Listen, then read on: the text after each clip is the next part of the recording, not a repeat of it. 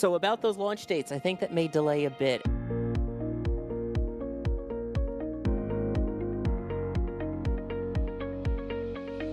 have liftoff. Propulsion continues to be nominal.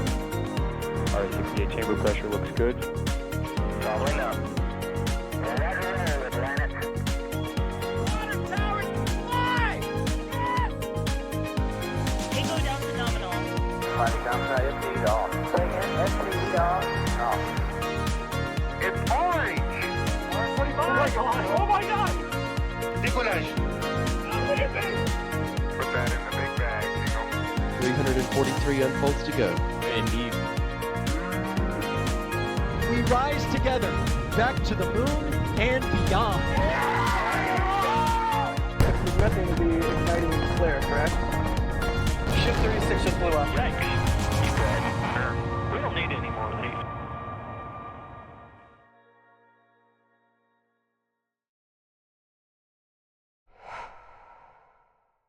What's going on, everybody? Welcome to Stakeout stream for launch attempt 2 here for Flight 10 of SpaceX's Starship rocket. I am EJ, a commentator here on at NSF, and we are seeing a live shot here of the ship quick disconnect with guys crawling all over that thing, trying to get that thing ready. Apparently yesterday, they had a liquid oxygen leak. Yesterday's attempt scrub, and they had a liquid oxygen leak on the ship quick disconnect. So we are staking out here again. Once again, I'm EJ. I stream on Twitch, but I am joined. All right, here, I'm going to do it.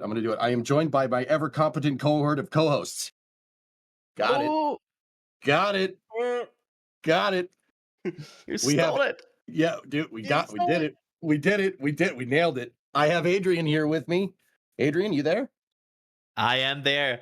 I am excited. I didn't think they would go today. Like when they still worked on this a few hours ago and started to replace this pipe and everything and the hose looked like, and there was so much work going on. We will talk about this more. But from what we can tell, everything looks good and they seem to be going. Although you can see them, they're still working on this. It's still not over. Yep, they're still out there wrenching on it. And to give us the technical details, we have Ryan Webby Weber. Bringing up the rear here, Ryan. Can you hear me? Bringing up the rear here. That's great. I love it. In the rear with the gear, man. Hey, I mean, let's be honest here. So, why don't should we just kind of go into it at this point? You know, I think we Okay. should. We All got right, a lot of ground to cover today. Let's jump in. yeah, I'll just go into this. We'll kind of get some footage that'll cover, that'll show what they did during the night, and also show where we can see where the problem was at this point. Because it's kind of obvious where the problem was, considering they replaced something. So yesterday they went through the count. You know, they looked like they were doing pretty good into prop load, and then all of a sudden, a vent showed up on the ship QD arm where a vent definitely shouldn't have shown up. We'll just put it that way. It did not look nominal. And for anyone who watched the tank farm, as soon as that vent showed up, within 15 to 30 seconds, everything was off. Everything turned off. The methane subcoolers turned off, the pumps turned off, the tower vent turned on, so they stopped LOX load. Like basically the tank farm shut itself off after that vent, and then the vent went away. Considering the fact that over the course of this night, they just replaced the entire main LOX supply hose to the ship QD, I'm going to go ahead and say that line decided to go pop, and that's usually not good. At least it was the LOX side. Let's go with that. Why? Methane leaks haven't had any problems in the past, Ryan. Have they? They? No, definitely not. You They sure? definitely don't ignite in the flare either. No. Because if it was methane, it'd be igniting the flare, right? Yeah.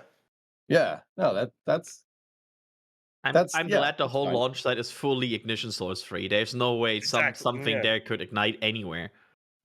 Mhm.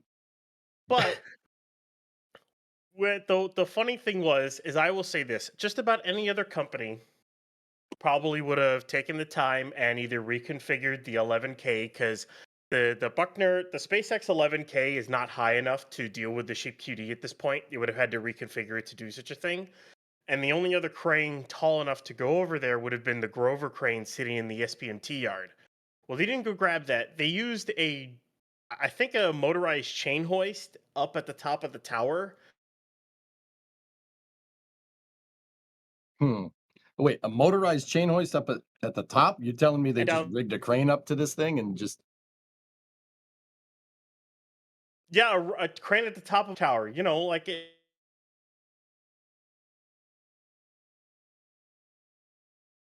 Is it my it's internet or basically they Ryan's? just dropped the hose. What? I think we're getting a little bit of connection problems here. Adrian, can you hear me just to make sure? Yeah, I can hear. I think it's Ryan. Okay.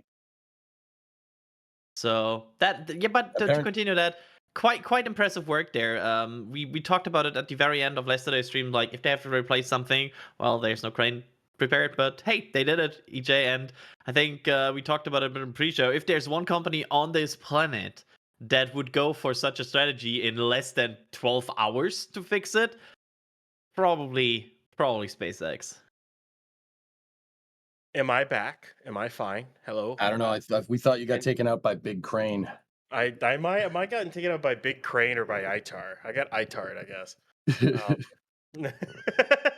But anywho, it looks like they had a motorized chain hoist or something along those lines, and they just kind of used the tower and dropped the line down, took the hose out, then brought it back up and put it in.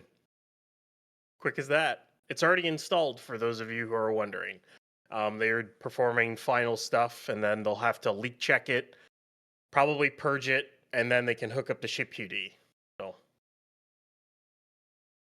Dude, I have to admire it. And I'm not just trying to, yank SpaceX's chain here or winch at the top of the tower, right? Like that's the adaptivity that they have. It's like, you know, they just get out there and fix it. It's that simple. Just go out there and fix it. Ryan, you were saying like everybody else would be like, no, no, no, no, we have to go and we have to check all this. It's like, no, no, no. The pipe's leaking. Just go out there and fix it. Okay. I really do like that. I think that's pretty neat. and I will say to this too. So they go ahead and replace this, and then people will go ahead and ask, well, how could they have prevented this from happening in the launch countdown? Funny you should say that. You should ask that. Well, they could have performed a tanking test before they tried to launch. And then I know another person or other people will go in and go, well, they did. That was their tanking test. My response would be, well, no, they can do a tanking test where all they have to do is close at LBJ, close the beach, and not have to evac the village and the production site in the process. Supply the range resources, all that other stuff. They could have just done a tanking test and then, they I would have found that. I will go against this. So, however, I think time is a very valuable resources that SpaceX constantly tries to, and there's probably some risk evaluation, like how high is the chance that something like this happens, right? Of course, hindsight and everything. Like now we know they should have done a tanking test potentially, but if they went flawless yesterday, everybody would have been saying, "Hey, it worked without." So it's always a matter of like how high did you value the chances that something like this could happen? Would this been spotted? And I without knowing these numbers, I think it's always hard for us to say from the outside, oh, they should have done this. Yeah, hindsight's always 2020, especially after the things in pieces on the pad, right? Like or on the test stand. It's very easy to see this stuff in hindsight and be like, "Oh, well, there's your problem," right? But I must say, there's also, you know, part of the reason why we could say this is an easy problem in hindsight is because of the control systems engineers that are in charge of that engineered the software most likely for the pad, right? I mean, this thing detected a leak automatically and said, nah, yeah, nah, Or we're not doing that today.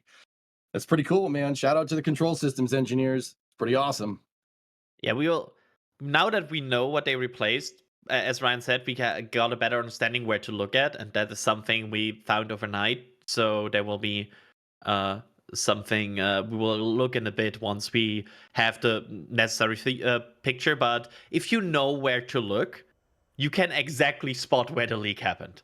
It's kind of funny. Yeah. Now that we know where they replaced something and what they did, we can absolutely pinpoint the place where something has happened yesterday that they needed to replace. Mm-hmm. Oh yeah. They I mean, there's definitely, gaseous oxygen leaking out of a place where we've never seen before, right, Adrian? Like it definitely is coming out of spot. We don't think there's a vent. I mean, we tank watch pretty hard over here.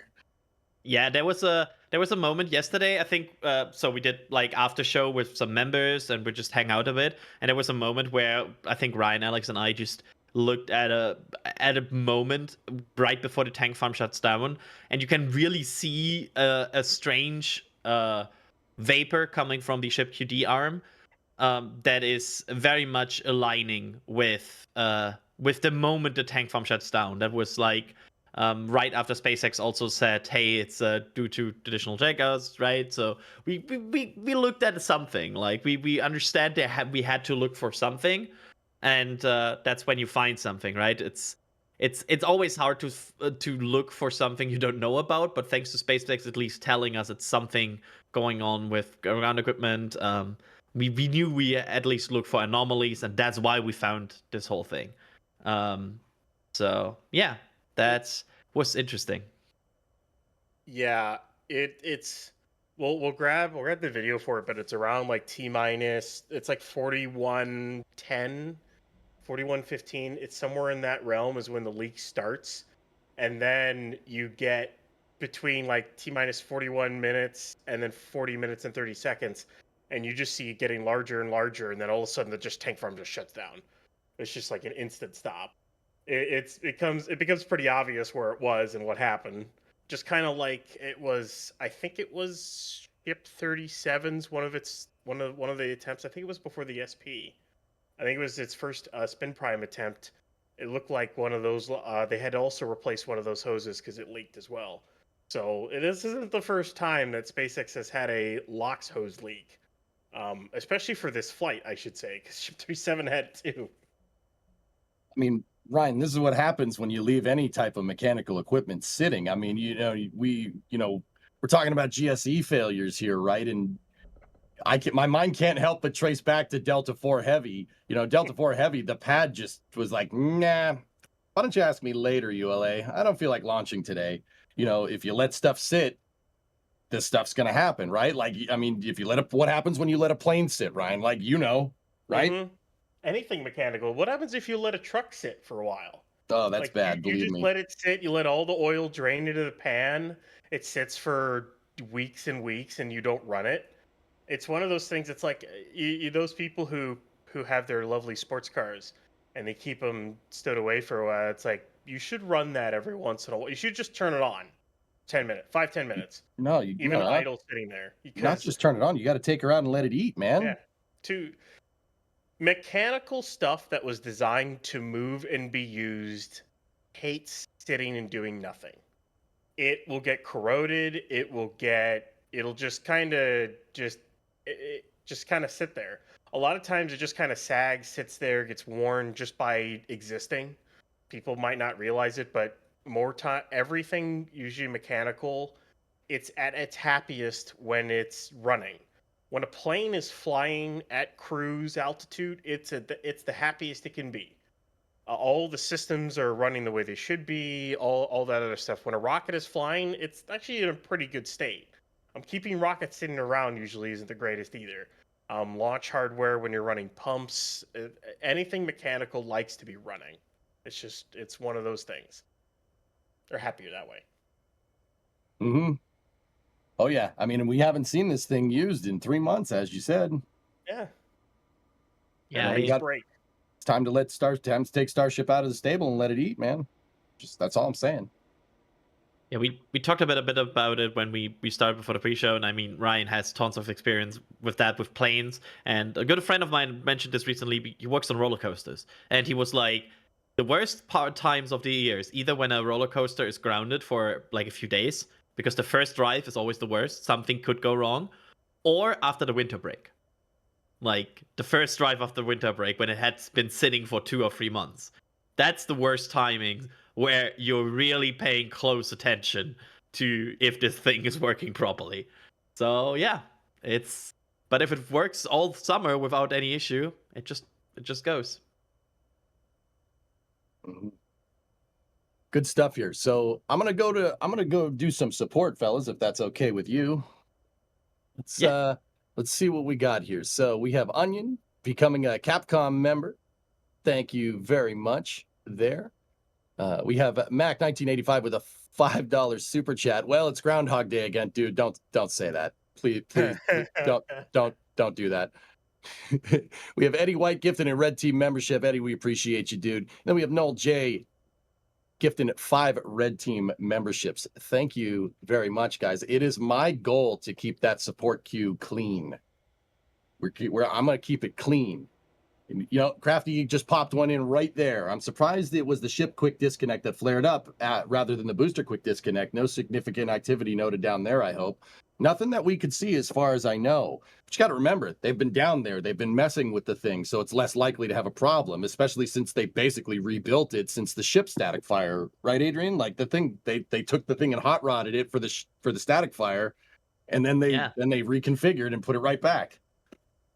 Absolutely. I mean, I feel like there's some very versatile engineers in this whole QD team. They know they sometimes have to band-aid fix things. I mean, let's be real. The whole static fire campaign with Ship 37 was a bit of a band-aid fix, right? It's not something. There's good amount of planning in there, but it's not like a concept that they have been working on 4 years from now and implementing it. So it had to be fixed pretty quick. And if they can do that quick fix, I mean, a fix of a pipe or something like that here, that's probably more in there. That's actually probably more planned than what they did to prepare for that static fire. Ooh. They are taking the covers off the ship QD ports. I think that means they're about to put this thing back on. Yeah, once that is connected, we are very much like that's good news. Like if they're able to connect this, we are in good territory, everybody. We might be eating some Starship launch tonight. Like I will say this to the launchpad teams at Starbase, they are absolute rock stars. The what they've done over the last month and a half, or I should say like 2 months, to go from a pad that we never thought would ever be used for ship testing in any way, shape, or form, at least not with the ship sitting directly on the mount. They modified the mount.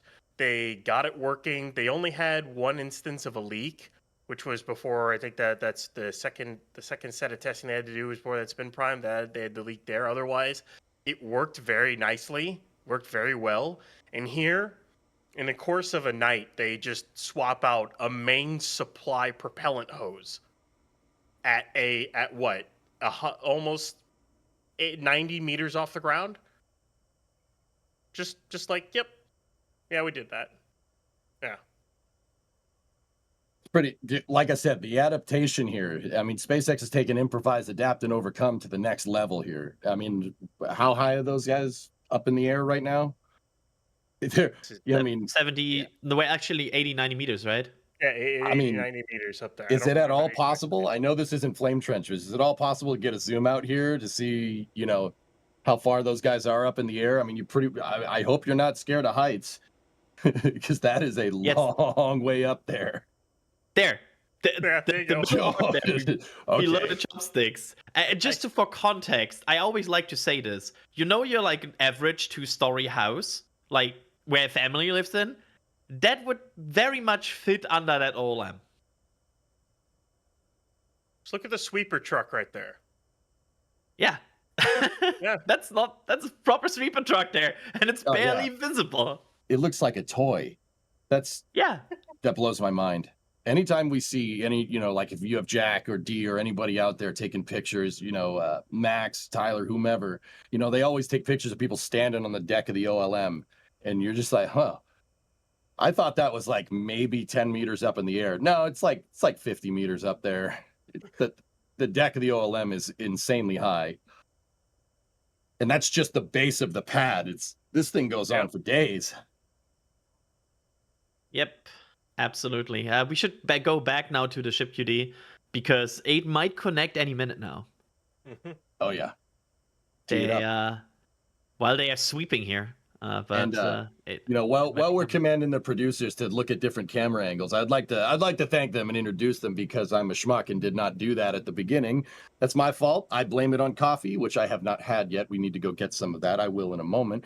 Carson and Jay are on the back end doing the production for us today, guys. So yeah, they're doing a good job, especially with me being like, "Oh, move this camera, move that camera." It's like they're like, "Oh, okay, the host is doing that again. All right," you know. And I think Ryan Caton had also joined them now. So Fiber Ryan, because everybody here, like yeah. it's so many people at EJ. Like I feel like sometimes people are underestimating how many people are involved in NSF here. It's always us, like the fancy voices here, right? Not so fancy for some of us. And there's so many people in the background that work on these Starship launches that are not on these streams that produce these pictures. It's insane. I mean, we have a whole army of people behind us making us look good. Yep. That is no lie. And that's a task. It's a lot of work, especially if you guys. I mean, we were on a call with Kevin right before we came online chat, and Kevin was like, bananas. I'm like, okay, you sound a little tired. He's like, chicken. I'm like, okay, all right, cool. Disclaimer: he didn't say bananas and chicken. He could have. He could. I mean, either that or I'm tired, and that's what I heard. I'm gonna choose to hear that because I'm the host, so I could be like, oh yeah, that's what I heard. Yeah, it's a thing because let's realistically, we shut down the launch stream about 13, 14 hours ago, and we are live again. So it's a task. Kevin is saying in the chat, bananas arc. See, I told you. I wouldn't lie to you. Yeah, I'm he the said host. bananas. I mean, I'm not gonna sit here and pretend like I'm a spring chicken over here, right? Like, it's like, oh, I'm, all right. I'm chugging in energy here, EJ. I'm like, I need to wake up. All right, you want to wake up with some questions? Yes, throw them at me. All right, let's do it. So we got a first question here coming from Elijah Summer. How does SpaceX plan to fix these type of problems when they're trying to do rapid reuse? Who wants it? Early bird. I worm. Go. All right, I heard Ryan first, Adrian. I'm sorry. I will take this because simply you go, okay, so fix these issues with rapid reuse. Maintenance happens. I'm just going to tell you right now. Oh, you can have and yes, I'm going to use planes. Yes, I work on planes, whatever. Planes are cool.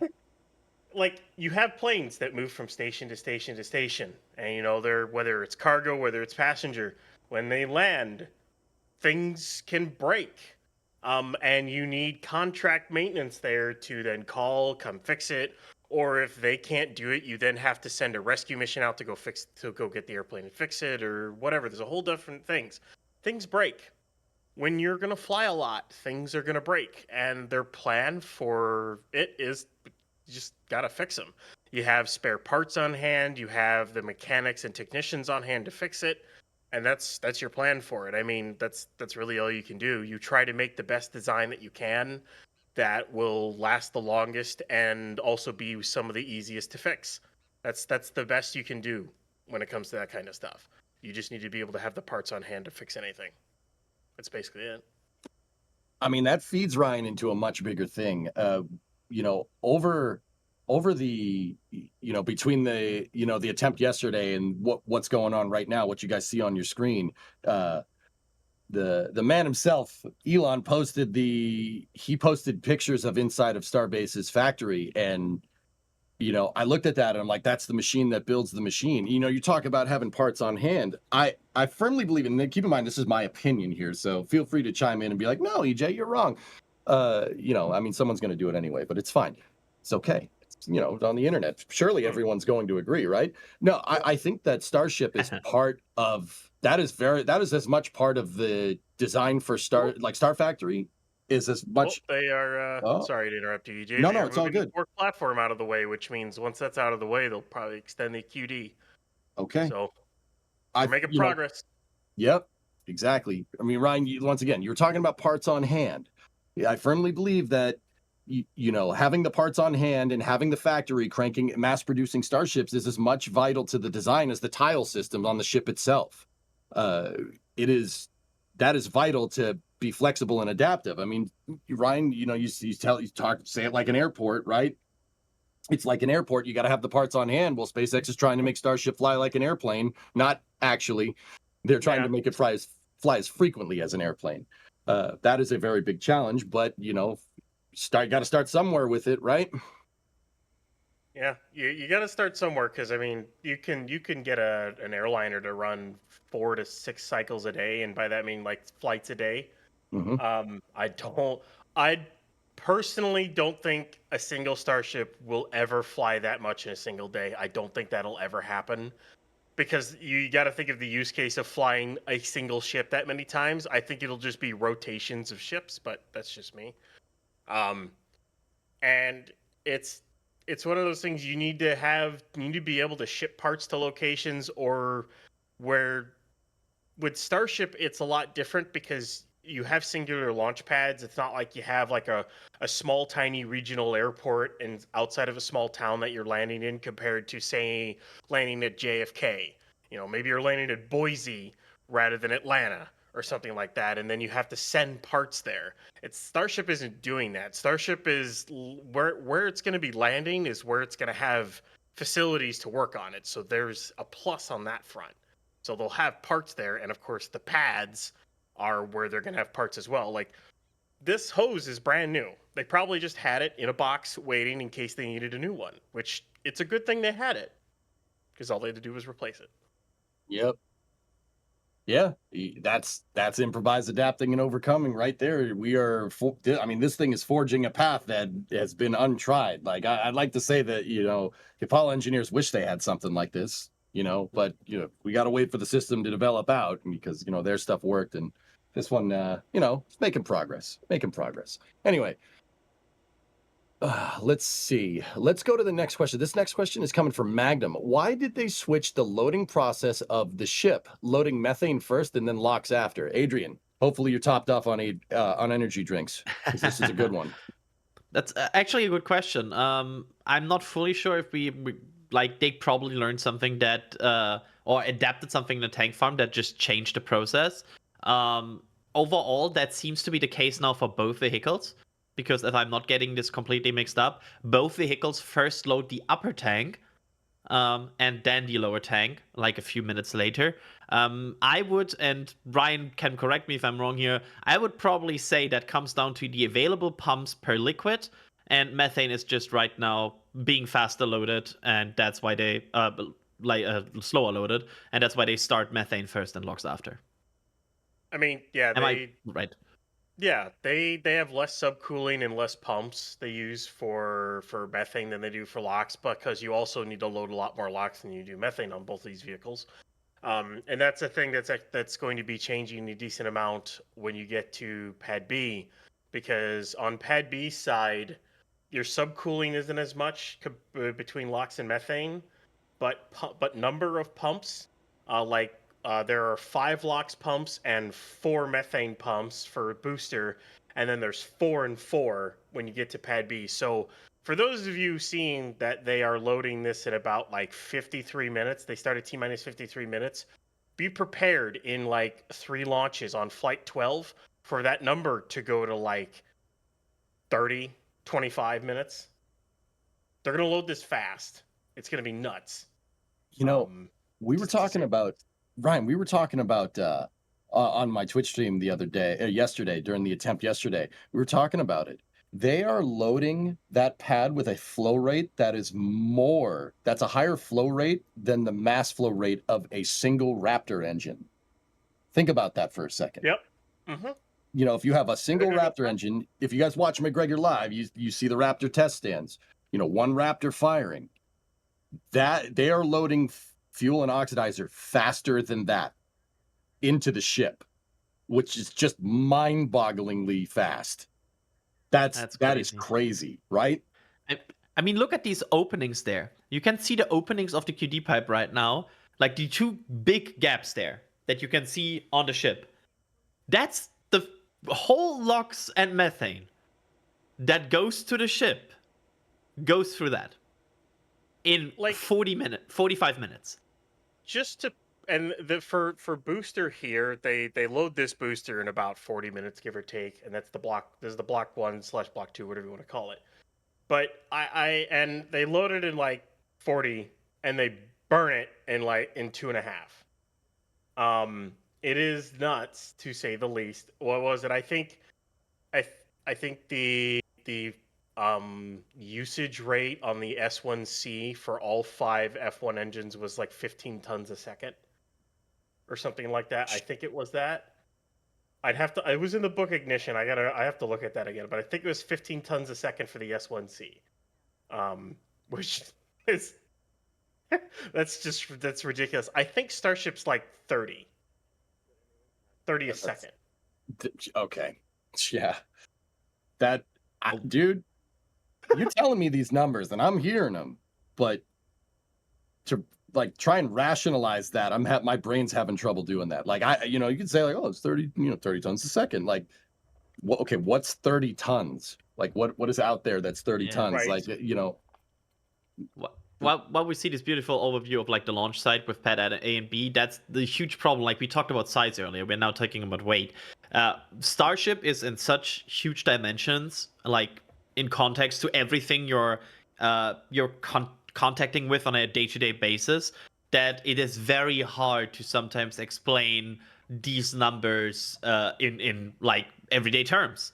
Because what's 15 tons? What's 20 tons? I think I knew this from a bar quiz I did a few weeks ago. An average house, yeah, like a bar trivia quiz. An average house in Germany, at least, weighs about 250 tons without furniture. So that's always like, sorry, just a random number I had in my head right now, but I think it puts a good perspective of like, if you're throwing out 20 tons a second, that's a house in weight in about 10 to 15. I mean, it's nuts. Yeah, that's absolutely crazy. I went and looked this up, Adrian, because people can understand a house. Like that's cool. Here's where my mind goes. Right, an Abrams tank, like battle tank, 57 tons. That is a half of Abrams tank a second here. Okay, in mass. Any unit but the metric system. Right. That's what I mean about rationalizing it. It's like that. Okay, all right. That's a lot of mass being moved very, very quickly. Okay, I got another question here from the Necron Overlord asking why the tiles why are there tiles on the top side of the rear flaps? Ryan, this has your name all over it. Go for it. Great username, by the way. I honestly think that they're just doing some kind of experiments. Seeing, I mean, I don't know exactly what, because there's not really going to be any. At least there shouldn't be any plasma wraparound. There shouldn't be, being the operative word. But maybe they're trying to see how the flap holds up with tiles on the other side, or like in separate, like when they re-enter, what does the leeward side of the tile, the non-tiled side, I should say, look like when it has tiles and when it doesn't have tiles? Maybe they're trying to do something along those lines. It is kind of weird. And the one thing I will say too is they didn't tile the utter bottom of the aft flaps, like right at the bottom of them. So that's kind of interesting as well. So there's so many tile experiments on this ship. Mm-hmm. Actually, Adam Zucker, our resident meteorologist here at NSF, is posting in the chat, replying to people about the weather, because we've been asked that a lot. Adam, what are you saying? You're saying weather will be a watch item as we have pop-up thunderstorms near the area once again. Looks like the launch window should be clear as long as we don't have a storm too close in range. All right. Cool. There's the map. That as far as I understand, the green is okay. Like that's not huge amount of clouds, just a bit, and that should be fine. But you also see these like yellow pop-up storms and like more condensed clouds. That could be very much a problem. The green the lot of green you see there is moisture. It's moisture that if I remember correctly, it's moisture the Doppler radar is picking up. Adam can correct me if I'm wrong on that one, but I'm pretty sure that's what it is. Because a lot of times you'll notice after thunderstorms or during incredibly humid days, if you look on like a high resolution reflectivity, you'll see a lot of green around, and usually it's because it's just the moisture in the air that's reflecting off of that's being reflected because of the Doppler radar, if I remember correctly. And EJ, just one final thing, because people are wondering where Starbase is in this picture. Starbase is, you see the border to Mexico there, or basically the border. I think that's the border to Mexico, right? That we are seeing there, the white line in the middle. And Starbase is at the very coast, at the very bottom, basically, or almost at the very bottom. It's that one single, like a bit of a area below Port Isabel. So it's right in the center middle here. Yeah, that white line. So the border is the Rio Grande River. That's the border between like Texas. Actually, all of Texas's southern border is the Rio Grande. The river demarcates the border there. So that's why that border. Somebody's looking at that and go, "Why is it all squiggly?" It's because it's the river. So if you look right, basically where that river drains into the ocean, right at the end of what's called an estuary, that's where Starbase is. It is at the very southern tip of Texas. And here we have the satellite imagery of, I think, probably the last hour or so, because I think we can just see sunrise on the left, because you can see like at the very beginning of the loop there goes the shadow of night. It's okay. It's not great. We had clearer days. And again, Starbase, the very southern tip of Texas there. All right. I actually got plenty more questions. Guys, don't forget, if you at NASA Spaceflight in chat, I have a queue of questions and I'll pick the good ones. I'm sorry. I mean, there's no bad questions, but I mean, I would love to sit here and answer questions with you, but I'm only on here for another couple hours. So I'm going to have to pick and choose, and I apologize, but we got some good ones in here for sure. So okay, come on, get up there. There we go. Schrodinger's chat asks a question, or did he? I don't know. Did he ask a question from chat, or did he not? Well, let's acknowledge it. If we acknowledge it, he did. All right. Right. Won't they purge the LOX line to remove FOD before connecting the quick disconnect to the ship? Adrian, Ryan answered the last one, so this one's on you. Yes, sometimes they do. It's a matter of what we will exactly like how much pressure they run through it, and we will see it. But yes, we have seen them purging these lines in the past, where they quickly like run through it a bit and then connect it. The problem is you can see it sometimes very clearly at night, because it's like a white burst a bit of cold gas. I'm not sure, Ryan, like in these conditions it will be potentially hard to see if they do that, right? We might see it in a close-up where we probably would see it with Dune, because it'll look straight at the QD plate. I think the cover is still on it though, so they'd have to open up the cover, and then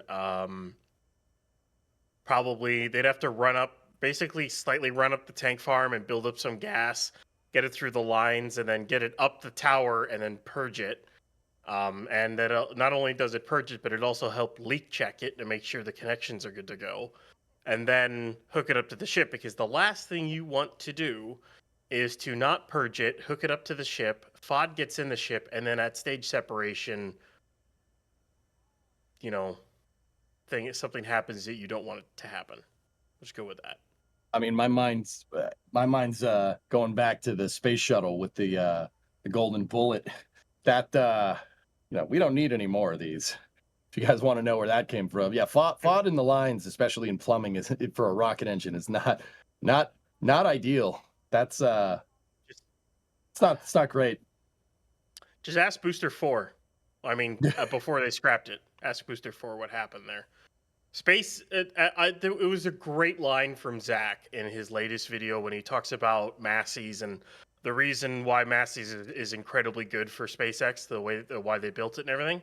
He called B4 the trash can for the orbital tank farm when they originally built it, which is an apt description for what they did. And in the process of basically using it as a trash can, they also ruined any chance of ever firing Booster 4 on the mount. So that's why it never performed any static fires, is because a bunch of FOD went into the tanks, also damaged the engines. And it is the case of SpaceX not purging and doing things correctly. I will just say that straight up. Well, they And learned. yeah, they learned. They definitely they learned their learned, lesson. dude. They learned. Hey, this is a new endeavor, and SpaceX ain't exactly one to follow legacy space. So, I mean, that's for better or for worse. But hey, they learn. They definitely do that now. All right. Okay, we got another question here from Nicky D. Nicky D, what's going on, buddy? All right, challenge. Assuming version 2 ship does not break the curse with 3738. I don't know why you talked about that bad juju here, man. All right. Anyway, what is the most admirable thing about ship version 2? Like the most positive silver lining if we don't get clear success? Ryan, go. If we don't get a clear success, the most positive silver lining, there is none. I personally, I don't know if EJ will come out, he'll get mad, but if they don't get ship to a stable reentry, this commission is a complete and utter failure in my book. Complete failure. There's no silver lining. There's no nothing. Either ship works or this mission is a throwaway. That's what it is to me. They can't afford to have more failures. They can afford it as in they have a lot of vehicles. They're constantly pushing. It's a development program. The hardware, which yada yada yada. But if they want to make any kind of the timelines that they want to do and they want to push this program forward, they have got to have some success. They really, really need to get reentry data. Like they need to learn how this heat shield works. They need to learn how the engine, how the engine fires in space with the new block, because they haven't done that. They need to learn how to deploy with the payload system they have on board. If they want to start launching Starlink missions with these, they need to learn how to do all that, and they can't do that unless they get a success. And if they don't get it a success, it's a failure, obviously. And then they got to move on to 38 again, or 38 at least. So, I mean, okay, counterpoint here, Ryan, just because, it's not Flame Trench, but let's, we'll spice it up. We, get some picante in the morning here. It'll be great. Sorry. So if you look at, the Block 1 ship and, success versus failure, and you look at the Block 2 ship success versus failure, there's definitely a positive correlation here. I mean, it's gotten further and further every time. So why do we think that Block 1 was more successful than Block 2 when we haven't really seen the proverbial chapter on Block 2 close, right? Like, even I remember going into like Flight 3, Flight 4, people were like, "Oh, it failed. Yeah, it's no big deal. Let's go." Like, why do you think? Why do you think it's like a failure? Like, I don't know. I mean, I'd say it's trending in the same direction as Block 1, guys, to be honest with you, considering the ship basically had an entire, like a major structural redesign with the plumbing and whatnot, with the downcomers, vacuum jacketed. It's not just they moved the flaps up. There's thousands of changes on this thing. I still think it's because the base of the ship is still, it's still essentially a ship. And yes, they did change a lot, but I don't think. I honestly think they should have had a lot more. They should have had more success by this point. They should have. Mhm. And Even that's how I redesigning the look at it. I whole mean, plumbing. we're into flight 10. We're into flight 10 of this Huh. vehicle, and they have only had 2 on-target splashdowns. 2 with ship. 2. 29 wasn't on target, but it was a splashdown. I'm amazed That's that it. that thing made it through at That's all. still To be one honest. of the most amazing things ever that thing made it through. But anyways, they've only had 2 on-target splashdowns with ship. Booster has been the star of the show. It has been the star. It is rock solid. I am really curious how Block 3 is going to work, because boy, is that a design change and a half, to say the least. Um, Do you but think, dude, I don't mean to interrupt. Do you think that the Block 3 Block 3 design implements all the no-nos that they learned from Block 2? Do you think that's like, oh, okay, Block 2, maybe you're right, Ryan. Maybe they're like, okay, we got to change some things. We got to refactor a lot of things in the design. Okay, Block 3, right? Do you think that's going to be the solution to all of our problems here? I think Block 3's got a redesigned drive section, or engine section, if you want to call it that. Drive section. Your Trekkie is showing. Yeah, I know. The Galaxy class drive section. Anyways, This guy. I think it's got a redesigned it's got that section redesigned basically. As well as there's certain things here and there that are probably changed. The changes with the engine mounts, changes with of course they talked about the COPV changes that they're going to do. They got to beef up and figure out how to fix any of the issues that they've been having with the pressurization lines and stuff like that. But I think Block 3 will have a lot of those changes. Whether it works right off the bat is the question. The ship QD is extending. If we want to cut to a close up of that. So Ryan, other Ryan, yes. not Ryan, other Ryan. Yeah. There Not it Ryan. comes. Or Ryan, but other Ryan. Yes, thank you, Ryan. You're the best. Your maps are amazing, my friend. Sorry. I now want to put on the next SLS launch. I want to put Ryan and Ryan because then we have Ryan and Ryan commenting on Orion. You know what? I'm here for it, Adrian. We should do that. I like that idea. Yep, locked in. There we go. Mm-hmm. Yep. But there we go. Ryan. That is a very good sign here, EJ, because we've disconnected. I mean, they have 8 hours, 10 minutes. Clock is rolling. If this works, they are probably gonna go for it, at least for the moment, for today. Like, I was also thinking about this for other vehicles, other programs. A leak like this and having to replace one of these hoses would truly be a multi-day, if not multi-week, standout in operations. Whether it would be Vulcan, SLS, it might be even something like that for Rocket Lab. We don't really know, but there's a lot of other rockets out there. I look and go, if they ran into the same problem, how long would it take them to fix it? Because we know SpaceX. It's YOLO. Is a lot of times their mentality. They do things the safe way. They make sure it gets done and everything like that. But they really are well, it leaked. Okay, let's just replace it. Can we launch today? It's like, you know what? Let's try. Why not? Let's try. Like, yeah, there you go, man. Now, people aren't gonna like it. People aren't gonna like me bringing this up, but also, SLS had a leak on the tail service mast umbilical, the hydrogen tail service mast umbilical, and they straight up sent a bunch of guys out there with a tent to replace the thing. So that does, to SLS's credit, I'm just bringing that up anecdotally. There are other vehicles where stuff like this happens where they're like, next month. All right. Now, for Artemis 1. Very dramatic. Oh. Yeah. Is that the wild yak? I think that's Jacathy Buyer. In his wild here we are watching Jack setting up his cameras in his wild habitat. The beautiful. I was going to try to do like a David Attenborough. That failed. No, I got you. The beautiful, majestic Jack Buyer. He is seen in his natural habitat, checking his phone to make sure that we're not talking about him.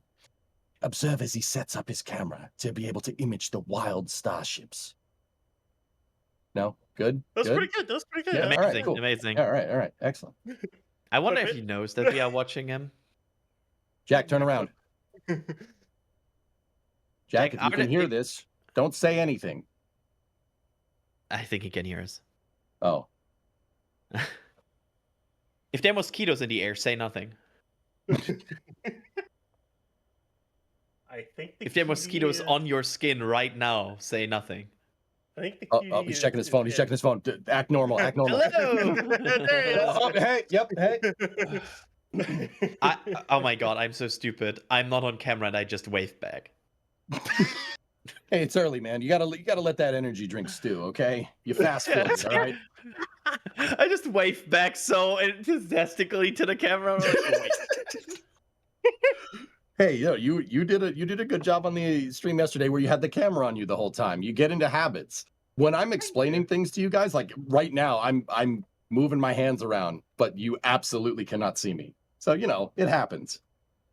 It happens. Yeah, it's you get like with commentating. You get into. I mean, you're probably the most expert on this, EJ here, but there's like a certain vibe and mindset that you always keep up, right? Because you're trying to like act always as the camera's on you, especially in like a late Starship launch where the camera is not always on me. I still pretend it is because I don't know when it will be.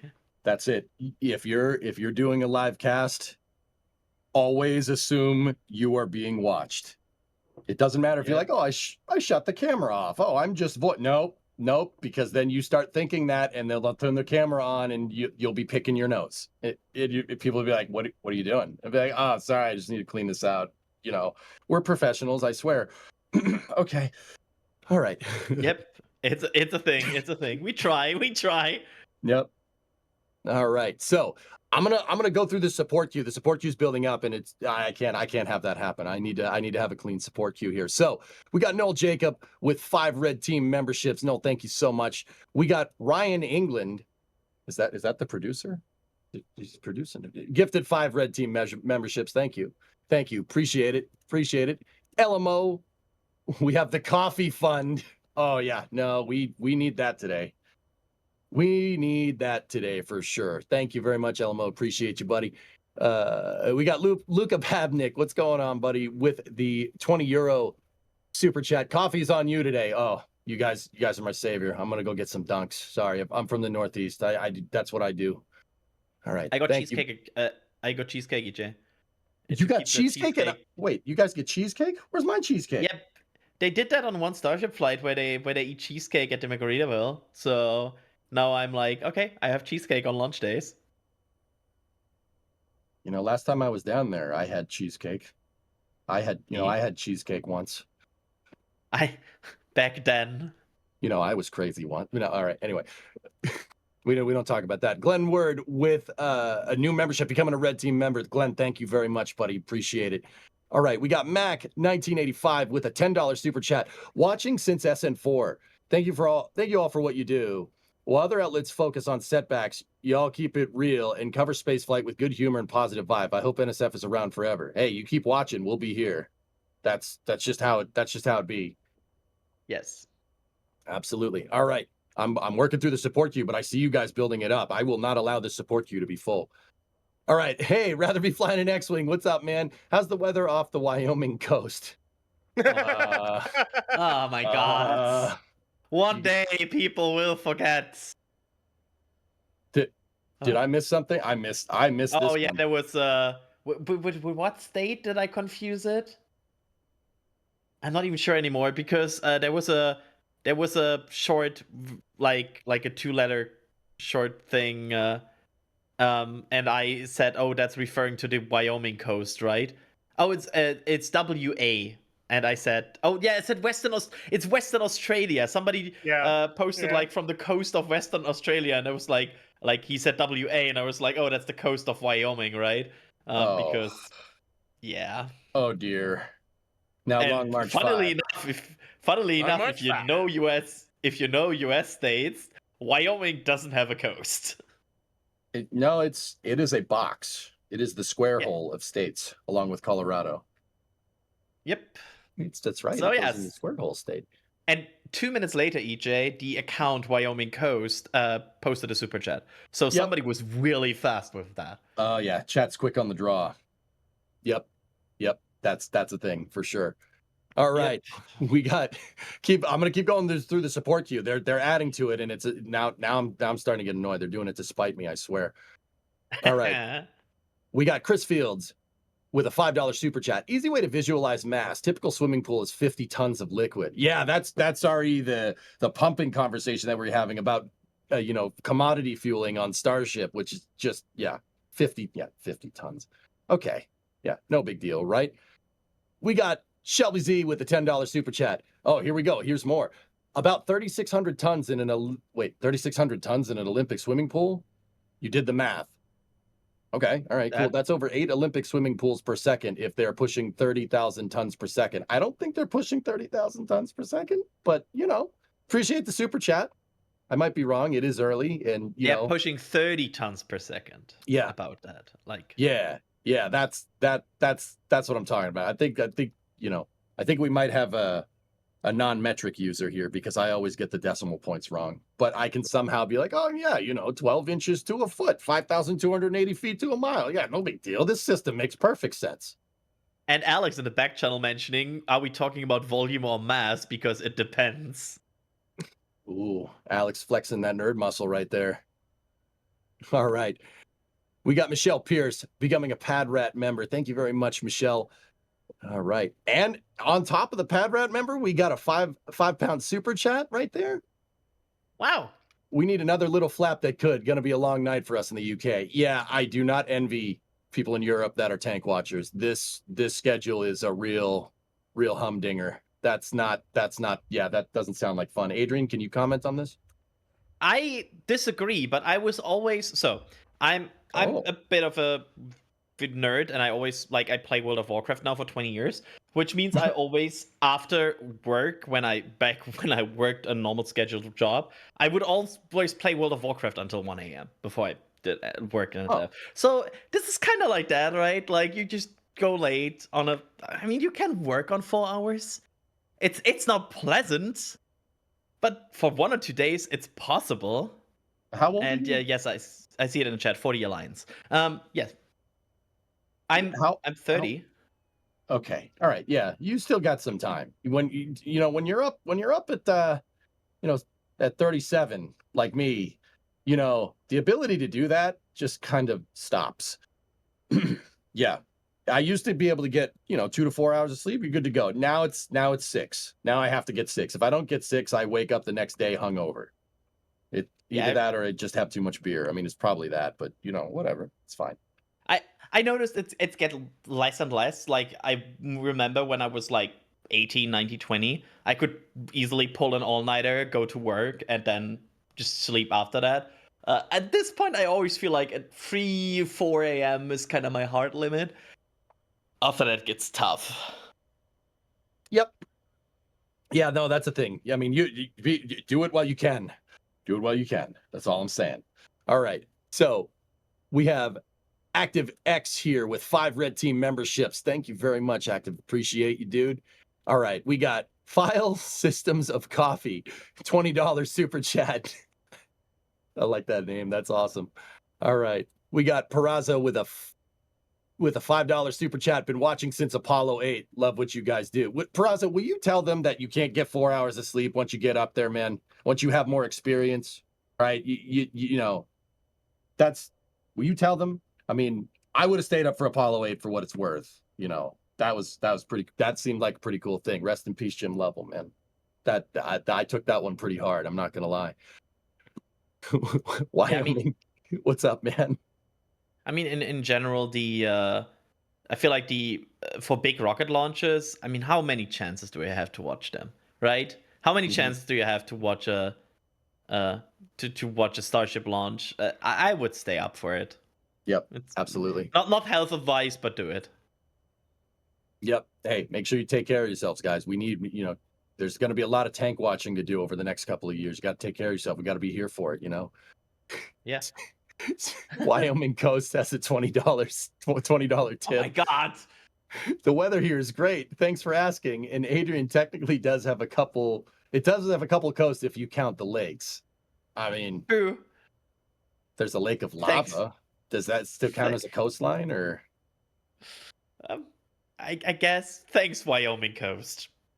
Glad to have you back. Next thing you know, you're going to see Long March 5 start tipping the stream, dude. Believe me, that's out of all the dumb things that I've said on stream, that's the one that stuck. Everyone's like, yeah, now Long March 5. I'm like, I was just Googling Long March 5 and I typed it in chat by accident, just randomly. I'm sorry. I don't know anything about it. I know a lot about it now. I cannot blame anybody for having to Google Chinese rockets. They are inherently confusing. The problem is also they are not in order from smaller to bigger. They are not in order from oldest to newest. they're Yep. just in a random order, and they are picking very, between 5 and 6, huge difference. And for example, the moon rocket, the next one is 10. You know what the rocket that comes after that is even bigger is called? 9. Yeah. Okay. It's confusing. Yep. It absolutely is. It absolutely is. The support. Somebody in chat said Long What? March 5, now watch this drive. Long March 5. Now watch this drive. Trying to We will not. What's up? I'm trying to get set up stuff for the back channel here, so I haven't been talking much. No, it's all good, man. The support queue is growing, and I'm determined to keep up with it. I will do it. So I'm gonna go. We're gonna go lightning round. I think Jeffro Nugsy with a 1 red team membership. I do appreciate it. EJ Spite, here's to your spite, sir. Also, the machine that builds the machine that builds the machine can build itself. What do you call it? Jeff. All right, cool. Evan Hubbard with a $20 super chat. It's your birthday today. Let's see a ship splash down. Does NSF have a camera set up for booster splash down? We're gonna Adrian?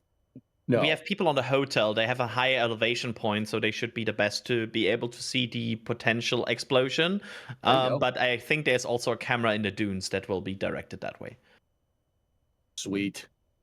File Systems of Coffee again with a $10 super chat. Coffee's on us next time you're in LA. We've been following the program for years. Starship is an artistic engineering masterpiece. Can't wait to see it succeed. It's definitely a rocket of all time. Coffee, for sure. For sure.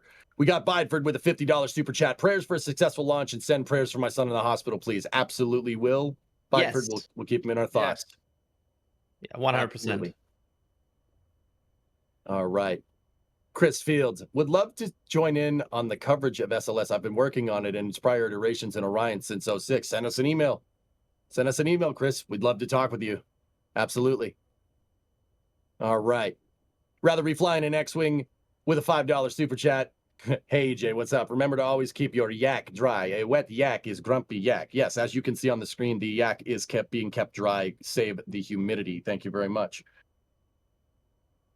Also, a very good example, by the way, how much work these people in the field have to do. Like, Jack has been working on this camera now for a significant amount of time because it's not like you can adjust it anymore, right? Like, once it's deployed, it needs to work. If it doesn't work, well, shucks. I mean, Adrian, I was down there helping Jack and everybody down there get all the cameras in the hotel room set up. It's a lot of work. I'm convinced that, time dilation exists in Boca Chica because before you know it, you're like, oh, I'll just go down there for a weekend. Before you know it, you're down there for like a half a month, and you're like, that was I came down here yesterday. What's that about? All right. Also, on the launch day itself, like, the day flies by. I know it says like 7 hours and 53 minutes there in the top, but I can tell you, the people in the field, they're not feeling 7 hours 53 minutes right now. They have so much to do to set up a launch attempt today, and this time will fly by for them. Mm-hmm. So I'm going to keep going with the support queue. You guys, I'm determined to get it clean. I'm sorry. We got some other stuff to talk about here in a moment, but Tobias with a 5-pound super chat. If you took all the hydrogen from your farts and put it in balloons, it would take 1.26 farts to pick up the wet full stack. 1.26 ton farts to pick up the full stack. Average balance 11-inch fart equals 79 millimeters. Thanks. My stomach hurts. My stomach hurts now, Tobias, for sure. I'm not gonna lie to you. I had a burrito last night, and maybe I could probably do that all by myself. I'm pretty sure. All right, cool. Richard Lemke became a Capcom member. Do appreciate you, Rich. File Systems of Coffee became a Pad Rat member. All right. Coffee, you are the man or woman, whatever you like. Long March 5 with a $10 tip. You summoned me. There it is. Yep. Why am I not surprised? Good old. At least it's trillion. not 5B. At least not 5B. What's the difference? 5B is the one that doesn't deorbit the center core. Yeah, we don't like that. Yeah, the 5B is the one that is basically just a single huge sustainer stage. And that's the one that leaves center core a bit in a bingo situation. Yeah, that is not a very pro gamer move, to be honest with you. No. Very L of them. Very L. Yeah, Very I'm an L. All right. We got Ron Smith with $100 super chat. Sounds like Adrian needs to make a Long March launch vehicle overview. I mean, Adrian, you up for it? Yeah, I would love to do it at some point. It's a matter of if there's enough interest to sustain that, and it also would be very render heavy. But yeah, it's a great topic. Honestly, I love diving deep into Chinese spaceflight because it's not super obvious all the time. So you really have to go digging through very weird parts of documentation to even find out something.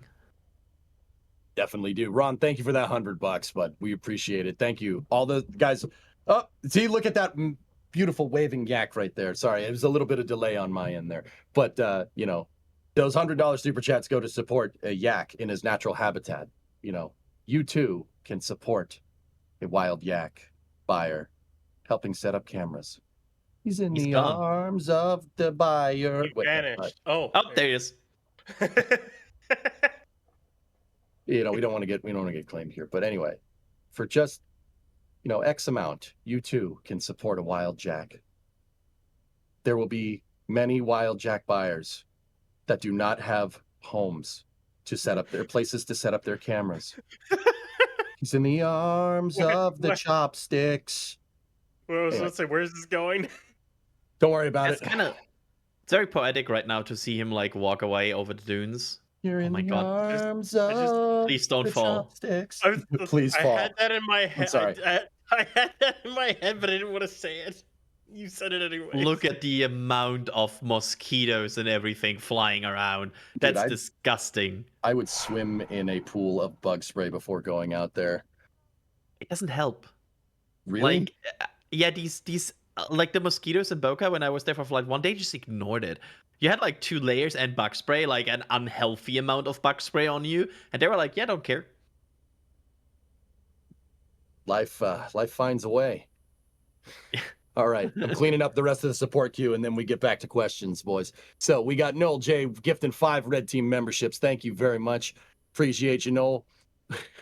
We got Michelle Pierce with another 5-pound super chat. The difference between Chinese rocket and starships are theirs don't randomly rud and take the test site out with it.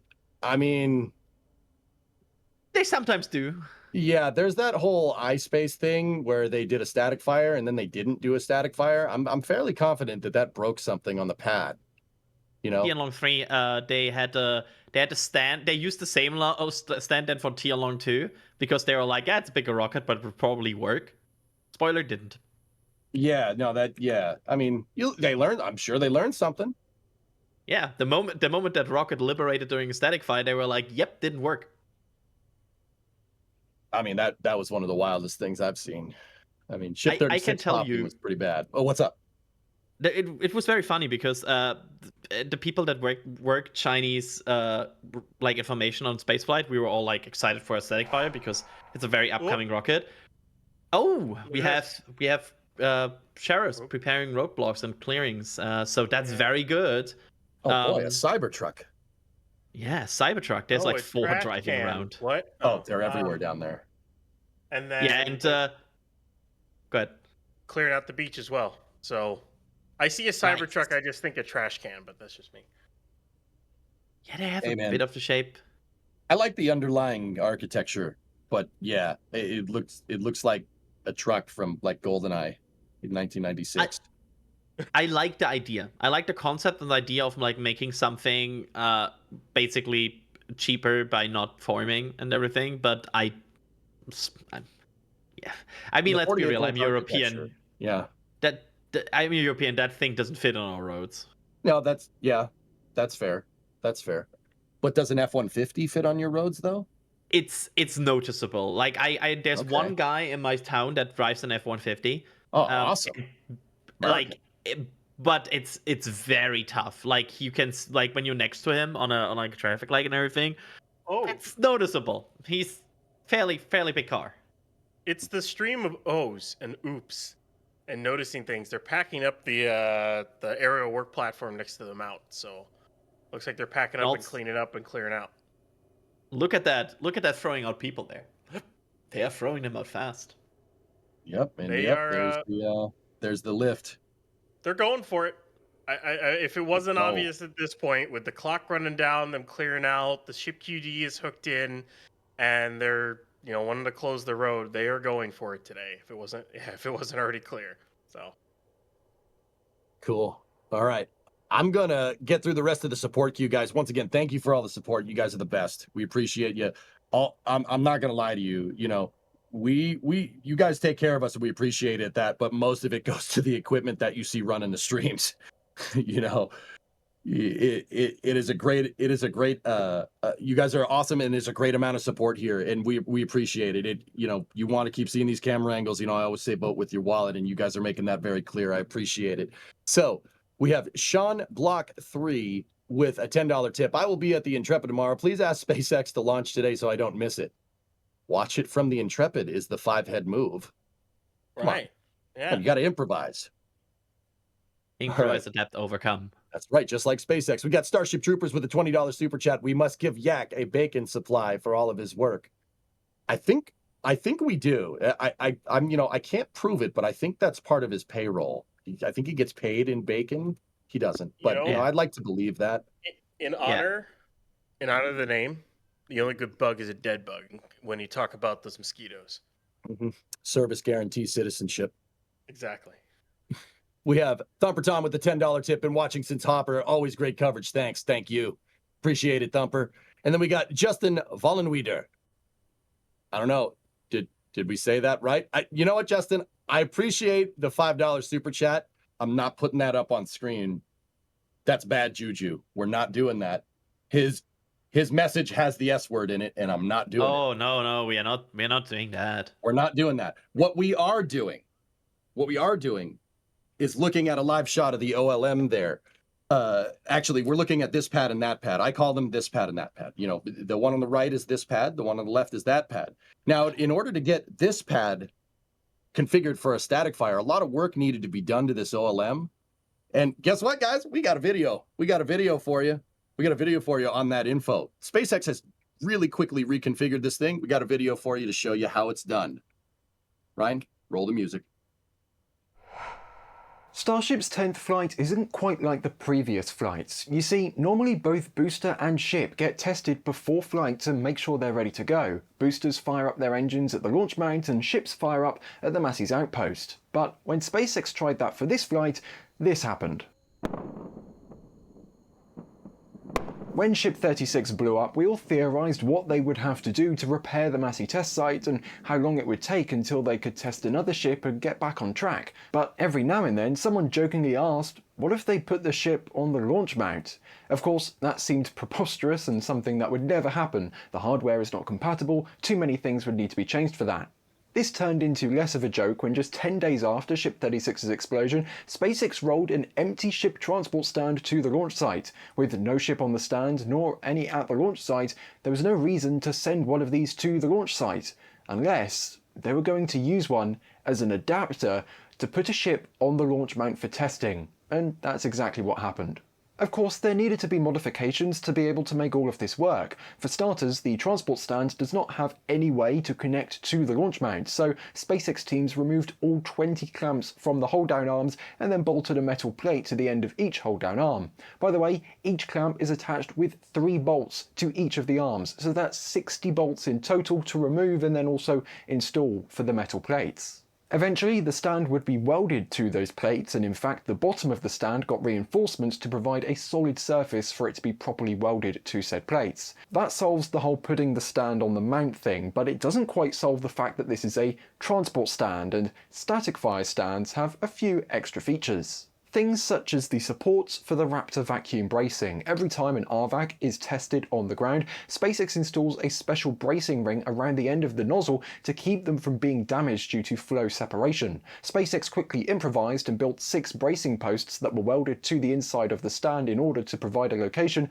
for all that bracing to be anchored to the stand. Crews also covered with steel plates the openings of the stand, likely to prevent any exhaust from escaping through those and damaging the interior of the launch mount. With the stand completed and installed on the launch mount, teams also added a few cameras to the stand to aid with the ship lifting process with the tower chopsticks. If you're wondering whether something special was needed to get ships to attach to the stand, well, not really, because it was already made for transporting ships, so it had the hold-down attachments just for that. It also just so happens that the static fire stand that was destroyed with Ship 36's explosion also had the same design and number of hold-down attachments, so no changes were needed. The last thing needed was a way to connect the ship to the ground systems. For that, SpaceX just bypassed the already existing booster connections. Holes were cut into the booster quick disconnect hood to access the existing booster lines, and new pipes were added to the exterior that would eventually be routed to connect to the ship.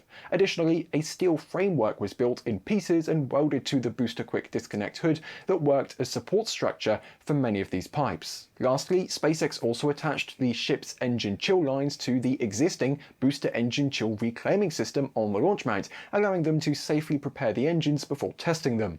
Ship 37 then went on to perform a single engine static fire test and a 6-engine static fire test on the orbital launch mount, the first time any ship had fired its engines on said mount.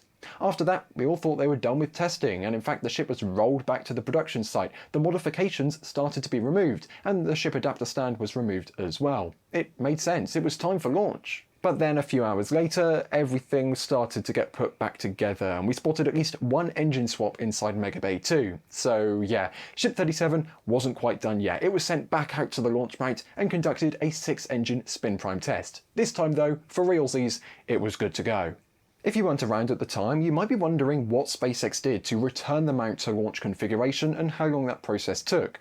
Well, the ship was removed, the ship stand was then removed, they added the hold-down clamps back onto the arms, they tested the alignment of the clamps, the engine chill lines were removed, all the pipes were removed as well, and then the framework was cut off from the booster quick disconnect hood in just one big piece. This probably will make it a lot easier to prepare once again for testing with Ship 38 after Flight 10 launches. Although all of this work shows how quickly SpaceX can move when things get tough, let's just hope Ship 38 is the last ship to have to go through this entire process once again. It's a pretty good comprehensive video from map enthusiast Ryan Caton there. I'm wondering now. Ryan Caton is actually producing this cast, and I'm kind of curious how he feels about segueing to a video of himself. I'm not trying to say that something might be a little weird there, but that something's a little hinky about that. But it was a good video and it was very informative. It was written by Jake. Oh, Who's a new article writer for us too. So yeah. Really? Yeah. Yeah. Knows a lot about Starship and whatnot. So yeah. I still found it so impressive how they did that. Like, yes, it's a possible process, and we always talked about it, but I feel like SpaceX always has a very, very eager mentality, which is not easy to always have. Like, everybody that ever worked in a big team can totally imagine this feeling of, okay, let's step back a moment and think what we do next. Like, that's a very common thing that big teams tend to fall into, because especially after big events, you try to gather yourself, find a new plan. They don't do that. And I found that so impressive that they are always full steam ahead, even in crisis mode. And that is a skill that I have learned to value at them more and more. There's this constant ability to never get complacent or never take a step back and think about it for a moment. Just push. I mean, the other part to that is not only the modifications to the ships to the mount in order to static fire ship, just the repairs that they literally just did overnight to get back into a launch status a day later, but you also add in the capability of what they're doing over at Massey's right now, the complete and utter redesign of that tank farm that they're doing, and the repairs. It's still going to be a little bit before that's operational, probably into October, November. But like they just went, okay, well, let's just redesign it while we're at it too. Why not? I mean, might as well. You're there. It's disassembled itself for you, right? Right? You don't need to worry about that. It's fine. Kind of like, Easier. We could have done this a little bit better. Let's do it this way now. Kind of like. Hey, that's how you learn, dude. That's the iterative process. It's it's what we're saying, man. The factory, the test stands, that's all part of the deal here. It's all part of the deal. It's not, they're not just iterating on Starship. All the test stands, everything gets iterated on, even the transport stools. And I you know what? I'm here for it. I'm here for it. It's great. I don't know about you guys. GSE is some of my favorite parts. I like the machine that builds and launches the machine. That is That very, factory shot. very cool. Oh my goodness. Ooh. Okay, Oh, so baby. up to at least ship 49. I will say that. From what I can tell, I think we're at least up to ship 49 with nose cone parts that I saw in there. Booster wise, we're probably into the low 20s. I think 21. I wouldn't be surprised if 2021 or booster 20 to booster 21, I should say. Because there was definitely an unsleeve booster forward in there that I definitely saw. There were ring sections in there with hatch cutouts, hatch doublers that look like they were like be for a test tank or stuff like that. So there's definitely a lot of you can pick that video apart. And I will just say this: that's only like half the factory. When he shows his camera and looks down the two aisles, and you see some of the ring sections, you see the nose cone aisle. If you look down that and then you were to walk down that way and then turn and walk the other way, there's still like maybe 600,000 square feet of factory that they're not showing. Like or more. How many football fields is that? American football fields, Brian? I don't know. Not off the top of my head.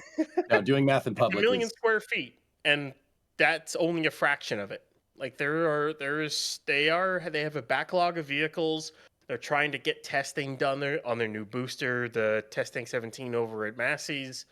They're waiting for that. It looks like they're actually trying to test the aft section before they fully build it and then integrate it, which is definitely a change of pace for SpaceX, because in the past they've built it, integrated it, tested it, and then retrofitted it after the fact. I think they've decided, let's maybe do a little bit differently this time around.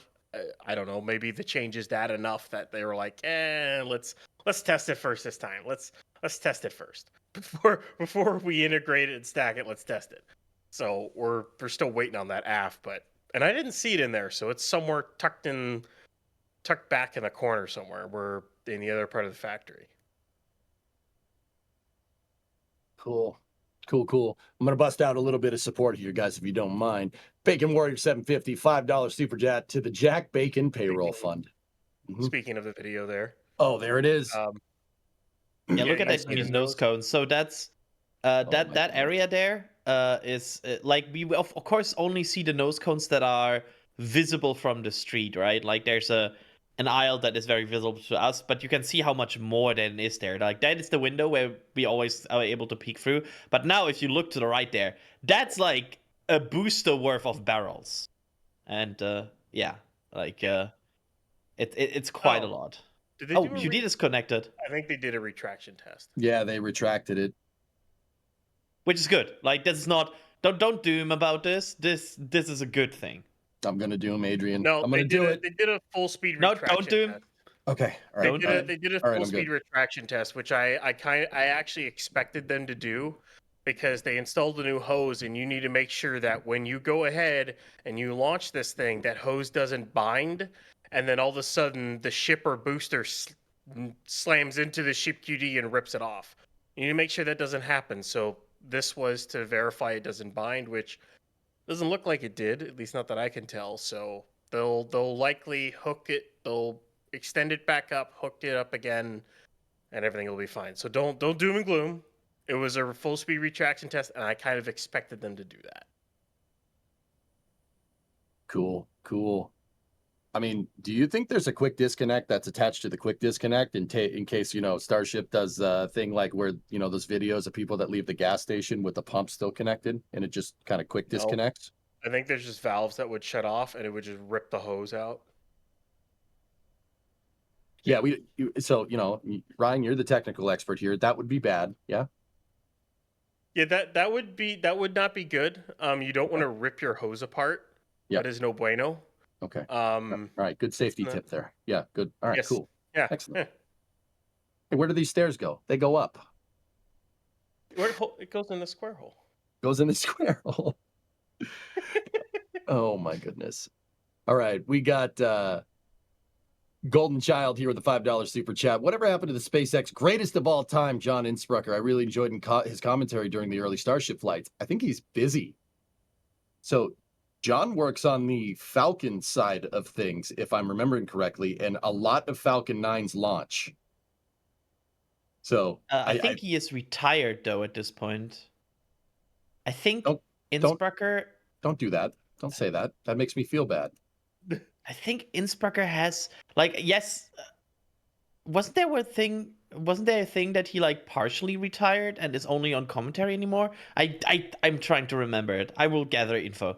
Alex is saying we're still working, so maybe I am wrong. Mm-hmm. Sorry, EJ. No, it's fine. It's fine. I agree with you.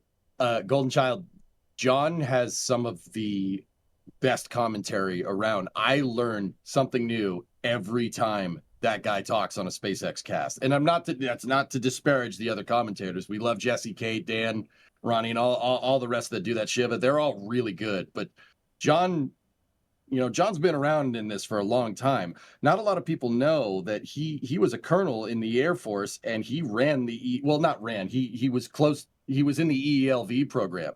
So he's been around rockets for a long time. And then before that, he worked in the Titan program, which is like Titan 3. So like the Air Force Titan 3s launching, because that once upon a time, that was the national security launch vehicle is Titan. Any Titan appreciators out there?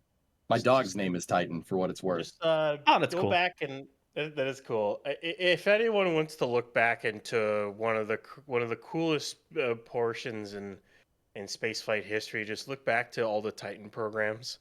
Those are some fun rockets, to say the least. You guys, it is a fun program. Exactly. They were like, we have this missile. It's pretty good. Let's put SRBs on it. All right, cool. All right, let's put a third stage on it. All right, cool. No, never mind. Let's put a Centaur on it. All right, cool. Let's put a Centaur and a third stage on. Yeah, all right. Sure, that'll work. Yep. We're fine. Yeah. Bigger fairing? Yeah, no problem. We need a way to get this capsule into orbit to try to push ahead the Apollo program. What do we got? Oh, Titan 2? Okay. Yeah, just use that. I mean, Titan is a beefy rocket for what it is. I mean, the Titan 2 missile had the biggest retaliatory ICBM that the U.S. has ever fielded, ever. They phased the Titan 2 program out in the 80s because of the strategic arms limitation treaties with the Soviet Union. Because I for one do not like being turned to glass. That sounds painful.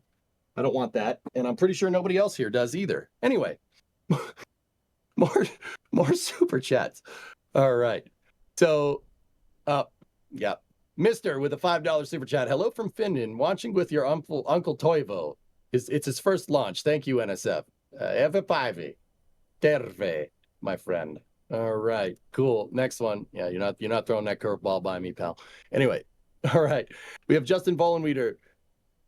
Sorry, wanted to scare y'all. Good looking, Godspeed. Perfectly pronounced. All right. Cool. Thank you very much, Justin. Appreciate you, buddy. And then we have Nikki D with the Red Team membership. Tipping before and now a Red Team member. Nikki, thank you very much. All right. Cool. We ready for some questions, or what next? What do you guys want to eat? We got a nice plethora of things to consume today, including a Starship launch. I feel like before you're doing questions, I will actually step back here, EJ, because you're getting another person that is very knowledgeable about Starship on. Oh, is it your time, Adrian? It is my time, but we are doing an European swap. Oh. You were talking about Falcon, so I was thinking, I can just casually drop by and see what's up. Okay, Adrian, thank you very much for coming on. We appreciate you guys. That's Adrian. He's awesome. And we're swapping him out for the Sultan of spreadsheets, the king of chopsticks. Mr. Alex, how are you? King of chopsticks? The king of, I don't know. King of chopsticks, the Sultan of SWAT, the king of crash, the Colossus of clout. Okay. What's going on, man? How are you? I guess. About to drink a coffee because we were late tonight, yesterday night, for a thing called launch attempt number 1. But yeah, hello. I mean, how's it going? Like, what's happened in the last hour and a half or so that we've been live? Well, They did we saw them replace a hose, and then we saw them move the quick disconnect forward, and then right after that, we saw it move it right back, and also street sweepers. Those are good. Yeah. I like those. Not gonna make the joke. No, why But- not? Yeah, I was gonna say except for Chicago. Anyways, Damn. but yeah, I was thinking, do they have any chance to launch today? Like, do we think they still have the time to do all those checkouts and everything? Because we know that at least it takes a while to do those. Do you think they may try to speed those up? It's SpaceX after all. I think they're gonna go for it. Everything's trending positive here, dude. I don't know. What do you Yeah. think? Yeah, clock is still counting, right? But that's always the big question. It's still counting until it's not counting. So we'll see what Okay. happens. Hope Ben's running. They're probably doing There's some still leak checks. trucks Yeah, delivering. Look at that. topping them off. Yeah. Anyone who thinks that the Pope vent running right now means they're chilling down, no. They are probably doing some kind of probably just checks in the tank farm as well. They're probably doing some gas checks on the QD that they just spent all night replacing a hose on and making sure everything's good. So Yeah, I was gonna say, wouldn't they need to run it a little bit if they want to do like some pressure checks up there? Like maybe we see some purges and things like that. What do you think? yeah, that's what I'm thinking. We'll probably see. I wouldn't be surprised if we see the bunker vent also turn on as well. Do some purges, leak checks, and then they'll reconnect the QD again. I think they wanted to. The reason why they connected to begin with is they wanted to make sure it connected, everything was good, do a full retraction test, make sure the hose didn't bind. Then they'll go through, leak check it, purge it while they go run through the rest of their countdown, rehook up the QD, and they should still have more than enough time to chill down the tank farm and get ready for launch. So that's kind of what I'm expecting them to do at this point. So you're saying they might be doing a quick test on the quick disconnect. A QT on the QD. Yeah, yeah. You could say that. That's fine. There we go.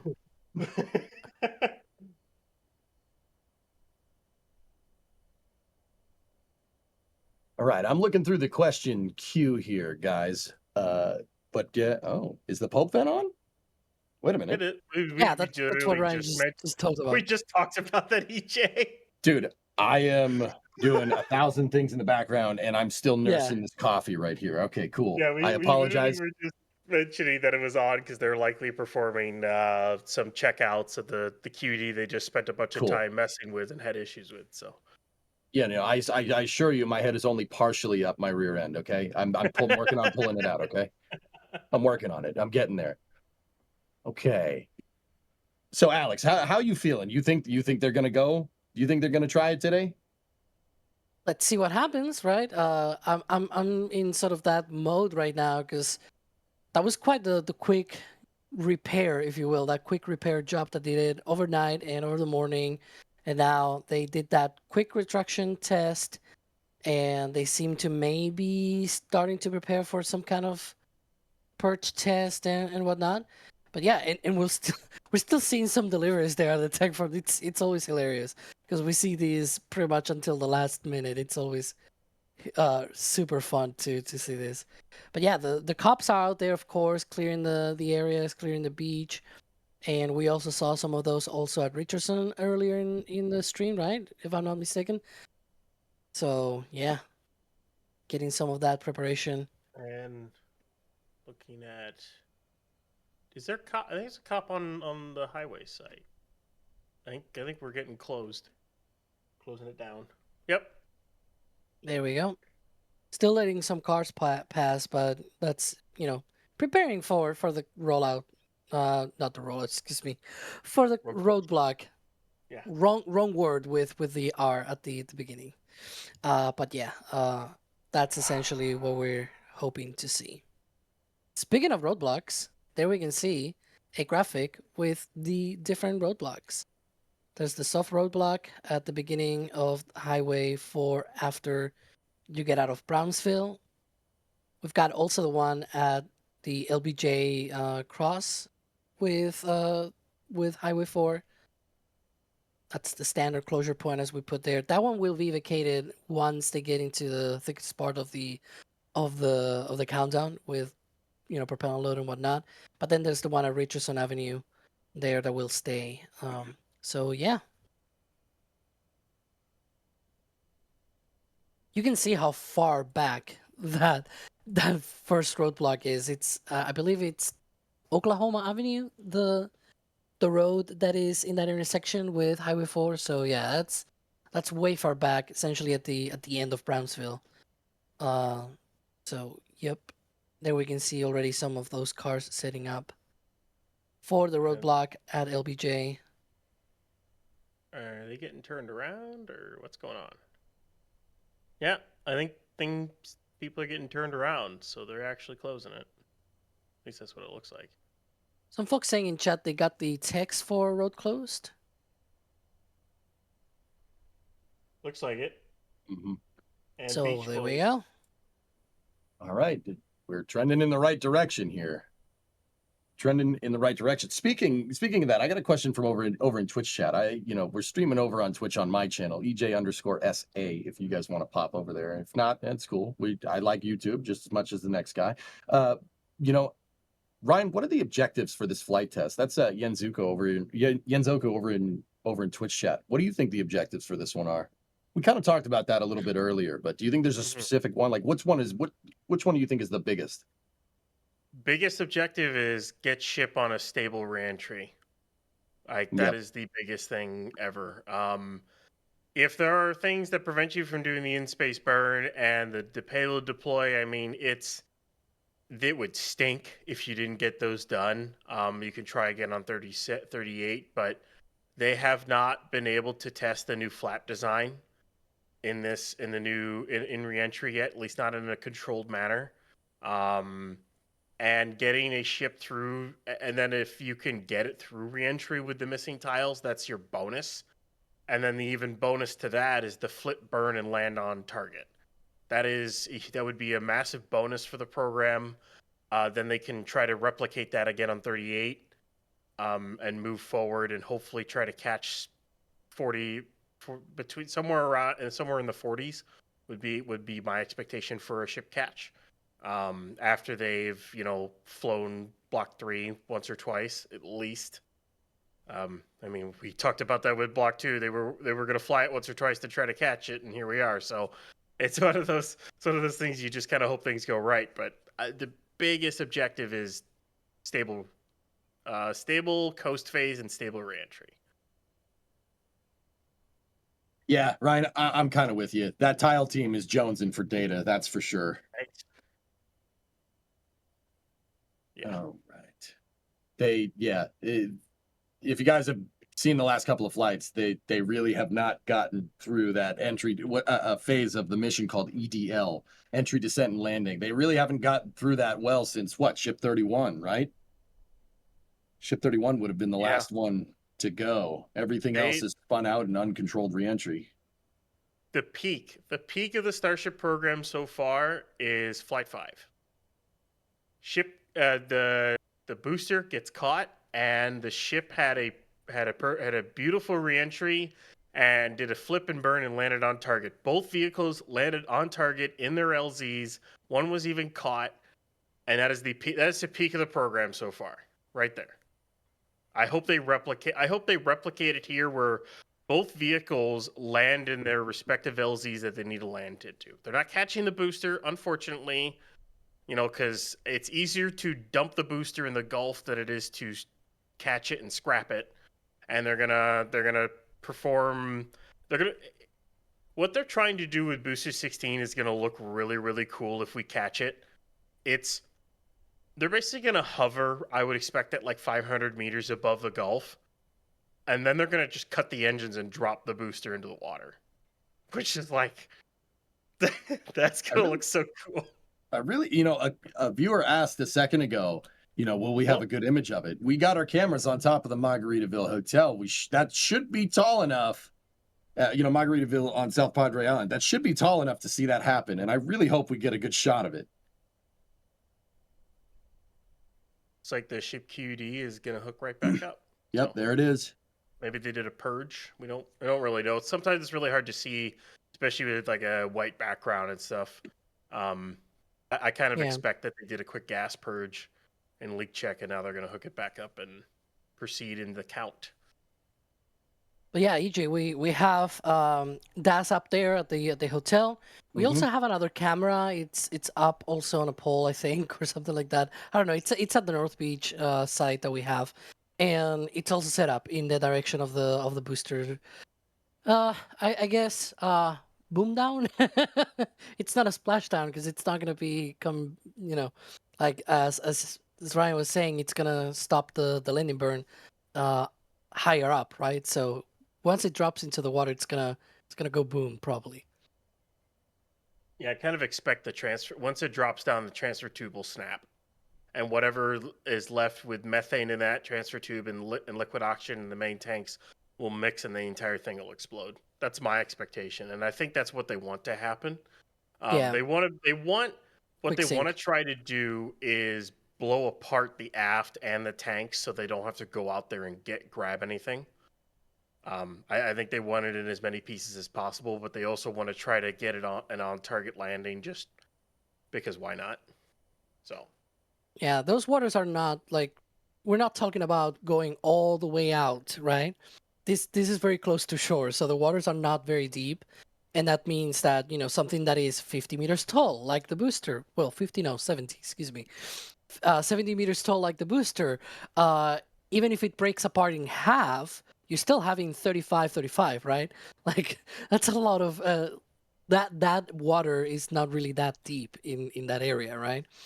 And even the aft section still, it's probably quite a big thing to remain there. We saw them picking up the remains of booster 11s and booster 13s engine section out there, so very likely that they want that thing to just break apart and self-clean itself, I guess, by turning into little pieces and not having to deal with any of that trash.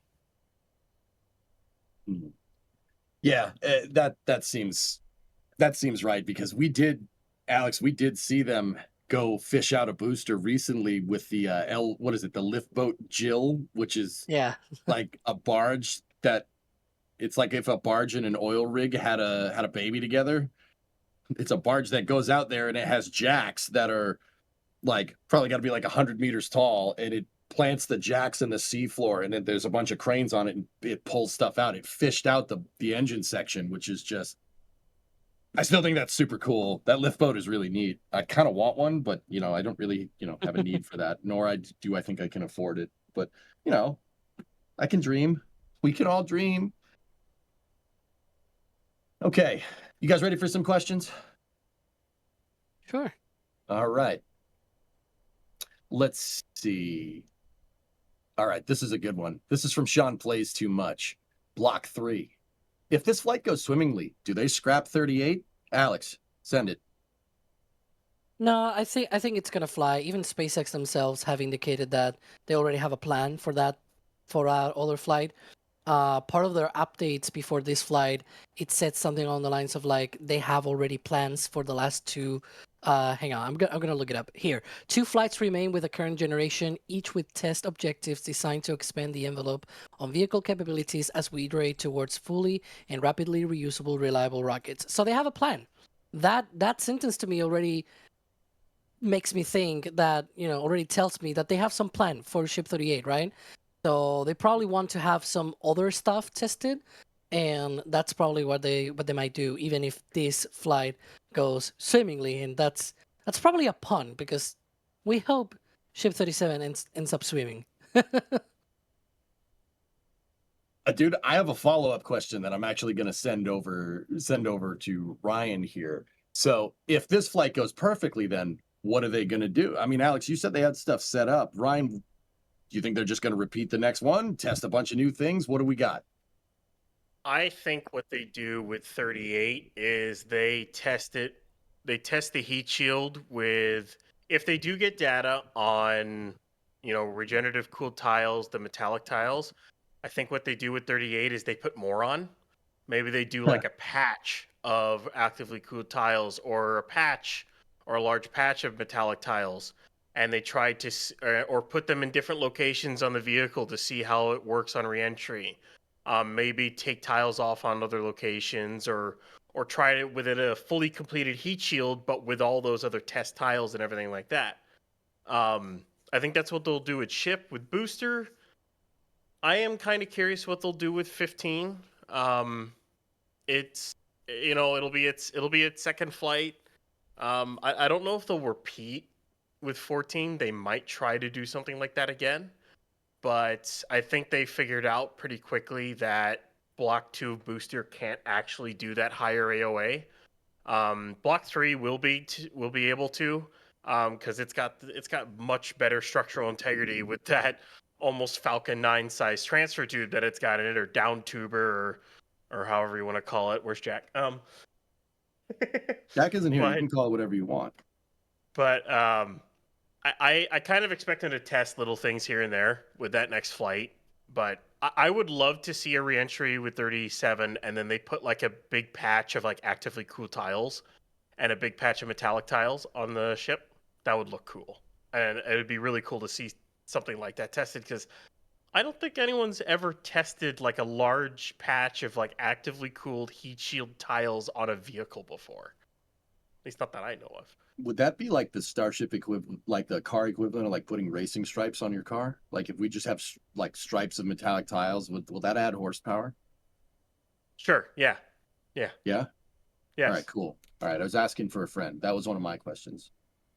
All right, so we're talking about Ship 38. We're talking about where they're going to go with this. And that I kind of, linked all these questions together. So Steve Palmer has a question that says, I noticed a 3-barrel section going into Mega Bay 2 last night at 2211 and lifted at 2345. Are they stacking Ship 39, which presumably, guys, would be the first Block 3 ship, right? They are They're not. not. No. They're not stacking 39. Yeah, no, they're Jinx. not. Yeah, Jinx. Show me Coke. It is likely a test tank. It could be 39.1. They need to test the new ship aft. That's one thing. There's a lot, as we know. I'm going to keep calling it the drive section because it just sounds cooler that way. Let's be honest here. Come on, it does. It sounds cooler. Dude, you know what? I'm here for it. I'm here for the trekkiness. That's fine. It's a ship that's in space. It's a spaceship. It's a starship. It's called the drive section. Let's normalize something that's cool. Anywho, I'm okay with this. That's fine. Yeah. Anywho, they need to test that, and my guess is they're going to make a test tank for that, or they're going to make a test tank to test the new common dome style, or maybe even the nose cone, or the new payload bay stuff if they're changing things with that. There's also the booster forward they have to test as well. That amazing hot state N1 style hot stage setup that they've got. Yes, it's N1 basically. It's N1 Reborn. So that's what it is. It's the test tank.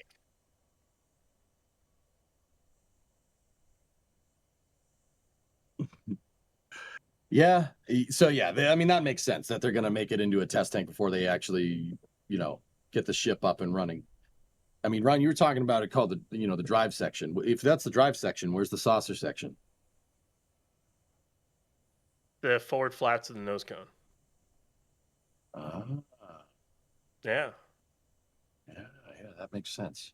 I mean, I think you're onto something, man. They call it Starship, and it's a Starship Enterprise. Just saying. And then the neck is the tank.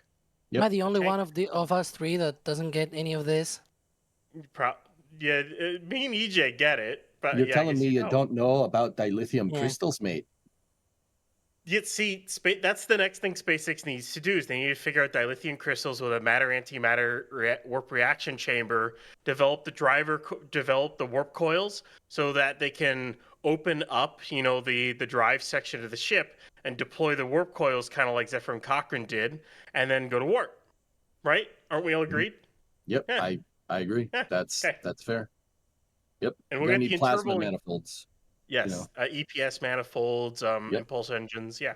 Mhm. Yep. Well, we already have the impulse engines. I mean, the Raptors are arguably the impulse engines. I don't know. Are they accelerated driver cores powered by fusion plasma?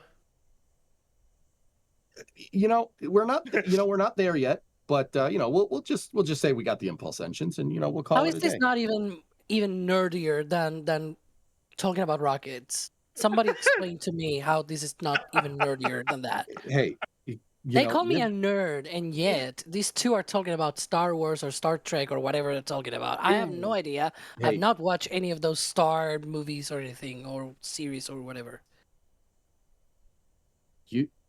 you are missing out. First of all, you're missing out. That's all I'm going to say. And then I'm going to say, live long and use the force. Okay. Oh man, that was a. I'm just saying. That's what you need. You need to use the force and live long and prosper. Okay. Yeah, I- chat, Star, whatever. I have no idea. Or activate some kind of hyperdrive or something. Oh, yeah. Yeah. Well, we need tubular vampers and hydrospanners if we're going to get the hyperdrive motivator working correctly. We do, don't we? Do. Yep. Yep. This sounds like the turbo cabulator thing. Inertial dampeners with Heisenberg compensators as well, so you can bypass the Heisenberg uncertainty principle when you're beaming people from location to location. I mean, it makes sense. Yeah. It makes sense. Yep. How about the hydrocoptic Marcel vanes of the pentametric fan? Well, those are fitted to the Anyway. amp-efficient lunar wane shaft to prevent side fumbling. Don't you True. know this? Jeez. Do I have to explain everything? I thought you're the subject matter expert, Alex. Jeez. Okay. All right. I'm gonna reel us in. Starship. I'm gonna reel us back in. All right. All right, we're reeled back in. So what you guys see is a live shot here looking out towards Boca Chica Beach. You can see the commodity filling area. That's what all those trucks are on the right-hand side of your screen. And you can see the car with the truck with the flashing lights. That's the sheriff. They're clearing out people for the beach. We are trending positively for a launch here. Now, I say trending positively, and we just keep the positive vibes and we go from there. But clearing out the beach is a first step to basically getting the roadblock up and running. And then once nobody's in the area, all the wild yaks in the dunes have cleared and have gone back to their sanctuary, the bunkhouse, or wherever yaks roam to and graze. Then SpaceX will start. They'll start moving into launch operations. Alex, when do we think they're going to turn on this tank farm, dude? It's much closer to launch. It's usually around T-3 hours or so, T-4. Yeah, at least the very early stages. Then the pop van should come out around T-3, T-2.5, I think was yesterday, for example. It sort of depends as well a little bit on the conditions of the day because it's chill down, right? Like chilling down, it's just down to what the conditions of the day are. Like sometimes it takes a little bit longer, sometimes it takes a little bit shorter, just depending on what the condition of those lines are and the tank farm and whatnot. So sometimes it's a little bit earlier, sometimes it's a little bit later, but it's usually around that time. So we still have a few more hours to go. But that's why they're doing all of this testing, all of these checkouts now. Why they're now clearing the beach. You don't want to clear the beach when all of that chill down is taking place, right? Like you wouldn't have any time at all because once things start picking up, they really pick up rather quickly, and so they do that now. They do it well ahead of time so that they can have plenty of time later down the line to work on any issues. For example, yesterday, as soon as they started the tank farm, we saw cars driving to the pad, right? Everything was cleared, and then cars drove to the pad. And then within a few minutes later, we started seeing the bunker vent and everything. Like there are all of these things going on at the tank farm that we started to see become very active. So they probably fixed something and then they went on with a countdown. So this is why they usually do these things a little bit earlier. And for the record, I'm seeing chat, okay, and they're grilling me because I did not watch Star Wars or Star Trek. I do watch other shows. Like, don't get me wrong, I'm not like, because I saw somebody mention that I was like Trevor because he didn't see, he didn't watch all of these No, I'm rewatching Alien, for example, the Alien series. I'm doing that right now. Ooh. Yeah, because I watched it when I was younger. As if I'm not young right now. I watched it when I was younger, but it was dubbed in Spanish because here in Spain, well, they dub things in Spanish. But now I'm watching it in original voice because it was like, yeah, I want to enjoy this. But anyways, back to Starship. Yeah, they'll do all of the tank farm stuff later down the line. I mean, guys, anybody that's going to sit here and say Alex isn't a nerd might be by a river in Egypt. They might be in denial. All right. Yeah, right. I do think if you guys are more interested in timelines, I could show you a timelines video here if you want. I think we have one teed up. Ryan, can you get the timelines up for the pad just in case anybody's wondering? On the day of a Starship launch, many events need to happen for the flight to take place successfully.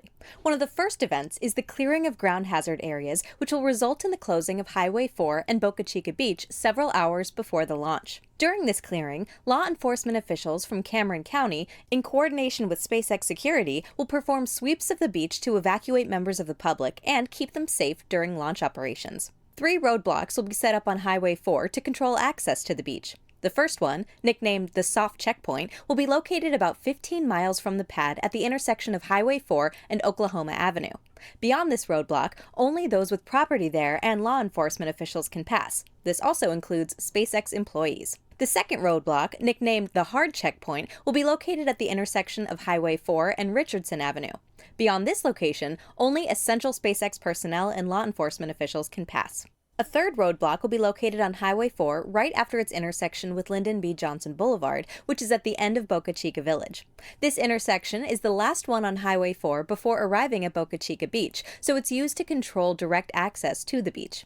Once closer to liftoff, the roadblock is vacated as it's too close to safely remain there during a launch. Along with ground hazard zones, SpaceX will also work in conjunction with the U.S. Coast Guard to clear the nearby waters around the launch site.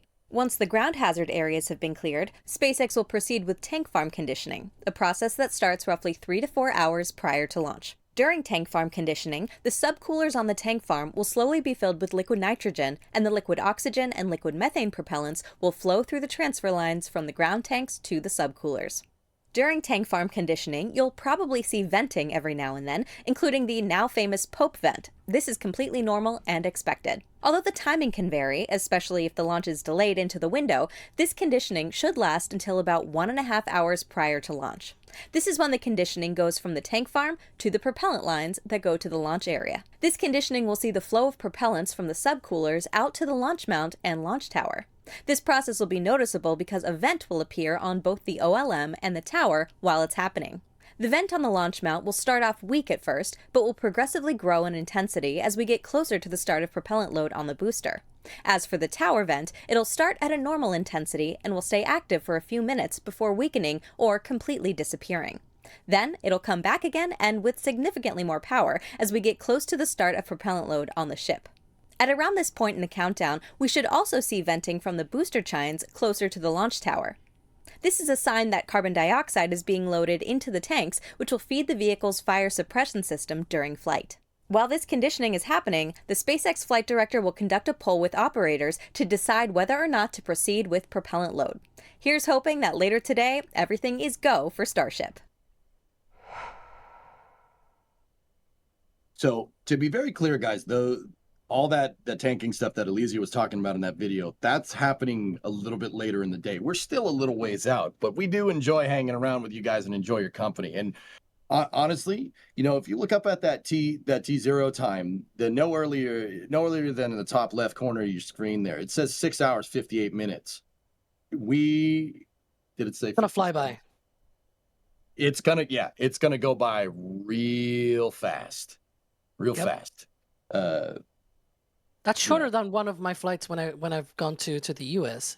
In those, when you're in an airplane, time slows down quite rapidly. It's the opposite of this. Right? Yeah, exactly. It's weird like that. And then you get into the time singularity that is Boca Chica when you're here now. So we are just observing it. So those 7 hours are going to go by real quick. It's going to go fast. But yeah, that was a good video on the timelines. You can check out those videos. We have them posted on the NSF channel. Like if you want a clarification on the timelines, I mean, you could always just ask, tag at NASA Spaceflight if you have a question. I'll try my best to get to it. You're best. No, I will get to them as best as I can. And yeah, we'll go from there. I'm gonna plug through some support though right now. The support queue is getting long and I don't like it. I don't like it. All right, so we got Mr. Coffee here, Swear Jar.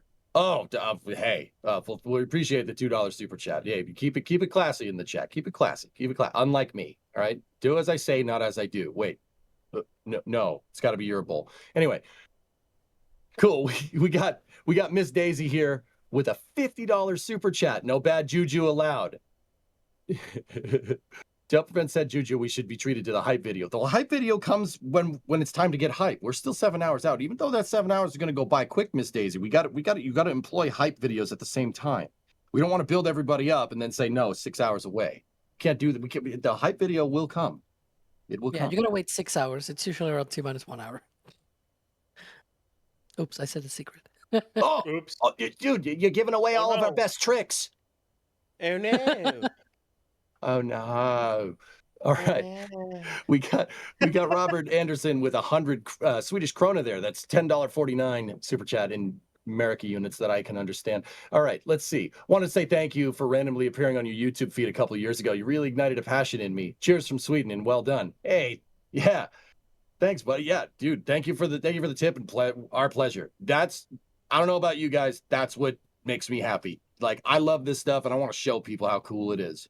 I want to show you guys how awesome this stuff is, and I want to have a good time doing it. So, it gives you a good thrill when you teach somebody something. So I appreciate it. Hedge. All right. We got Andrew Keller here becoming a Red Team member. Thank you very much. We got Ricky Two Wires. Hey, Ricky Two Wires, you got a Red Team membership there. Good for you. Good for you. You're a made Red Team member now. Good at that. Ricky Two Wires. Gotcha. All right. We have Graphite Check. Becoming a Pad Rat member. I like that. That's pretty good. And then we got Starship Troopers. We've got me to Plaid. He's gone to Plaid. He must have secret hyperjets on that super chat. Yeah. Appreciate the War Games reference. Dude, I got you. Such a good movie. Mr. Potato Head, backdoors are not secrets. All right, anyway. I want you to comb the desert. You hear me? Comb that. We ain't found nothing, man. All right. Anyway, we got Grusu 19,840 with a €5 super chat. Here's to the Make Alex Watch All the Star Things fund. Yeah. Okay. So we got Star Wars, Star Trek, Stargate, Babylon 5, Battlestar Galactica, Farscape. Man, I could go down the list. But yeah. Yep. Yeah. I mean, you should start with TOS. TOS is a good place to start. Mm-hmm. And then we got Ananda Dongri there with the $2.28 super chat. If you think about it, current rocket engines and ships are basically the equivalent of horse-drawn carts for the space exploration age. I would say sailboats. Yeah, pretty much. Like in all seriousness, we do need those dilithium crystals. That would be pretty sweet. I love an NX class right now. Oh, that would be great. Even just an NX class. Yeah. That'd be fun. I'll take the Titan II with Zephram Cochrane on it. That's fine. Right. Yeah, that would be totally cool. That'd be totally cool. Okay. Let's see. Galaxy Quest. That's a good one. Never give up, never surrender. You're not going to beat me on sci-fi, guys. I've seen all of them. How many? All of them. Yeah. All right. So I got a question queued up here from Matt Walker. This is for you, Alex. If we donate, £1,000 sterling to the fund, will you watch everything, Alex? You don't need to. No, you don't need to do any of that. It's okay. I can do it for free. I can have fun already without. No, it's okay. Don't even. No. I mean, it's entirely up to you guys. Yeah. We appreciate all tips. They are not expected. They are earned in my mind. So anything you want to contribute, we appreciate it. If you don't think we've earned that money, that's fine. But if you do, it's appreciated, not expected.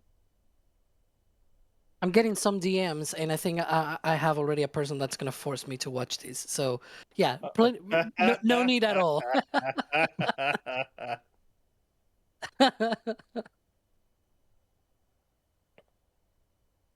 Oh, chat's gonna quiz me now. I done goofed. That's not good. I really walked into that one. Did I watch Blake 7? No, I've not seen that. Yep, nope, yep.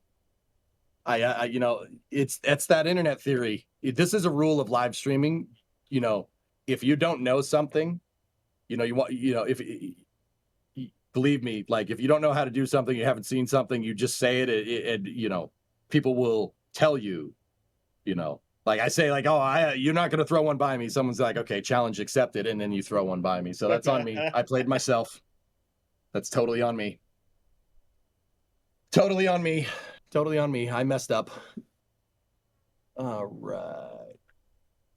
Okay. We got Papa Hawkeye here with a $10 super chat. A kid in my school did a project on the history of rocket science. It was a blast to the past. Sawyer isn't even here, man. Sawyer ain't even here. Right? There's no need to pun. You don't need to lie to these people, okay? Okay? All right, we don't need to do that. I mean, you can if you want. Tim Tulowitzki upgraded to a red team member. Thank you very much. And then we got Andrew Maskell here becoming a Capcom member. Andrew, thank you very much. All right. Oh, geez. Here we go. Yeah. Lady May, $5 super chat. You said you've seen all the sci-fi movie shows. Does this include the Babylon 5 spin-off Crusade? I have not seen Crusade. All right. Ooh, So this is the part where you do to me what you did to Alex, and it's fine. It's fine. But you guys got to remember, I do my homework. Okay. I do my homework. Just saying. All right. Let's see. All right, let's keep going. So once again, we're at about 6 hour, 50 minutes out. We're still a little ways out, but we're sitting here enjoying the company, watching the world go by in front of that beautiful starship in front of us from the Danger Dune. I like the Orville, Elijah, for what it's worth. Or the Orville's great. But I'll tell you what, shameless plug, Strange New Worlds, like Prime Star Trek, very good. Very good. If you haven't watched Strange New Worlds, watch it. Orville, Strange New Worlds. Oh yeah. I love the first two seasons of Orville were fun. When they got that budget and all the time to do the VFX for Hulu for season 3, that was good stuff. Really came into its own commercially and artistically. I wish there was a 4th season. I wish. Yeah. Yep. Okay. All right. Let's go back to the questions. Let's go back to getting technical stuff here. Alex, I got something for you. This is from Schnuffle. Why do the sea level Raptors on the ship fire longer than the RVACs? Well, there's a couple of reasons there. The first one is when you want to get into orbit, you need a bit of a good precision there, especially with this kind of ship where it needs to get to the right trajectory there. So you want to sort of stagger the shutdown of the engines, right? And given that the RVACs don't have any gimbal capability, they cannot move or anything, then you want to shut down those first so that you can at least get some control with the remaining engines that are still lit up, and those are the center engines. But also, there's the matter that, excuse me, I think the plumbing is also different on how it goes to because for Block 2, if you remember, they have now the dedicated transfer lines for the RVAC engines, and then you've got one single transfer line for the center, which sort of goes into a manifold and then spreads to the other sort of to the all of the 3 center engines. So just because of that, for example, just like on the booster, when they do booster engine cutoff, or most engines cut off, I guess, they also do this thing of like staggering it. And so you want to do it that way so that you decrease the loads on the vehicle smoothly. So you first do the RVACs, finalize the burn with the center engines. Again, those are the ones that have gimbaling, so you can do that and still control the ship, right? And so that way you can keep. You don't do any sort of like ship 33 or ship 34 where they lost engines all over the place and then they start spinning and all that. You don't want that. So yeah, that's essentially it. So it's about loads. I mean, guys, you'd be surprised how easy it is to pop one of these things. And you know what definitely pops it? Leaks on the ship quick disconnect, eh, Ryan? Yeah, so there you can see the venting from. Well, at this time we figured out it popped, so they broke it, and then during the night they go ahead and remove it here using. There's a winch at the top of the tower. I forgot they had those things installed, so had a winch at the top of the tower. Take that thing out. It looks like it decided to spin all the way down, and then they took it off the ship after setting it up. Put the new one in. Took a little bit of adjustment here and there, but they got the new one installed because they had to kind of adjust it there. So got it over the thing, got it installed, and here we are. Did all that over the course of a night. Just another day at Starbase, dude. Yeah, that's that. It looks like there's liquid going out from that QD arm. That's not good. That's not good. Yeah, you said that crossing the LOX and methane streams was bad. Yeah. Yeah. And the other part is when that LOX leak happened, the entire tank farm and everything just shut off. It just auto shut down due to the leak, it's an impressive system to be able to detect that leak, it probably detected the drop in pressure in the line, and then and then the tank farm control system went, that's not supposed to happen. Let's shut everything off to make sure nothing breaks or anything like that. Is probably how it worked. Yeah, I mean, shout out to the SpaceX control systems engineers. That's pretty well coded stuff, well written software there. No, I mean, detecting a leak, yeah, that's not good. All right, shut it all off, shut it down. Did it automatically. That's pretty good. Control systems engineers are very unsung hero in the aerospace engineering field, in my opinion. Control systems engineers are why Butch and Sonny got to the space station. Because of Starliner, right? The poppet seal and the valve, the control systems on Starliner shut it off because they knew it was because the computers knew it was overheating, which is pretty good. That would have been bad if that failed completely. Yep, that would have been very bad. Control systems engineers make the world go round. Good stuff. Good stuff. I got another question here from ActiveX here. Okay. How do we see them reducing the reliance on all the trucks as the launch cadence increases? Alex, I feel like this is right up your alley. Well, they're building now an air separation unit. So they can take the air, literally, and take the nitrogen for the tank farm because they do all of this stuff essentially about the load of the subcoolers with the liquid nitrogen. They do the chill downs and everything, and then the liquid oxygen they can take that also from the atmosphere because it's like 20-something%, right? So they can take that, and then on the other hand, they have the methane. They have essentially this pipeline that they're going to be using in the future from Brownsville, at least here at Starbase. At the Kennedy Space Center, there's going to be a natural gas pretreatment facility where they're going to be taking out all of the impurities and just purify and put it into just into the what's it called, into just the methane. Jeez. And so that's what they want to do. They want to be able to, they're not going to create the methane. They're just going to take the natural gas and turn it into, purified and take the methane out of it and then turn it into a liquid and be able to be used as a fuel for the rocket. But yeah. Looks like some of those tankers are finishing up here, and slowly but surely I'm watching cars leave away from Pad A and whatnot. So they're slowly clearing out. Still And on track. And Mike, no, they're not gonna get trucks for the natural gas at Brownsville here at Starbase. They want to run the pipeline, and they're also gonna get a pipeline for the Kennedy Space Center. They will end.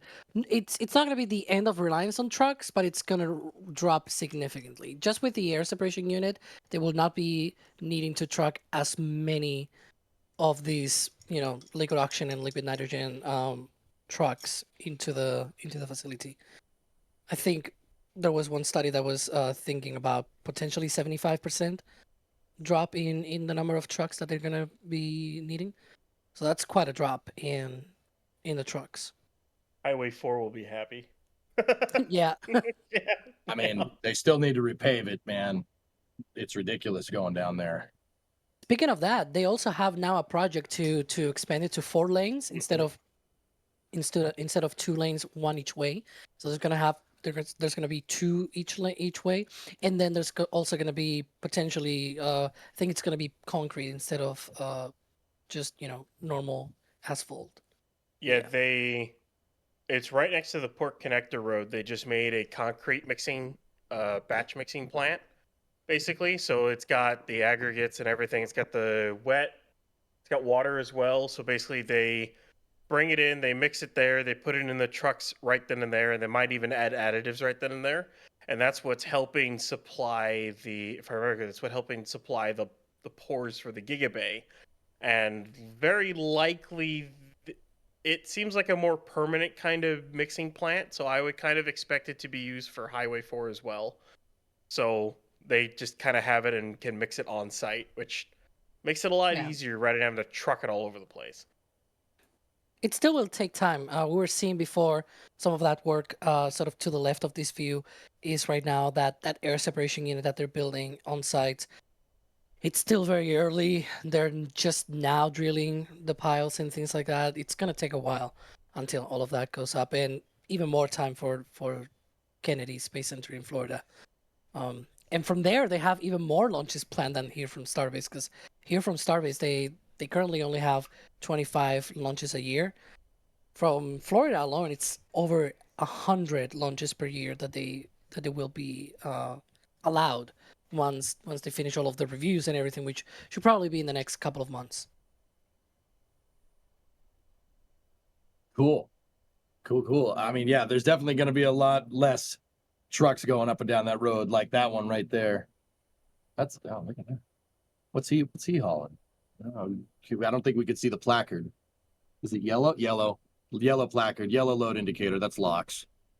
What's the indicator for it, guys? I think it's 1077. I think you can always tell what it's hauling by the numbers and the diamond plate. So it's been a minute. Yeah, I also forgot. I used to know this when it was a lot.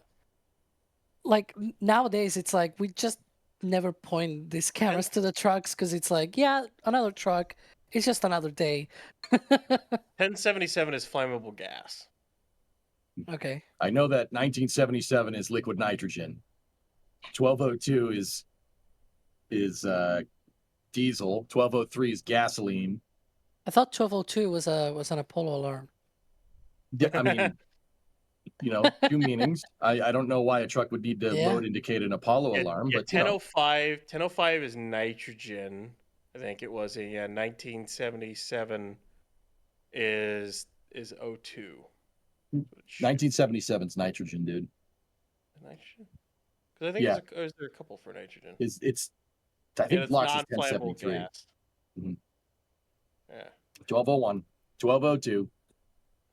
Anyway, sorry. Anyway, guys, the producers are getting mad at me for not doing a merch plug. No, seriously though. If you're interested in supporting us in other ways than doing a super chat or becoming a red team member, we do have a merch store. We do have patches. The patches rising from the ashes, Flight 10 patches. We sold a good amount of these. They are for a limited time. If you want one, do it. If you want to complete the set, Starship patches, collect the whole set. No, we do have those. If you want to support us in other ways, go over there. If you want to get metal prints, the metal prints support the photographers that take the pictures. We got all kinds of photographers out there in the field. Jack's out there doing his thing, and I'll be honest with you, this is how he affords bacon. Okay, I'm not gonna lie to you. And you want Jack to have bacon. When Jack has bacon, you get better pictures. I'm just putting it out there. I mean, I think that's a pretty good deal. Yeah, I think it's a good deal. I think it's a pretty darn good deal. I mean, By the way, what's up? these are recent prints. Like, if you guys were around yesterday and we talked about prints and things like that, I think these two were not there yesterday. So these are Do we have new ones? freshly. I think so. Yeah. Oh, yeah. Right. Oh yeah. Here we go. Max took These are that one. brand new. Oh, brand new, hot off the metal printing press from Max and Tyler there. That's fantastic. I actually really like that picture. That's a really That's good a nice one. The real launch, golden hour stuff. if they It's like had background launched, of Zoom kind of print. You will I'm put gonna back say for, I'm for gonna go out Zoom. on the right. I'm gonna go out on a limb here and say that I think Max, touched that picture up to make it look like it's on Mars. I'm just putting it out there. It does. It's orange. It's orange. Oh geez. That one isn't though. The other ones are not orange. the sunset photo, I'm pretty sure that was after the scrub, if I remember, because that was the sticks closing back in on the ship. That was, yeah. Max is saying not a ton of editing in the back. Like when you get storms around and you get a sunset, sometimes you get this really, really cool orange sky. And I not gonna lie, it would have been really cool if they had launched in that. It would have been a really cool backdrop, like really cool. But You can get even more orange when there's like, the desert, the sand and everything in the air. We get that a lot here because I'm near the Sahara Desert. So it's like this really, really orange. It looks like you're on Mars kind of thing. Yeah. So it's really, really cool. Man, all I get is hazy sky from the wildfires. That sounds a lot better. Max is just that good. This is from Ryan. I was saying that the sunset picture, because As well. that's from Ryan Caton. Yeah, Ryan's the collage. 36, 37 rising from 36, the ashes. Or wait, did I not read that right? No, I'm just kidding. That's pretty cool. I like that. I like that collage. That's awesome. Very good stuff. And then Tyler also had a print he calls "Providing Power and a Window into Our Future." That's from Tyler? Yeah. Yeah. That's awesome. Super cool. Once again, guys, if you've super chatted enough, you become a red team member, become a fat team member, you want to support us in other ways, we do appreciate it. We're just a bunch of regular dudes. Like I'm telling you, we don't drive like Bentleys around or Mercedes or something. Jack has his Land Rover and I have my truck from 1997. Like most of this support goes right into supporting cameras that are giving you the shot that you see on the screen. No joke. We do this because we like it. It is very much a labor of love, and if you want to support us, appreciate it. If not, if you just want to enjoy the cast on the down low, that's cool too. I should also say they do get paid, but photographers have this unhealthy habit of buying more things to produce even more amazing pictures. So this is why we sort of do this thing where part of the profit from that goes to them, so they can work on more stuff to get more awesome pictures and more shots like that, right? Like that's the whole deal. Max is telling me in the back channel every morning, he looks in the mirror and says, "You will not buy another camera lens today. You will not." And then he does. Max is in the back channel saying, "We're masochists." Yeah. Oh man. Can we get another episode of Jack in the Wild? I think he's gone, Matthew. Shuttle tanker. Oh, that's the best one. Shuttle. Yeah. Huh. Yep. If only there was a horse. Maybe we could, I don't know, summon Crispy. I was about to say, this might be the perfect person to help after. Dude, the shuttle tanker summoned Chris. What? Oh my goodness. I saw shuttle and I thought, well, I don't start until the top of the hour, but I'm going to barge in and just say, shuttle tanker. Ah. Well, wait a minute. Why is it showing Enterprise in space, Chris? What's that about? Yeah, it's a bit weird, isn't it? Yeah, it's a bit off, a bit wrong. It's where Enterprise should have gone. I agree. But they did Challenger. Yeah. We don't talk about that. Anyway, with Chris B coming in here, he's going to take the helm of this stream. Chris, you have the controls, and I bid you guys adieu. I am EJ. I stream over on Twitch. I do weird stuff over there and teach people about space flight. But that is going to do it for my tenure here. Chris, like I said, you have the controls. Great See you work, later, everybody. EJ. I'm going to spam chat with EJ's command because the way the I do command? that is means anybody can do it. You've got a command, yeah? Here's Oh, his that's Twitch awesome. channel.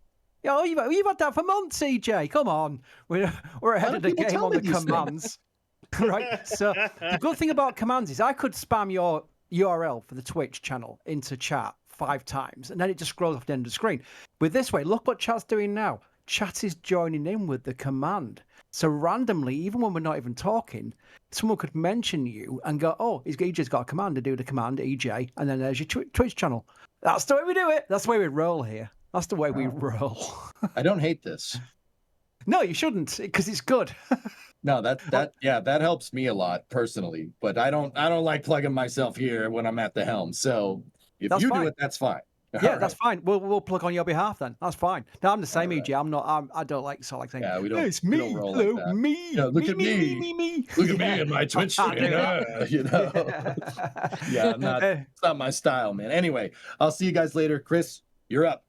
Thank you, EJ. Right, so where are we with this interesting day so far? Because we had the hold, didn't we? And I think this is beneficial for people just logging in right now going, oh, so they are going for it. Well, it looked a bit iffy earlier because they held the countdown to the point it didn't come out of the T-minus 12-minute hold on the SpaceX website. And we're all thinking, oh, what's going on here then? As we watch a shuttle tanker go by. Hang on a minute. Sorry, shuttle tanker. We all have to bow and wave at the shuttle tanker. Everyone in chat, wave at the shuttle tanker. I don't know why I said that. I don't know where that came from. I am now imagining 8,793 people waving at the screen, which would be quite funny. Everyone in chat is literally waving. I've gone mad with power. I'm like informing people to when they should wave or not. Right. Anyway, so yeah, we had the issue with the scrub yesterday where they had to replace a hose, and they were still replacing the hose as they were coming. What we expected to be the 12-hour hold come out of that. So we're thinking, oh, are they going to go for it today? But we heard nothing. SpaceX said nothing, and then suddenly they came out the hold. So I'm assuming we are on. But they can still stop this if they run out of times on the checkout. Ryan, where are we with this? Because I want to catch up myself. As another tanker goes out, looks like, to fill up. They're still clearing stuff out. Their pad's not entirely clear. They're still, of course, offloading as we saw another tanker go down. The ship quick disconnect did a retraction test. I do not know if they did a purge or not. Currently the work platform is up on the ship, so they're still in and around the pad. Normally by now they've usually cleared out at this time around, so this is going to be more of a condensed countdown, which is a little bit different than what SpaceX has done in the past with Starship as a whole. As we see what caused the leak and the issue yesterday, they went and replaced the hose overnight. But it'll be interesting to see if they can condense their countdown, which their countdown is 12 hours, and we're right now at net 6.5. And they really only got the QD, the ship QD hooked up. I think it was around had it been like 8.5, 8. So we're still kind of waiting to see. I wouldn't say that they're definite. They are going to try. They're definitely trying. That's absolutely for certain at this point. But we'll have to wait and see if they can actually pull off the countdown in time. That's still to be seen, because SpaceX hasn't said anything other than the fact that the road is closed and their countdown is running on their website. Very good. Alex, based on what we're watching right now, on the live view on the right-hand side, of course, because on the left-hand side is not the live view, that's a replay, but what we're looking at right now, are you confident they can get through into what they need to do, which is, I assume, the next big milestone will be clearing the area and then getting the tank farm prepared? Well, as Ryan was saying, it's going to take a little bit to figure out whether it's going to be on for today. We see this with Falcon 9 all the time, right, Chris? We were covering the CRS launch the other day, that they always try, even if they are very tight in time, they always try and see if they can achieve it, right? Think about it this way. If they do go through the countdown now because they are still counting down, right? And for some reason they don't have the time to prepare. Well, at least they are ready, right? And they could do it tomorrow in another way, right? So hopefully we see that going through today. Obviously, I'm gonna be selfish here. If they figure out that they cannot do anything today in terms of launch, please the earliest possible, so that we can then get ready for tomorrow and all that. Because I assume that if they don't go today, they will retry tomorrow, right? They have another window at the same time tomorrow. But again, it's too early to tell. 6 hours and a half to go, so they could try to squeeze all of those different events that they have to do until launch in just a shorter timeline. See, bless Alex. We've got a back room where we can talk about things going on while we're doing the talkie. And Alex says, "Don't come to me for a minute." And I literally went, "And Alex, what do you think?" Yeah. So, Alex, go away for a minute. I'm not going to come back to you until you ping I'm me. now good. I'm now good. Okay, so I feel tried so to do bad what about that. Yeah, I tried to do what I was doing a little bit quickly. I'm gonna tell you a secret. I was finishing my sandwich, but anyways, Oh that's what I was dear. doing. Yeah, know, it's I okay. sh- It's I- okay. I did it. And it takes me a few minutes to warm up to the routine that we have, where I've got 3 screens in front of me because I've got 3 monitors. How fancy! One on the left hand side is literally what everyone in chat is watching right now, which is a YouTube channel. It's YouTube chat, live chat. I can watch everything coming through. The middle one is the panel where you do that NASA space flight. The question goes into a panel queue, and the things I can click on, and it goes on the screen. On the right hand side is our back room area where we can just discuss how we're doing the programming and stuff like that. And of course, it is far too much effort for Chris to move his head to the right to read what Alex was saying. Yeah, it was just the last bite, and you know how what happens with the last bite, that it's like it takes a little bit more time, and so I was like, don't come for me for a minute, just in case. And well, I tried still to the answer as best as I Deary could. me. That's my fault. I'm a numpty. Right, so I want to thank some people because I like thanking people. I think it's deserved as well. So I'm going to quickly do some thanks here because, again, this is the second attempt as well. I can't believe the support we got yesterday. So you really don't expect it to happen again on the second attempt, and it has happened again. We've got Wayne Mobsbley. Sorry, I'm butchering your name, but I put it on screen with no message and just a big super chat. Trevor Flynn. Oh. Add Starship Troopers list. I did hear you discussing sci-fi movies. I'm going to come back to that one. I'm going to come back to it. I'm going to do some more thanks. I'll come back to it because I want to discuss that movie. Alexander saw Kevin behind the scenes yesterday. So impressed. Oh, yeah, we do on the actual launch stream proper, which comes after the Stakeout. We have both the member multi-screen for all member levels, by the way. So you have to be a certain member. All member levels get to see like the production screens of all our cameras. We have like over 30 cameras involved in the launch, which is bonkers. And it scrolls through the cameras in like 9 boxes and things like that. But we also have a behind-the-scenes production.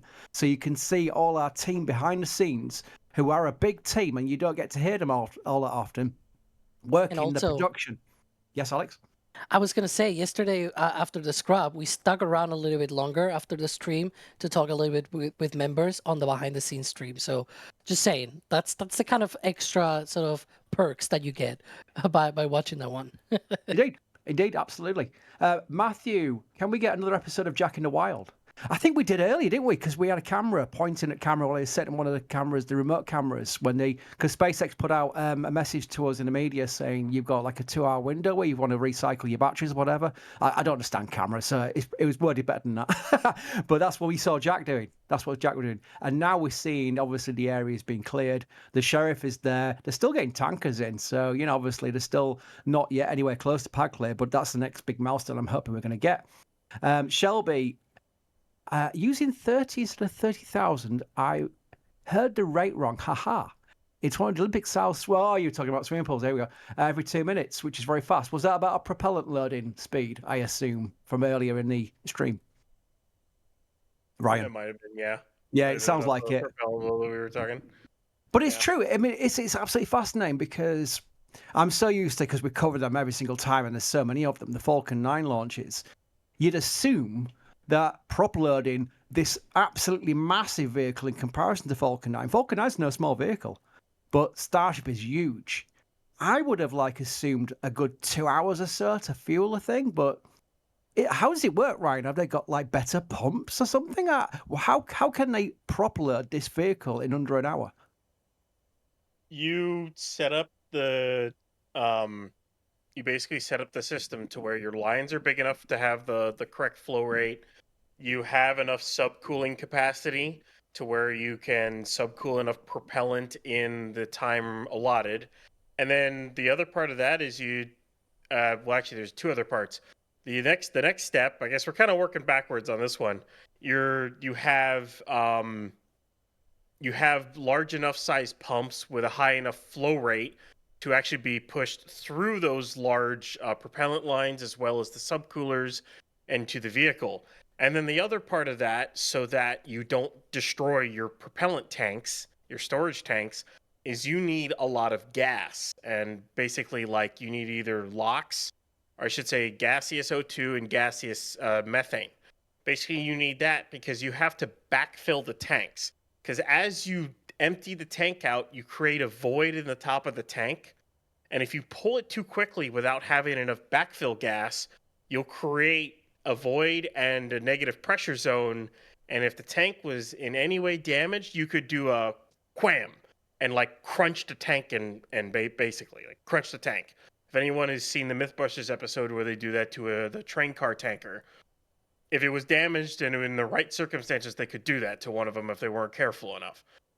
But basically, they need to make sure that, they have enough backfill pressure. So it's a combination of things that allows you to do that. Now, I will kind of say this for Pad B as well. For Pad B, they're going to up the stakes. They're going to up the stakes. So larger lines, more subcooling capacity, more pressure for backfill, and larger pumps. So you'll be able to fill it even faster, which the expectation is 30 minutes or less for the full stack on Pad B, rather than in just under an hour, which is nuts, but that's kind of what it is. Yeah. Space Perp. We need some Space Perp soundboard music. If I had a soundboard, I could have done it for you, Space Perp, but I'm yet to acquire a soundboard, much to my dismay. Although I think there's a good reason why I've not got one yet, because I know that on a launch day stream, which is what we're on right now, the last thing you want is me pressing buttons and just having crazy sound effects going through the stream. But Space Perp has done $100 tip. Forgot to tip Chris P. Thanks, friend. You don't have to tip me, and it isn't tipping me. It's supporting what we're doing. It goes into what we're providing you. And Space Perp, you have done so much of that. I mean, it is absolutely bonkers the amount of support you've done.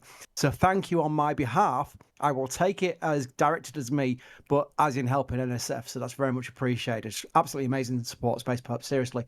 Alicia, thank you for all your hard work. I said this yesterday. It's like people walking into a furniture store, purchasing one of these chairs, going to the checkout, handing over the money for the chair, and then walking out, before you walk out of the furniture store, going back to the checkout and saying, by the way, I love your work, I love your chairs, thank you for everything you do.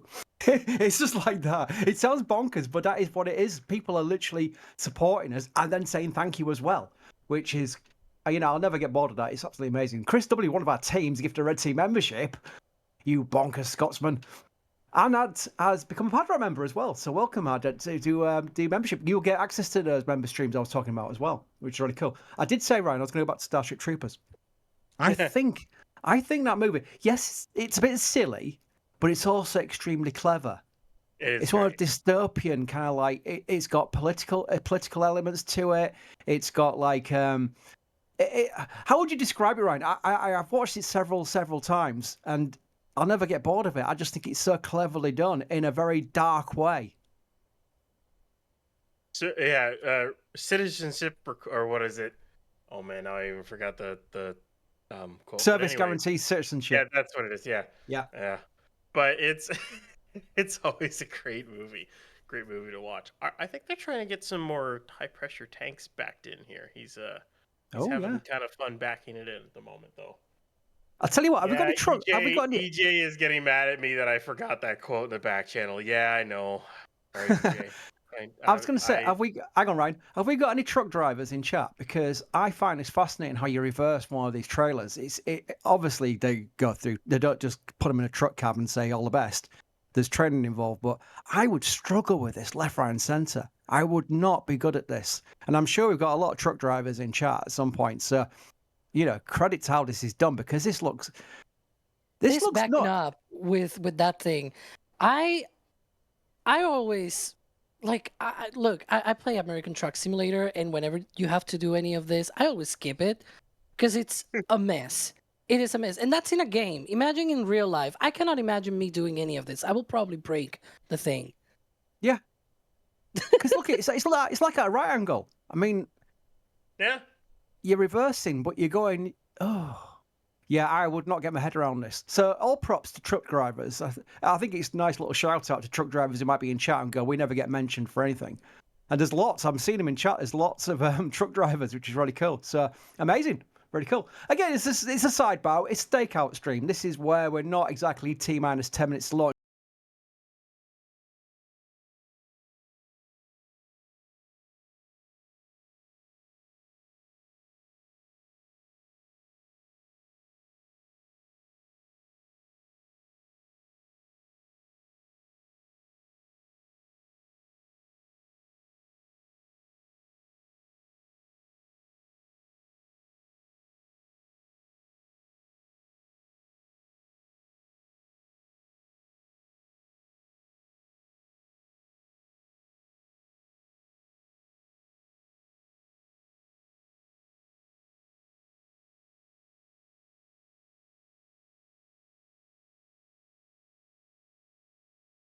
We've got McGregor live. We can see them being tested. I can't remember.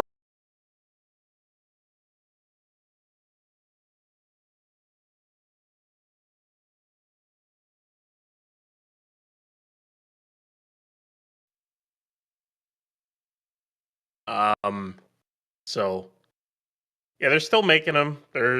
I'm kind of curious if they're in production now because of that. The Raptor 3 that we see in the office building really looks more like a flight, close to a flight, what a flight engine would likely look like for a Raptor 3. But I don't know at this point. And we are keeping a very close eye keeping a close eye on this. Of course, we're keeping a close eye on it, but there's extra emphasis on us hoping that this Block 2 ship has some redemption after there have been some issues this year. I say some issues, I'm not going to sugarcoat it. There's been some bad issues with the V2, or the Block 2, depends what you would call it, before they move on to the V3, which is not this mission and not the next mission, but the one after that, Flight 12. But of course, the question I've got here now is, and I think it's a good question, because we've seen the booster perform very well. The booster's been great during these recent missions, but they will be upgrading that as well. And the question for my jar is, do you think the next booster will be successful right off the bat, or will it need some trial and error like the ship? Ryan, what do you think? Do you think the next iteration of the booster should be pretty much good because of what we're seeing with this current version of the booster, or do you think that might potentially suffer the same issues they've had when they've upgraded to the V2 on the ship? As with all things new and kind of clean sheet designs is what Block 3 of Booster is, I don't know. They might have teething pains with it. It might work right away. It's one of those things is the engineers who designed it, how well you tested it, and then you just got to flight test it and see how it works. It's one of those things that sometimes you just don't know until you fly it. And it might work right off the bat, it might not. So very good. We did see on a wide shot while we were watching the tankers earlier before I came on. I noticed we showed a wide shot where we could see that. I don't even know what the thing's called. I know the company's called call it Malcolm. I'm going to put the Malcolm thing in chat right now because it's got a silly little Nightbot command, but it's basically digging massive holes for this air separation plant that they're building opposite the launch site. And I've got a question relating to that, Alex, if you can take it, which is Eric asking, any paperwork filed to show underground pipelines from the air separation they're building to the tank farm? I think they have not done that yet. They have only done the air separation unit itself, the paperwork for that. But maybe Orion might be better suited for that because he's been following that closer than me. I haven't seen any underground pipelines, but yeah, that'd be the only thing I think they could do Because I don't think they would route cryogenic pipelines over Highway 4. I don't think they would do that. I think it would go under it. And then basically they would just hook.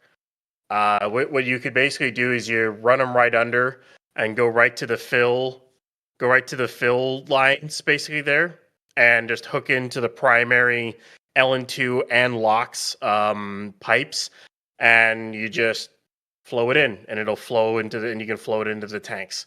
It's actually relatively simple. And you can either do it by pressure or pump it over, basically. Very good. Kevin Bradford asks, is there a chance that those on the ISS could see today's launch or re-entry? Now, that's a tough one. Do we know based on the launch time? And again, we've got a window, so it doesn't necessarily mean we've got a T0 yet, because it could push into the window. We'd have to find a way of tracking if the ISS would pass in that inclination during that 1 hour. Is there any way we can work that out? I don't want to give Alex or Ryan the question, because I don't know how they could answer it, but we did see the trail of a Starship launch from once, didn't we? I think from the ISS. Alex? Every now and then they try if the orbits align correctly. I remember when Don Pettit was up there, he tried at least for flights 5 and 6, if I'm not mistaken. And he got the sort of the plume of 6 because he had already launched. And so, he was not able to actually see the launch, but there was the plume from the launch in the air. So he caught that, from the ISS. He was able to catch that. I had to make a double take with Kevin Johnson in chat saying this topic is boring. He was talking about the Malcolm. It took me a second to get that one. You nearly got me, Kevin. I was like, "What? That's a bit rude." No, it's not. He's talking about the Malcolm device that's boring holes into the beach end. Oh, that's the picture that I referenced. So you can see there the ground and everything, and then we've got also the when it goes through max Q and all that it sort of creates these clouds of condensation. And yeah, that is right after Flight 6 happened. Yeah, absolutely. I mean, it's stunning, really, when you think about it. And I've actually, I can mention shuttle. I will find out what mission it was, but I tweeted it a few years ago. I was going through our L2 depository of shuttle missions, and one of them is from a shuttle mission of this view going over Boca Chica, and it's got the whole area, and there's not one sign of SpaceX there. I mean, this is obviously the shuttle era. There was nothing close to that, but it is kind of amazing to compare it. I'm kind of hoping that we do get one where we can compare that photograph's angle from the shuttle mission. I'll find it. I'll find it during this stream and compare it with one they get from the ISS maybe during, say like this, and try and compare, because they've built the area up. But ironically, I don't think they've made much of a footprint. I think, to their credit, it's still very much like a beachfront, and it's got lots of its dunes and grass. It's not like they've completely concreted it over the place. They've got 2 large areas, production site and a launch site, but they are in a wider shot, not that big of a footprint. I always make that point, because people think, they've concreted the entire area. It was a beautiful nature reserve, and it's all concrete now. It's not. It really isn't. It's quite surprising. Ryan, I've got a question for you here. This is definitely a Ryan question. Stephen Lewis asks, can they put braces on the RVACs for static fires to prevent damage? Can RVACs injure themselves during firing at the hot stage altitude? At hot stage altitude, you're in rarefied air at that point. There's not much atmosphere at that altitude. It's not going to matter that much. At that, for the reason why they do it at sea level is because they're optimized for vacuum.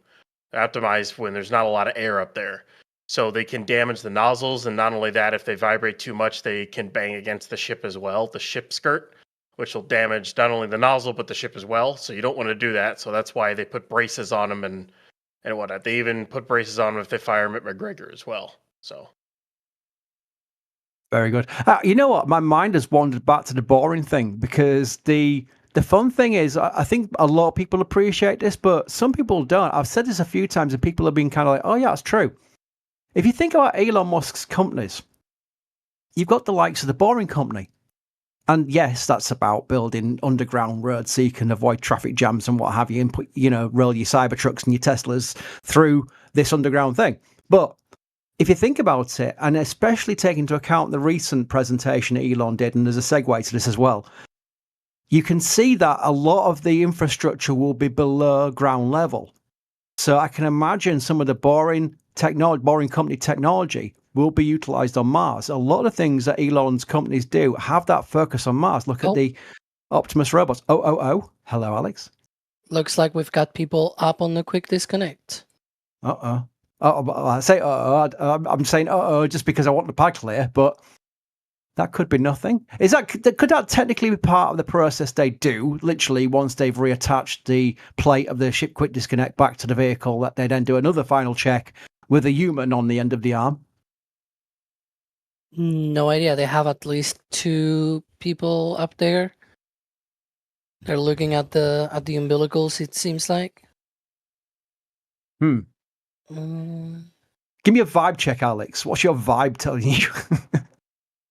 I think they're doing some last checkouts, is what I think they're doing at least. Yeah. That'll work. Again, Some people 6 hours. Look at the. Like, you can see how tiny they are compared to the rocket.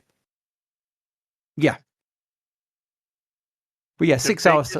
Queue, I would say, Chris, sorry. Yes. The biggest queue will be once they're done checking this stuff, if they go back into the arm and then they retract the work stand and then they all leave the launch site. That'll be the biggest queue, is if we're good to go and the ship QD is good and they can proceed with final checkouts with the ship, and would be tank farm chill down within the next 3 hours or so. So that's what I think they're doing at this point. I think they can make it, but we'll see. Right. The segue I was going to make was about Elon's previous presentation inside the Star Factory, where we got quite a long duration roadmap for SpaceX to their city on Mars, a self-sustaining city on Mars, which is an amazing thing. Let's face it, it's hard to be against that goal because it is a key part of Elon's philosophy of making life multiplanetary. But my primary thought is we're going to get a base on Mars. That's my kind of like motivation to wanting to see that happen. And Varys asks, is the Elon talk happening today? Because Elon did say they were going to do a technical update yesterday. They put out a Spaces feed, so it was going to be audio only. And that's something we could have fed into our stream, by the way. So if Elon does do a talk today, which we don't yet know he will do, then we will feed it into our live stream, so you won't miss a thing. But yes, we've heard nothing so far, unless, Alex, you've heard something different, but I've not seen any notification of a potential talk today. I haven't seen anything, and I want to say what I said yesterday, that given some of the comments that we saw from other employees at SpaceX, it didn't seem like it was at least just an Elon talk, right? It seemed like at least 2 other officials were going to be on that talk. One of them was the vice president of Starship Engineering at SpaceX, and the other one was the vice president of launch at SpaceX. So I think that was going to be a proper technical discussion. I don't know if they did it in the end and sort of recorded it and they're going to be putting it out, or if they just reschedule it. I know a lot of people said, well, maybe it was because Elon, it's true that he was still getting to Starbase at the time that talk was supposed to happen. We also saw some lights overnight at the Rocket Garden. They were like shining some lights on the ships there, on the booster and everything at the Rocket Garden. So I don't know, maybe it happened there, for example, and they recorded it, and maybe they'll put it out after the launch. We'll see. But definitely not today. There's at least no confirmation that it's going to be today. But if there is, you know the drill. We're going to be covering it here, and also the socials and everything. I know Elisa will probably be happy that I mentioned the socials. You know what? It is worth mentioning socials because I primarily post on X, and that's because I'm just used to it, and that's my kind of responsibility. But we have an entire team behind the scenes who look after the other feeds like Facebook, Instagram, even TikTok, which I've never used in my life, and Instagram and Threads. So the reason why we did that was because, as you know, I don't need to go into depth about it. A lot of people prefer different media on their social feeds. They don't all necessarily have X accounts. They don't all necessarily go on Facebook. And that way it covers all the bases. But also, the good thing I think is very important as well is there's no copy and pasting. It's not like I post on X and then they just basically mirror it on Facebook and mirror it on the other accounts as well. They do their own work. And I find the Facebook feed even better than the X feed. And I say that as someone who does the X feed. I think that the Facebook page, I've always found is much better. So yeah, that's why we do all different social medias. That guy is definitely on the end of that umbilical. He will have a safety line, by the way. Don't worry, guys. He's not balancing act. He's standing on the hoses, basically, is what it is. Well, don't cause another leak. Or at least he's trying to climb around him. I'll put it that way. Now he's getting down. Yeah. I might By be the way, hooking up the final parts of this. So. Producer extraordinaire Kevin Michael Reid is informing me that Spaces now also has video. So it could be, if they, again, as Alex mentioned, have not got one planned yet now, but if they do replan this Spaces, it might also be video. That will not affect us providing you it anyway, because we can put that into our feed as well. Yeah, we mentioned that yesterday as well, that, yeah, sure, Spaces, they do have video. But then again, why not just do a proper live stream, right? That's what they wanted to do on the May presentation, right? The May presentation. You can go to SpaceX's X feed and whatever, and there's a tab that says highlights. You scroll down, you can find still the tweet that they put out for that live stream that they never did it in the end, right? They just recorded it and then put it out as a video after the fact. But yeah, I mean. Maybe it was going to be with video, maybe it was just going to be audio only. We saw that, for example, with Polaris Dawn last year, where they have a bunch of officials at SpaceX with the crew and, talking about all of the technical stuff about the mission and doing a Q&A. So we'll see. I know a chat sometimes likes to troll and what have you. And I don't think this is a troll. I think it's quite funny, actually. No Good God says, standing down, he's done a fake SpaceX post saying, standing down today's launch attempt just to waste NASA spaceflight's time. Laughing my own. I will say the full explanation of what that acronym is. I nearly did. Nearly got me there. But I tell you one thing, if they did, it's not wasting our time. We can't beat this. This is LiveViews, the world's largest rocket. It doesn't matter if it launches or not today. We still get to cover it. And I think it's fun, and we get to talk about it, and we get all these great camera views. So there'd be no wasting of time. I guarantee you that straight away. So I really enjoy it. I just thought I'd pick that one out because it's quite funny. Ryan, is there going to be a Block 4 Starship? Eventually. It'll be an extended ship, an extended booster. They cannot stretch the booster right now because, well, Mega Bay 1 can't fit it. So they have to wait for Giga Bay to be completed in order to stretch the booster anymore. And when do you think we're going to see that? Because, again, we're all getting excited about what version 3 will bring to the table. And my thought process was, once they get into that version, that will be pretty much a workhorse for a couple of years, at the very, very least, to get the launch cadence up, to get the flight experience up, to get some operational missions going and what have you. When will they need V4? When will they need it? Oh, Alex, yeah. What's the point? I mean, what would be the point in time that Block 4 or V4 would be required in SpaceX's roadmap? Well, I mean, one of the things about V4 is that it just gives them more capability. So in terms of needing, they might need it now, right?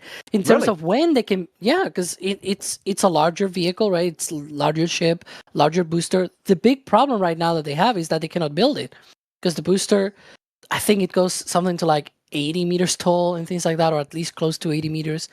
It cannot fit in the mega base, right? They need the gigabay for that. And so for the time being, they will have Block 3. It's still more capable than Blocks 1 and 2. But to go to the much even more capable Block 4, they will need the gigabay to be able to fly that one. Unless they do some kind of Block 3.5 where, they don't stretch the booster, but they still stretch the ship even more, right? Then I can see maybe some kind of 3.5 version or something like that, where the ship gets stretched to the same height as the one for Block 4, and then they stretch the booster. just like they did with this. Like they stretched the ship first, right? And now they're about to stretch the booster with the Block 3 version. So maybe they'll do the same when they move to Block 4, because the ship doesn't have any height limitations. They can go up to 70 meters if they want to, and it still fits in the Mega Bay. But with a booster, they already are pretty much at the limit. So they're gonna need the Giga Bay for the taller boosters. Yeah, Borkley Pork, what a great username. Asks, and right, I'll give you this one because I know we've got some information. Have there been any reports from SpaceX about the changes in the Block 2 ships that causes their loss? So we can go through what the failure modes were on these recent missions with Block 2, maybe. Well, you had the harmonic vibrations on Ship 33. That could have been an issue with the change to the transfer tubes. And they might have put accumulators on the ends of the transfer tubes. It's kind of hard to tell. We were looking to see if they had that with the exploded remains of Ship 36. At least I didn't see anything off the top of my head, but I'd have to go ask like Nick or Ring Watchers or whatever to figure that one out again. And then so they solved that in like a month, which is pretty impressive. Then they had a preloading issue with the Raptor mounts, which, for those who don't know, preloading basically means they didn't torque it down enough, or they didn't think the torque on it was enough, which is kind of odd to discover this at this point in the program. But considering how many ships they've actually flown, if you include like all the way back to even like SN5, SN6, it is kind of odd to run into something like that at this point. And then with Ship 35, they had an issue with the canister and diffuser that basically spreads out the gas at the top of the methane tank that goes through the forward dome. That had failed, which allowed autogen gas to go into the payload bay, which caused pressurization issues in the payload bay, caused pressurization issues in the methane tank, so they had RCS problems. And then on top of that, they couldn't open the door because there was literally air pressure pushing against the door. So that's just a combination of the problems they had with there. And then of course 36, well, COPV blew up and took the ship with it when it ruptured some header tank transfer lines. They have made changes and fixes, as they've talked about in their updates over time, to put into newer V2 ships, as well as trying to update like the drive section and other places of Block 3 of ship, so that these issues don't happen on that vehicle. And the hope is that when they transition to Block 3, it's somewhat more of a clean slate. They've gone back and maybe changed things here and there, and it'll actually work. That's the hope, anyways. Yep. And it's something we keep a very close eye on during this launch, which we all hope goes well. I mean, it's not a bad thing to say we hope it goes well. Some people go, that's just being fanboyish and that's not being objective. We cover rockets. We want rockets to do well. Simple as that. So I think it's completely fine for me to go on a stream and say that as managing editor, which is the one thing I'm good at. Everything else I'm rubbish at. I don't know about cameras and things like that. It's amazing the team we've got behind the scenes who make this all work, because I wouldn't have a clue on my own. I do like this shot, by the way, Ryan. I like this shot. This shows a really good perspective of the differences between the orbital launch mounts on Tower 1 and Pad 1 and Pad 2. I'm feeling very confident about Pad 2. Maybe just from a visual standpoint, it just looks like how it probably should have been from the start. Maybe, Ryan, is that a fair comment for me to say? I would just say this: when they went to design McGregor. Okay, when they designed that and they went to test original Falcon 9s, and of course Alex can jump in here if he wants to.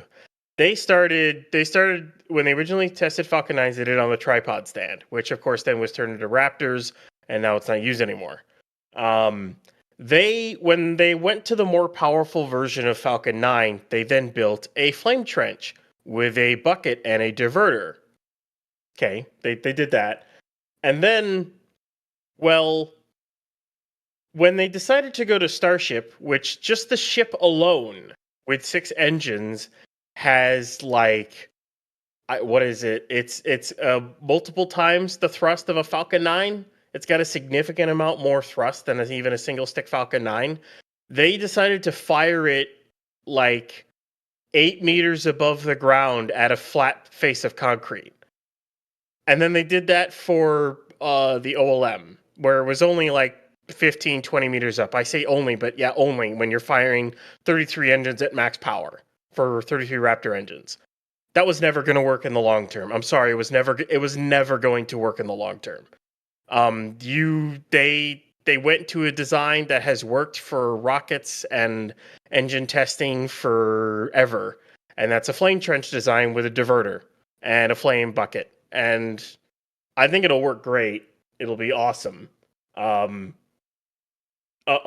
is he gonna? Yeah. I can see it in Alex the is- background. Because I have actually.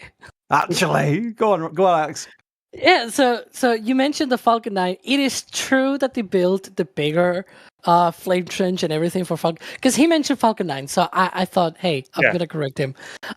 It is true that they built that, but it was built for two reasons. The first one is it was not that the tripod was not enough.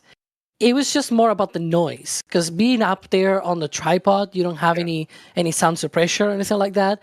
And it got too powerful, and people were complaining, right? They still complain with all of the Raptor work and everything, but now that they're going with proper flame trenches and water deluges and everything out there at McGregor, things are probably going to be a little bit more calm for the locals. But yeah, that's one of the things they did. And also, because they originally thought, let's build this big, huge flame trench, because this is where we're going to test all 3 cores of Falcon Heavy together. That was the original idea. So the test stand is sized for 3 Falcon 9 cores firing together.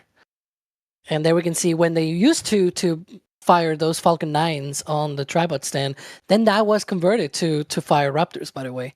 We have it on our recent Raptor video where we talk a little bit about the brief history of this stand there. And before we go, I just want to say they're firing into a flame bucket on that. I truly don't. This is just a SpaceX. I don't know why they thought the suborbital stands were good for those vehicles, or that mount, the way it's designed, would have worked in the long term. I don't know why they were thinking that. Every rocket in the past has used a trench, pretty much every single one. Like I know they were trying something new, but it clearly didn't work, and it works for the basic stuff that it needs to, but beyond that, it doesn't really work that well. It doesn't. Tripod stand, my beloved. That is no longer being used now. That's why we moved our cameras in McGregor Live, by the way. We moved it to the new test stands, which has worked out very well, because a new position means we now get the VRD, where they actually have the Raptors on trailers passing by our cameras, which allows us to track the engine numbers we were talking about in earlier questions. So that's worked out rather nicely, although I do miss the tripod stand. I thought it was visually wonderful to watch the firings on there, especially with the thrust level changes, which you could see in the Mac Diamonds, and the relights and things like that, and the occasional booms, which you get at test sites. That's a normal thing. That's completely fine. But yeah, it's amazing to watch. I want to thank some more people again, because it's so important. I do thank these people. Sasha has become a PadRep member. Lord Redfern's become a PadRep member. And Aaron's become a PadRep member. 3 members have joined in just recent time there. Yes? Did you forget about something? Yes, probably. I'm just going to check the back room, which I've got to move my head to the right again. Oh, you're asking. I know. It's like a certain workout. producer. It's Yeah, your producer is yeah. Mr. Ryan Caton is absolutely beside himself with me right now. Yes. Who are we swapping out and who are we joining? I don't know. There's me and Ryan are going out. Yeah. And I think there's another 2 amazing persons as well joining here. Well, first of all, let me thank Alex for being on stream. Thank you, Alex. Always a pleasure, and see you all on the launch stream. Indeed. And thank you, Mr. Ryan Weber. Thank you for joining us. Yeah, it's a pleasure as always. I don't know which stream I'll be on next. I'm not on launch stream, but I'll see you guys at some point. So have fun, though, and let's hope it goes and it works.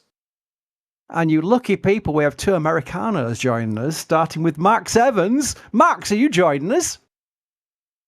Good afternoon, everybody. I should be joining you, Chris. How do you have me?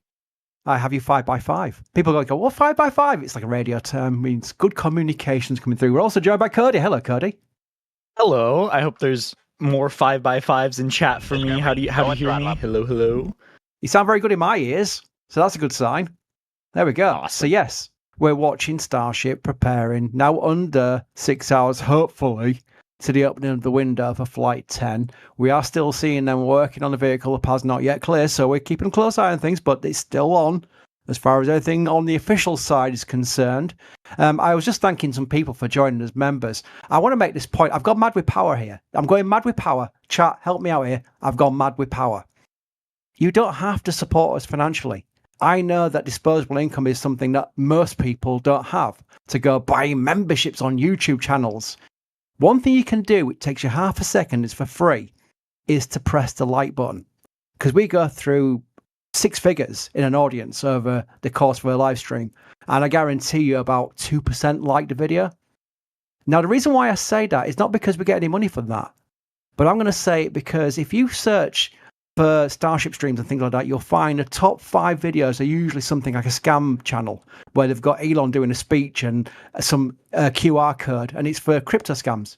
That's what they do. They use automatic likes, bot likes. They buy them, literally buy bot likes to pump their stream higher up in the rankings. So, and I'm going to say this on behalf of all the legitimate streams. So I'm going to say this on behalf of Everyday Astronaut Tim Dodd. You go on his stream as well. Like the stream. Legitimate streams, Marcus House, people like that. Legitimate streams.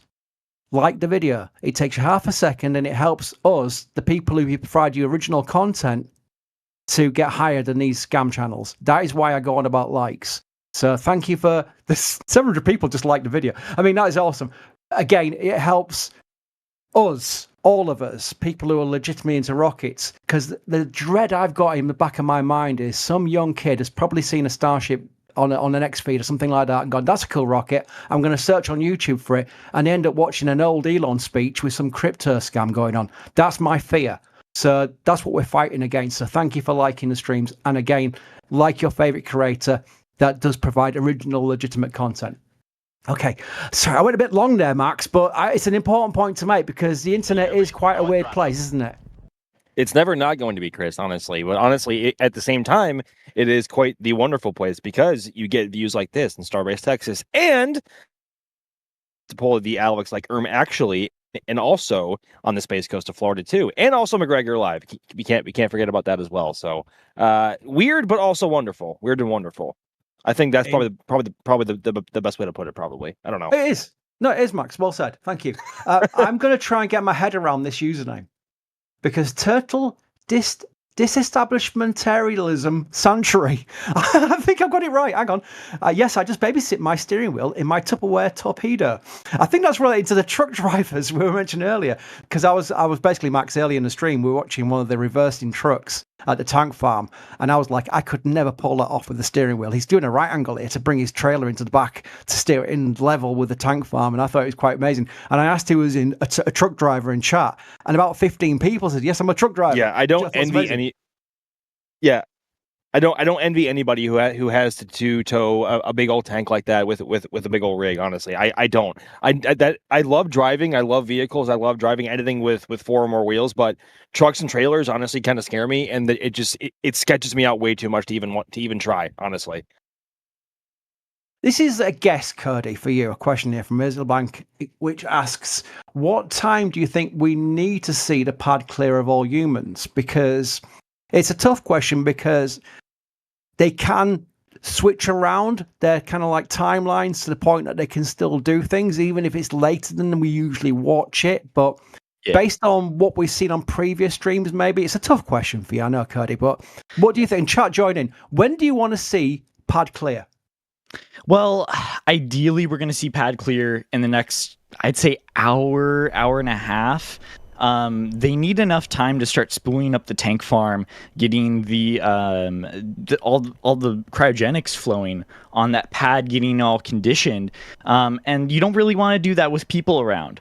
And so an actual pad clear is necessary in the next couple hours to ensure that we're on track for full fueling and stuff like that. We can still see a couple people up there on the quick disconnect arm doing some final work. Still some vehicles down there. So once we see a full pad clear, that means we are getting more on track for this launch coming up today in just over 5 hours, 24 minutes, or 42 minutes, sorry. Max, I've got a camera question. You're perfect for this. Do you ever think you'll need a thermal camera to see people around the rocket or maybe something else, like maybe tanking, I would assume? But how much are thermal cameras cost? I don't think they're cheap. A lot. I think that's the easiest way to put it is it's a lot. I'm sure it's well into the 5-figure territory. I'm sure there may be some lower tier ones that are in the 4 figures, but that's minimum, as are most cameras. But 5 figures easily for a good one, but I'm sure they go way higher than that. I haven't actually looked up any specific thermal cameras, although they have been piquing the interest of myself, Indy, and Jack, and everyone else who runs cameras here at NSF a lot. And it has been one of the things we have been like kind of pseudo begging DOS for like a couple of years now. It's like, DOS, we need a thermal camera. It'd be so cool on the live stream. And honestly, it would be to see just how just the how I can't talk anymore. I'm getting warmed up, folks. The temperature differential between the cryo in the tanks and then when the Raptors light and how hot the exhaust is, it's quite the contrast. And it would be amazing to see on whether it be on stream or just on your screen. A thermal camera can give you so much useful and just wickedly cool imagery and information. But I don't know if that's going to happen for us anytime soon. Although we can always try. We're just scour eBay and see what you can find, Chris. Okay. You know what? That looked like an Elon motorcade. It was very Cybertrucky. Very Cybertrucky. So that suggests. Can we? We're going to get. There we go. We've got the other view of them going past the other side of a highway spot. But that did look suspiciously like it could have been an Elon motorcade. Just the way that it was security Cybertruck. That to me screams Elon Musk. What do we think, chat? What do we think about the Cybertruck? Because when I first saw it, I thought that's horrendous. It looks like a steel box, and now I want one. Max, what do you think of the Cybertruck? Would you like one? I would like one, actually. You know, I don't want to be one of those who's just constantly hopping on the Tesla hype train. But I do genuinely love the Cybertruck. Yes, Teslas do and can have questionable build quality at times. But overall, just underneath the skin, in terms of the 24 volt, or is it? I can't remember if it's 24 volt or 48 volt system that the Cybertruck has. Either way, it's a first, and that no other EV builder has had yet. And just underneath the skin, the Cybertruck is a brilliant piece of engineering, whether or not you like the way it looks. I would love one. I really would love one. I'm on the same boat as you, Chris. But they are kind of expensive, honestly. Yeah. Cody, would you like one? I'm gonna get a little bit of hate for this one, a little bit of heat. But if I want to get a truck, I want a truck with a lot of bed space. I have a truck right now, and it's smaller, right? I don't need a ton of cab room. I just want something that I can haul my high power rockets with. So, the Cybertruck is not really something up my alley, but I would love an electric truck. Right now, I actually have a Chevy S10, which earlier, there were a couple production runs of the Chevy S10 that were electric. So I would love a version of that truck that would be electric. That'd just be perfect for me because I like smaller trucks. I'm a big fan of like K trucks and stuff like that, where the bed to cab ratio is much larger. So yeah, Cybertruck's not really for me. Maybe if Tesla came up with maybe a more affordable, smaller pickup truck that's very, very utility rated, and instead of maybe having a larger cab and stuff like that. Cody, you're so American. You're like a youngster, especially in my eyes, especially because I'm older. Yes. You're like a young pup, and you've already got your own truck. That is at least very Back to the Future. That's Back to the Future with Marty, where he's got his first truck. It's not like a lifted truck. Don't worry. It's not like the lifted truck with the big LEDs. No, it's nice and small. I'm fine with that. I like that. My first car was a mini Metro, a little tiny thing, and it didn't have a stereo, so I got my Ghetto Blaster. This is how old I am. I got my Ghetto Blaster on the passenger seat, and I went through batteries within an hour of it, just blasting out nonsense. That's amazing. By the way, CJ Bomber for the win has done a massive super chat towards the Thermal Cam Fund. So I need to make sure that sees that we've got a thermal cam fund started, because they're not cheap. And my first thought was, how often would we use it? But there we go. The community has spoken, so we're definitely going to put towards that thermal camera. I promise you, that's something we'll do. We did see a chopper land earlier as well. That could be the range chopper that we've seen refueling at our highway site. They had several choppers, different choppers as well, refueling at that site. So that's a good sign. That's a good sign of looking to clear the area, Max. It is indeed. And if just for the sake of example, if that was Elon heading to the pad, maybe we should expect a photo on his page, and maybe in the next 15, 20 minutes or so, maybe even sooner. And I presume once he or whoever is at the pad right now is out of there, that range chopper will move back into its usual position by our highway camera spot. But yeah, they are part of what keeps the range clear and personnel away from where they shouldn't be, because the last place you want to be really is near a Starship super heavy launch vehicle when it's full of propellant, because that is just a lot of potential energy and you would be instantly vaporized. Yep. I hope we actually do get a photograph from Elon. It was very good to provide that little video from inside Star Factory last night, which was fascinating, because we've all wanted to see more views from inside Star Factory, just seen all those nose cones and those barrel sections. And I did actually do a quote RT saying they must be up to the ship 50s by now, and Elon liked that post from me, so I assume that's a confirmation they are into the 50s. Which shows you the cadence they can hit once they hit the ground running with their launches.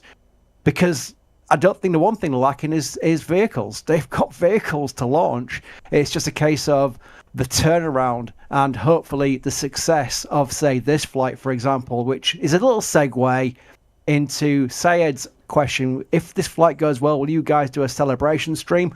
I think the celebration stream will automatically default from the end of our launch stream, where we're doing a post-flight analysis of what hopefully will be a successful mission, and that will calibrate towards being a celebration stream, I would say. But we'll have highlighted videos. We'll have all our cameras. We'll have our live views, but all our cameras... Max, this is a question for you, because you know about cameras and I don't. We have all our cameras recording, so you can then take the SD cards out of them and then put those videos together in like a post-flight edit, maybe? Max? Yes, hello? Yes, so I was talking about cameras. I was talking about footage. I was talking about pulling SD cards. And I was talking about a celebration reel, as such, of the footage that we've acquired. Not necessarily what we've been showing live, because we pick and choose which cameras we're showing during a live stream, but we'll have all the raw footage from the cameras we have filming, and then we could make a video and put it together from pulling those SD cards. I'm trying to get my terminology correct, Max, so I was coming to you for a camera question, whether or not it's a case of pulling the SD cards, or if you literally are recording externally on a cloud or something. I don't know how it works.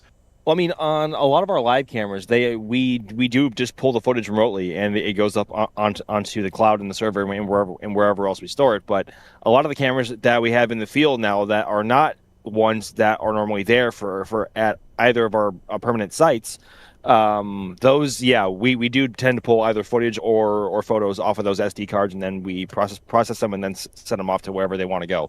So yeah, it wouldn't be too much of an ask, and I'm sure that would be something that our editors would be happy to arrange if such the occasion was called for.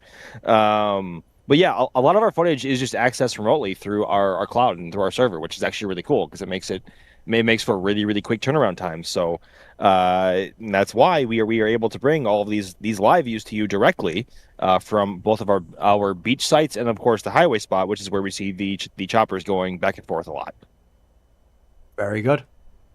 Mission Control. Right. David asks, where is Mission Control? At a production office building? Where do they have their Mission Control? We've seen on the highlight videos that they put out, Max, on SpaceX. We've seen the rumbling building where they're doing the shake with the camera. Where is that located? That is at the Ad Astra facility right off of Highway 4. So if you are heading down toward the launch site on Highway 4 going east, you will pass it on your left-hand side, maybe 5 to 7 minutes before you get to the opening that sends you right off to the production site and the launch site. There's no official like sign that says here is Ad Astra SpaceX Mission Control. Like that would just be a huge risk for security, as there's always that around the gates as well. And of course, obviously, you need you have to be an employee or a VVVIP to enter the facility, because not anyone, of course, can just go there. That is strictly SpaceX property and SpaceX only property. So that is where we see all of the monitors, the flight controllers, everyone else who is on console, monitoring all the things, all the data, all the screens, everything else coming in from either ground systems and the launch vehicle to make sure that all is good to go. And I'm sure they are also monitoring those people who are currently and will hopefully soon be off of the ship QD arm, so we can proceed with the launch today. But we still have about 5.5 hours left, so there's still plenty of time. Very good. Yes, Cody, I'm gonna not pick on you, but I'm going to reference your young age. No, it's a good question. Trust me, because I mentioned how it's funny how young Americans all have trucks, but you are a young American.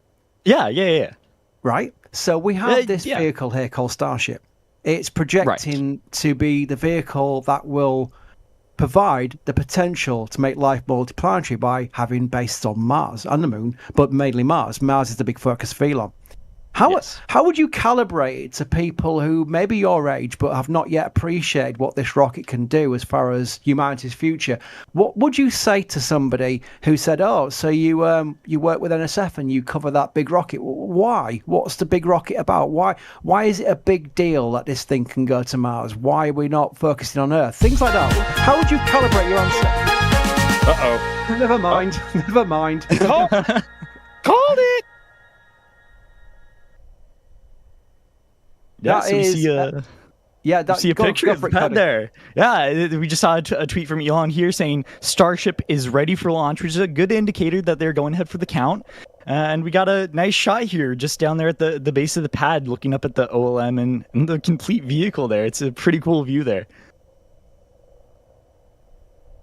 That is awesome. That is a view from that was obviously an Elon motorcade going to the pad, because there is proof via the camera on Elon, and he's now put that on X. So I'll be retweeting that very shortly. I am just waiting to see if Sawyer is ready to take over. Yes, he is. So Sawyer, I do believe we have you on now. So basically, you can take over hosting duties, and I can get my RT finger out for that Elon post. Retweet away. We are ready to go over here. Sorry, repost, re-X, whatever you choose to call it. Awesome. Thank you, Sawyer. Thank you, chat. Thank you for all your support. And let's have a good launch, shall we? Yes. Let's have a good launch. Keyword, let's have a launch. So thank you, Chris. Thank you, everyone in chat, for hanging out with us. Seeing everyone's hype has been absolutely awesome today. And take a look at this. Another image just posted by Elon, checking out the business end of the booster. Look at all of those Raptor engines. Oh, man. I'm Max, what is your first reaction seeing this shot here? For anyone who watches Top Gear, you would get this reference. It gives me the fizz. Nice reference. I'm a big Top Gear watcher as well. Cody, your thoughts? I mean, just look at that. Oh my gosh, this I love every time we see the 33 Raptor engines there. It's always a great shot looking at the booster here. But yeah, I wish we could see the injectors on there, but no, ITAR, sir, ITAR. ITAR. Luckily you can't see all the way in there too far. It's a little too dark. But yeah, it's just imagining this type of shot right before launch. Like, imagine if they had like some high-speed camera that was transmitting to the cloud. That would be a shot I would really love to see. And I know they have those cameras that are up on the OLM legs there for shot on ignition. But something like this, seeing the ignition sequence, like just for a couple milliseconds, if they had to throw away a camera, I think that would totally be worth it there. Trying to see if we can see any of the numbers. Obviously, we see the location parts. That's the E and then the number. But I'm trying to see if we see any numbers there. The other thing I've noticed, Cody, I'm sure you kind of can see this too. The that orbital launch mount looks very rusty. It's definitely starting to show its age, even though it's not really Yes. that old. Right. In things around rocketry, rocket exhaust is not exactly kind to metal objects, right? And especially with this being right next to the Gulf. The Gulf is right there, and that's good for rocket launches and trajectories. But that also comes with the issue of you have a lot of corrosion, and so. Dealing with this long term, I believe this is one of the reasons they actually paint over it to kind of help with corrosion. But also, this is one of the things they're going to have to deal with in the future.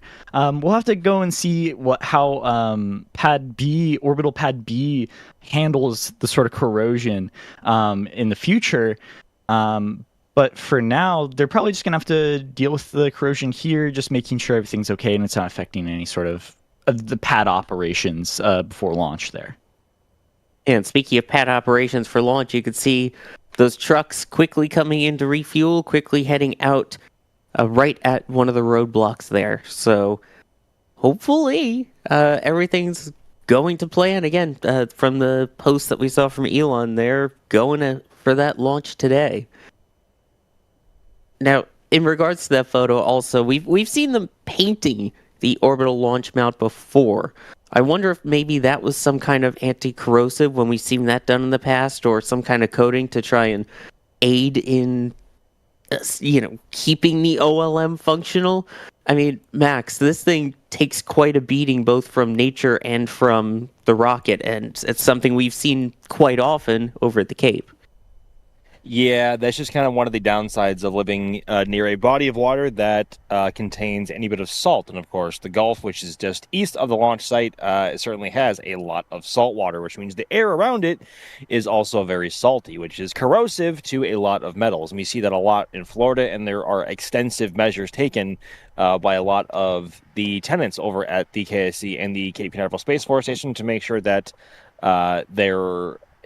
their launch and support infrastructure stay in good shape. Although I don't think any of them take as much of a beating as Pad A does during liftoff with all 33 Raptors firing in unison.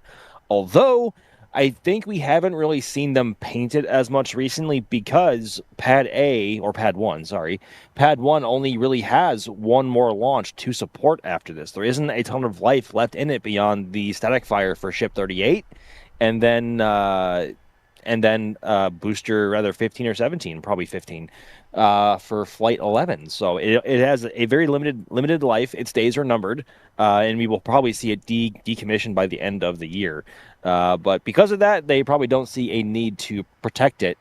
But I guess that is if we have the opportunity. Otherwise, we will just have to make assumptions. And you know what happens when you make assumptions? You get YouTube videos out of it. That's the saying, right? That's a way to put it. Oh, boy. But anyway, yes, the hype continues as the countdown is on under 5.5 hours to the opening of the window for Starship Flight 10. Teams clearing the beach, Highway 4, starting to see roadblock things get set up and ready. This is absolutely amazing. Obviously, a lot of the eyes have been on the quick disconnect following the ground support issue for yesterday's attempt and all the work we saw them going on overnight. I did see a question here from Suknor asking, does the SQD look to be cleared right now as we have our cameras on that? Cody, I think it looks clear right now. There's one person I can still see moving on that ship quick disconnect, I believe. Kind of in the more cagey bit. I think they were on the railing earlier. Or I might just be seeing things. But I'm pretty sure there's still one person up there working around. You can kind of see a little bit of movement up there. So I believe there's still one more person up there. But once that person's cleared, it looks like we're the ship quick disconnect is good to go. Say that 5 times fast. Yeah. But Max, obviously we've had our cameras on it all night. You guys have been working with being able to reset remote cameras and out there and been watching the activity. What kind of stuff have you been seeing them do up there? I'll be completely honest. I haven't been super fixated on the SQD today. I had 5 cameras to reset and make sure that they were happy. You know, John, Paul, George, Ringo, and Pete, as I call them. But the fact that we are seeing people, I guess, now beginning to evacuate the ship QD is a good sign that they are beginning to clear the pad and that all is a-okay on that LOX connection and whatever data ports need to be hooked up for launch and liftoff. So it looks to be trending in the right direction. And for those who are still worrying, we still have over 5 hours left until the opening of the 1 hour launch window. So still plenty of time. No need to panic yet. There is still a lot of time before even the tank farm wakes up. Hey, look, the helicopter's about to fly over the highway site. Look at that. Oh, that is so cool. Also, by the way, just saying, you went with Pete Best, but you didn't go with like Brian Epstein, who was the 5th Beetle there. No, I only have 5 cameras. Right. So, John, Paul, George, Ringo. Why not go for like Brian Epstein or George Martin? Because Pete Best, is that your best camera? What? Did you named the 5th one Pete after the Beatles' original drummer, right? Was he the original drummer, or was he the one that came on? No, he was the original. You're right. He was the original. Yeah. And then George came on after him. That's right. Okay. Or Ringo. No, Ringo. Yeah. Anyway, Ringo. Here comes the Cybertruck Brigade coming along as we move from Beetles to trucks to Cybertrucks. I wish there was like a cooler name that could kind of go with that. But they are heading out, and now we know for sure that was the Elon Brigade. So we'll see them make their way out, just as we saw those fuel trucks heading out a short time ago. I love how you're calling this old people talk in chat, someone just said. Yeah. I mean... Oh, Cody, come on. Just because you're young. Chris flat out told Cody he's the young American here. So what does that make me? What does that make me? I'm the oldest of the 3 of us here right now. Well, you are easily the senior citizen by default, Sawyer. But I'm still in my 20s, man. Oh, whatever. Whatever is right. Yeah, thanks for making me feel old just because I'm in my 30s.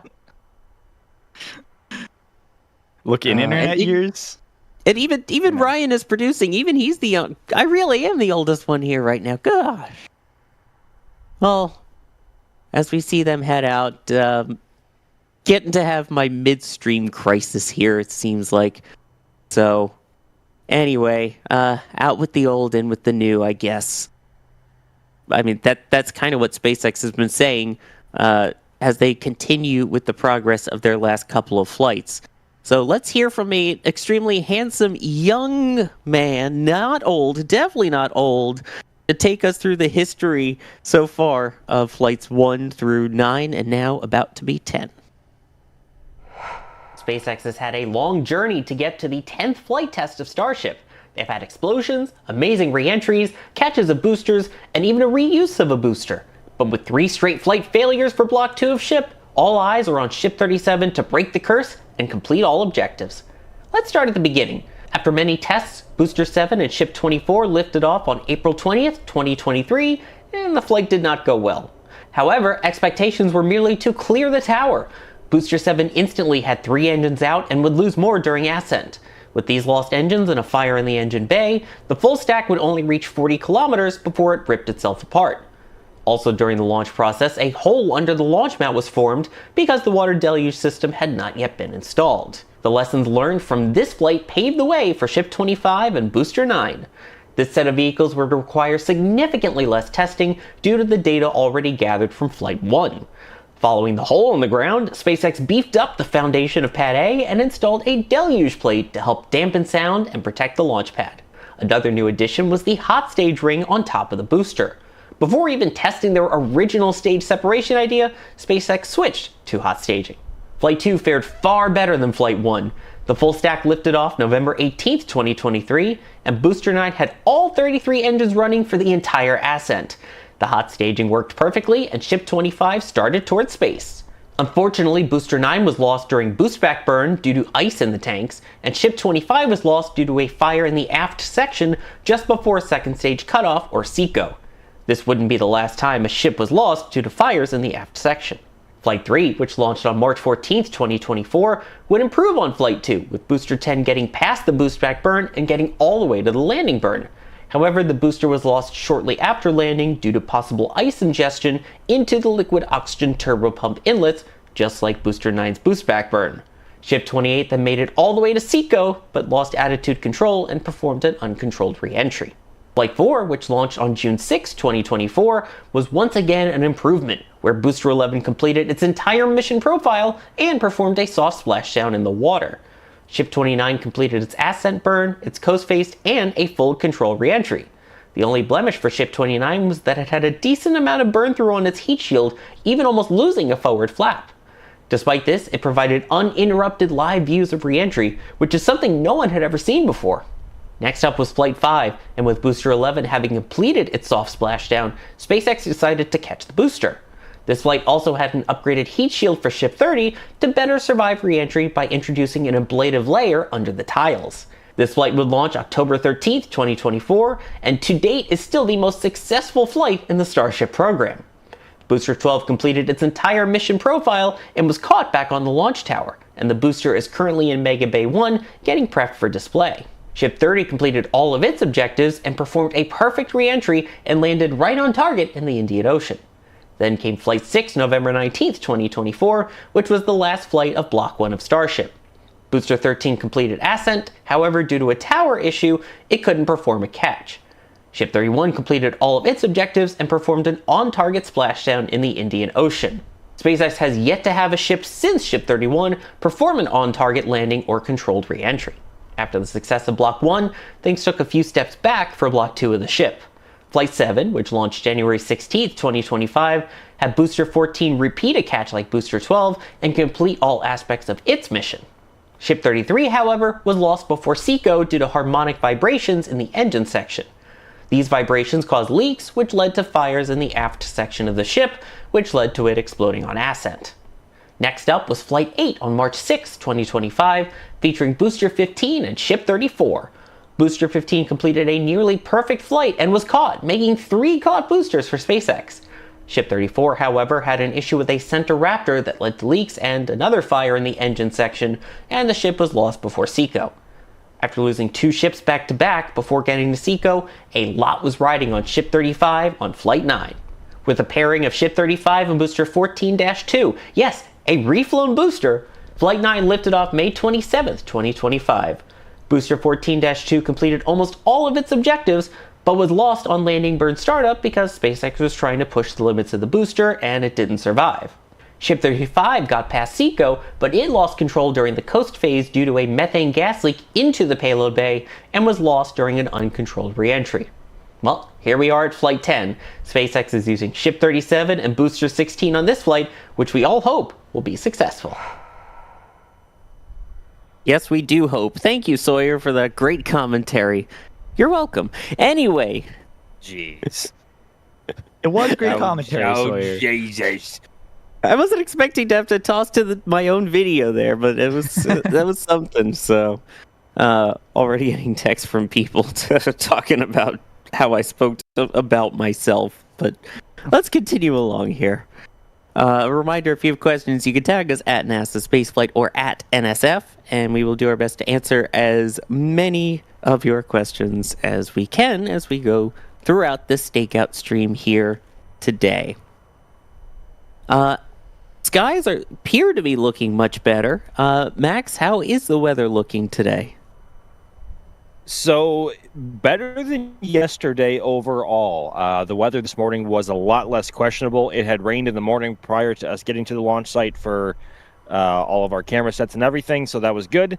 Of course, but the sun is out now. It is very hot, and there's a little bit of a breeze coming in. But overall, we're just happy to see a lot of blue skies right now and a lot of high altitude clouds and none of that low altitude rainstorm threatening stuff. So forecast is looking a bit better through the afternoon. It has been kind of all over the place, going back and forth from storms and rain and sun and clouds and a combination of all four of those. But overall, so far today, and from what the forecast is currently telling us, weather is currently looking better this afternoon. So Starship, assuming there are no technical gremlins to grapple with, it looks like Starship will have a good window to get off the ground, hopefully at the opening of the window at 6:30.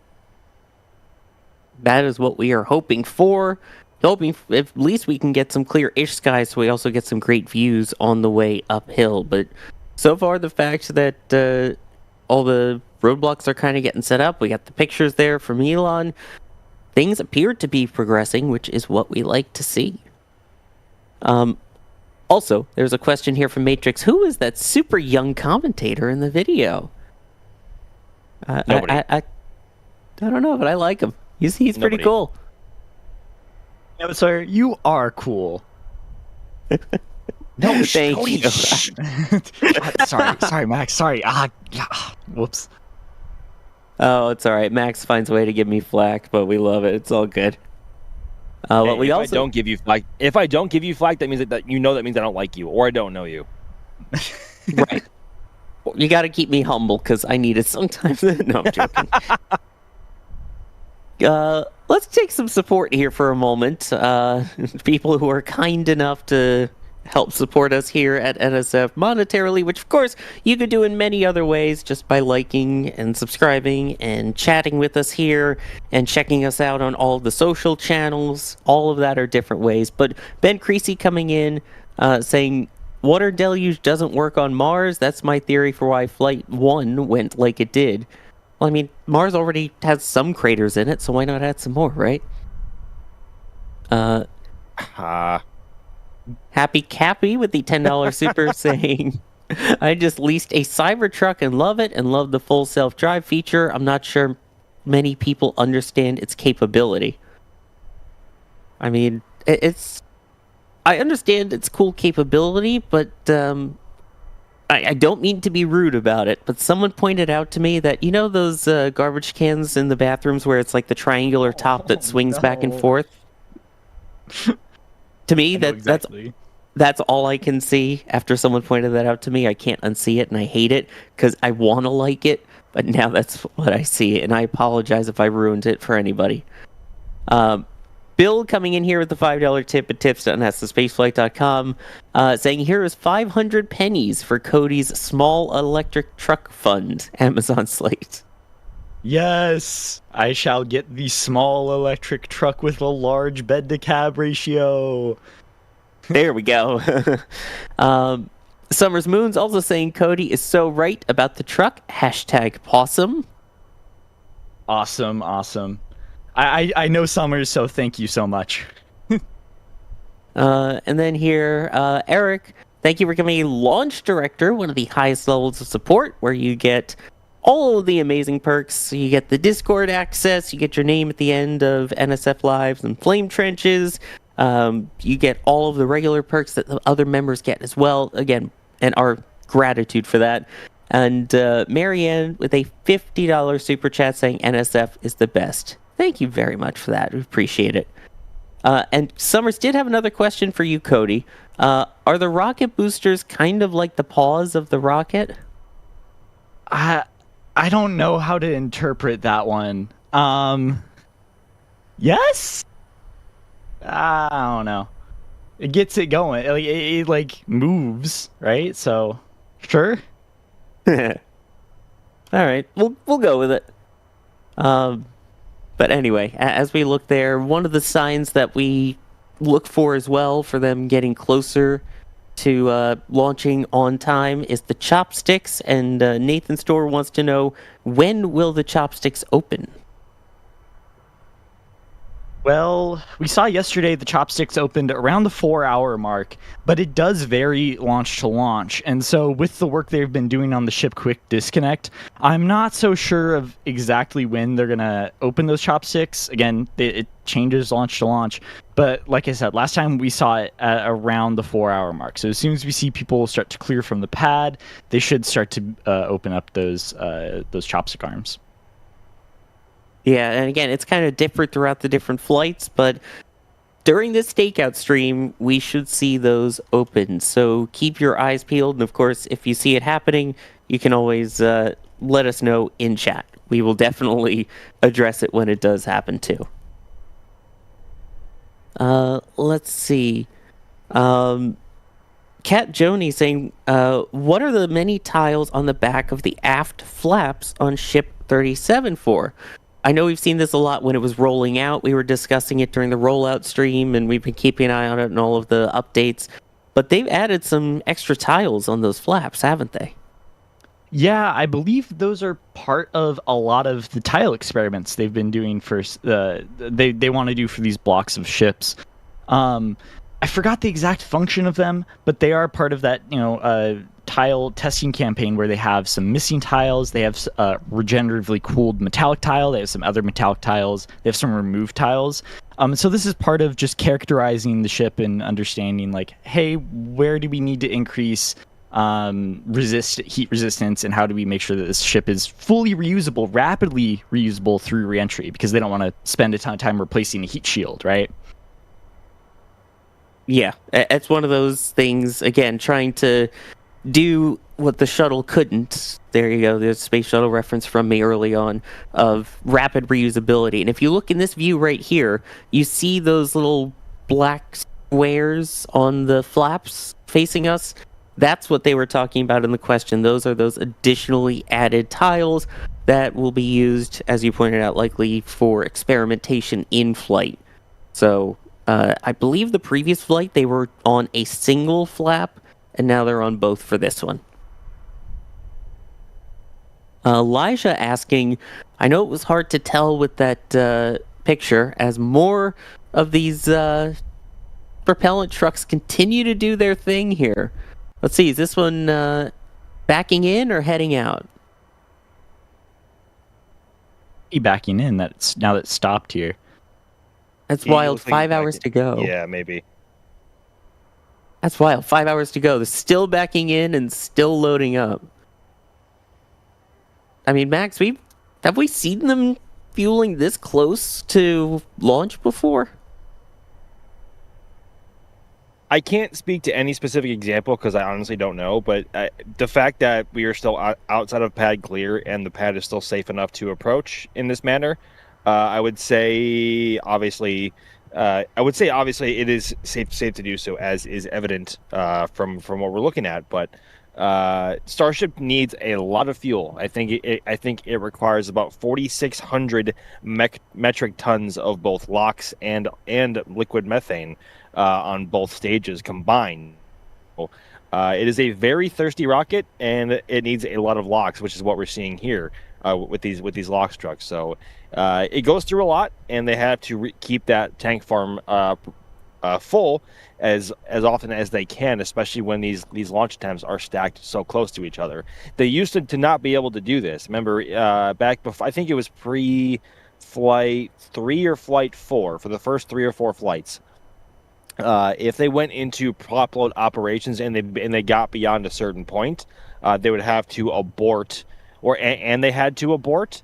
They would not be able to turn around in time for 24 hours because they would need a lot of tanker trucks to come in and refill the tank farm. So it would be a minimum 48-hour turnaround. My goodness.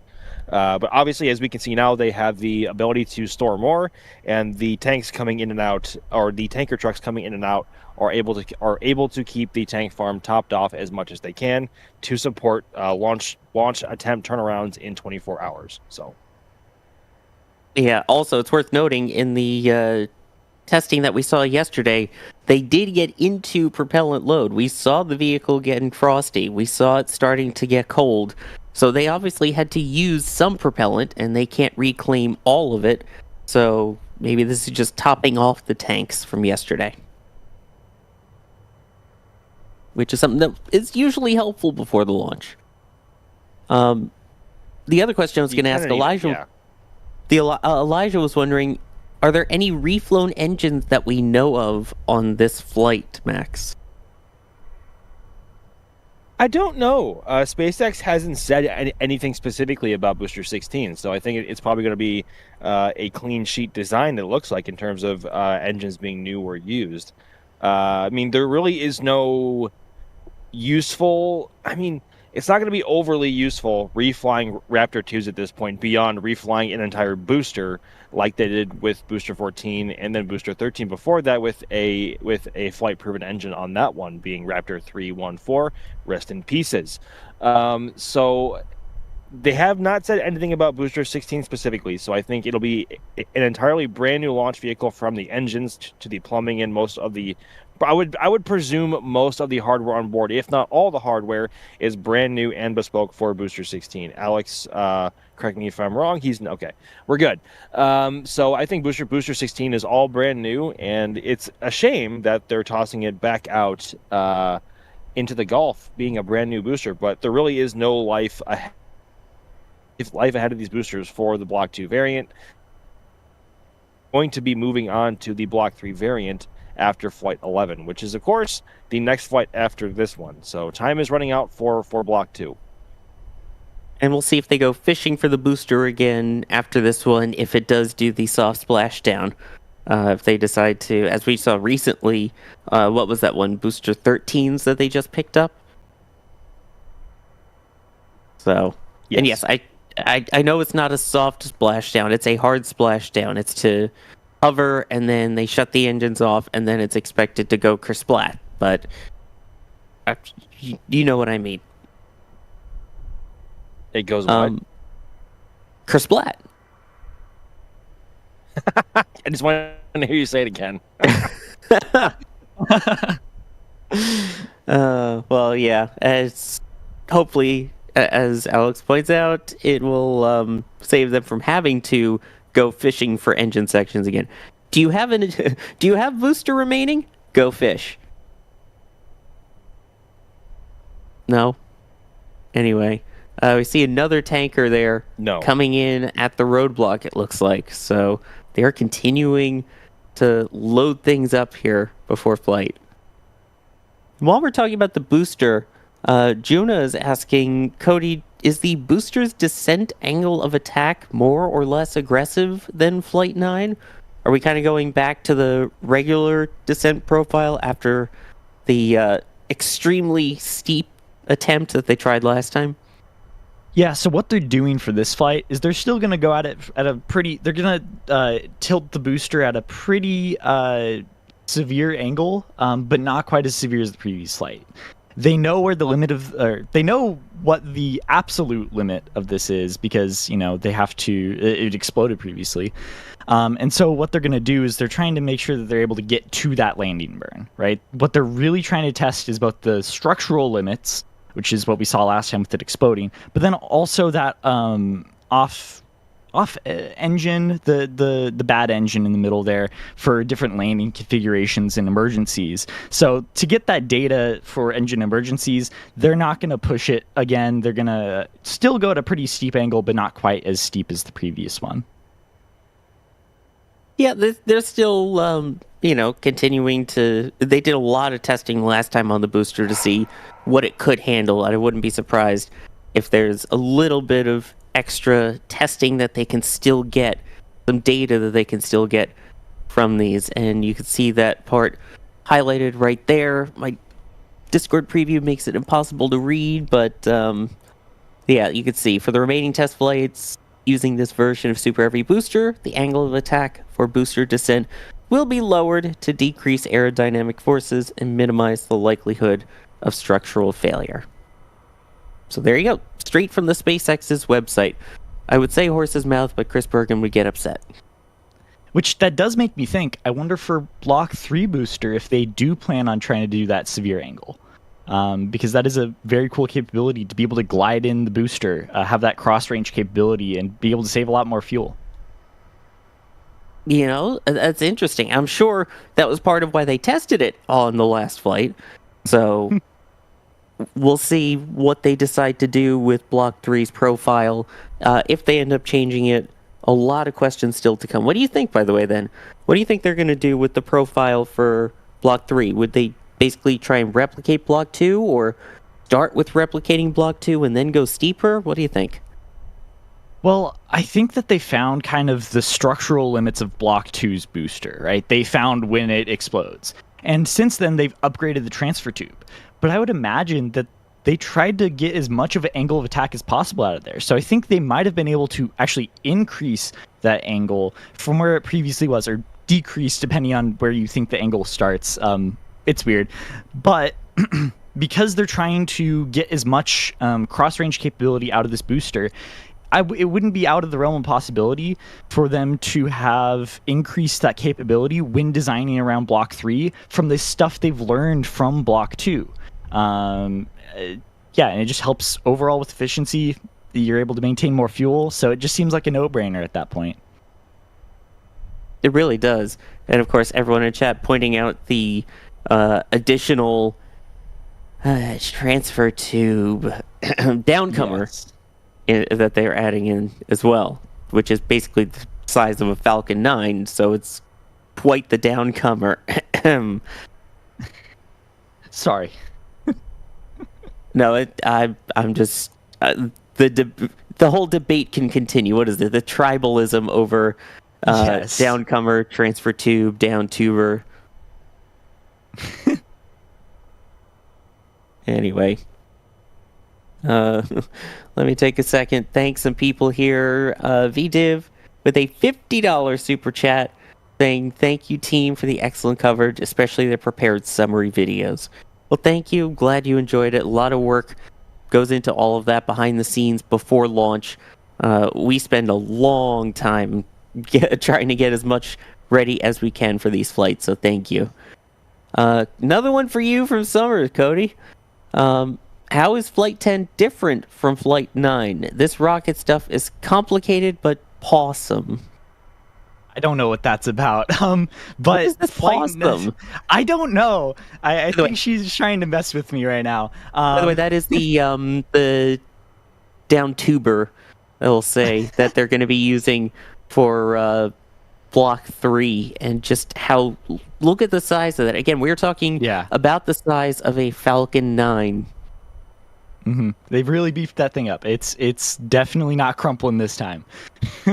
Fingers crossed. Yeah, famous last word. Fingers crossed. Yeah, you're right. Differences between Flight 9 and Flight 10 are kind of the major goals, really. It's how far you can get. On Flight 9, we had that failure after SECO, which was very detrimental to the Block 2 Starship program. Trying to get past that point is kind of the major goal of Block 2 right now. It's making sure that this thing can actually make SECO can actually test that heat shielding, because that heat shielding has not been tested in a very long time, with good data at least. They did make it to reentry, but they never were able to get, I'd say, good data with good attitude control. So the main thing is like try and maintain attitude control so you can get that heat shield data through reentry there. There you go. And of course, when asked on X about the major objectives for the flight today, Elon said the first one is to actually get it to launch. So there we go. We'll see if we get to that point today. That is what we're hoping for. This starts off terrible, but just stick with it. Papa Hawkeye saying, I caught my neighbor attaching a rocket engine to a deer, so I immediately reported him to the authorities. Shame on him for trying to make a quick buck. Jeez. I didn't come up with that one, but I love that one. Sorry. Let's continue. Connor asking, by the way, as the transfer tube is wider, does this mean that the fuel tank will be smaller? Cody, logistically, how does that work with rockets? Overall, the volume is the same, right? The tank diameter is not changed, and the transfer tube will actually hold a lot of fuel, right? It will have fuel inside of it, so the overall volume has not changed, but the internal geometry has. I guess you could say like, oh, the wall thickness has increased ever so slightly, so there might be ever so slightly less fuel in there, but there's basically the same volume, if not more, inside of this one. Just because, the actual transfer tube is not reducing the amount of space, available space for fuel in there. Yeah, again, just the scale of all of that. Gotta love it. Oh boy. Sorry, I my head is still just on that pun. That was very good.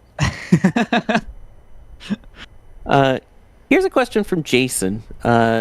I'll throw this one to you, Max. They're asking, will the suborbital firing of the Raptor apply for Block 3 as well?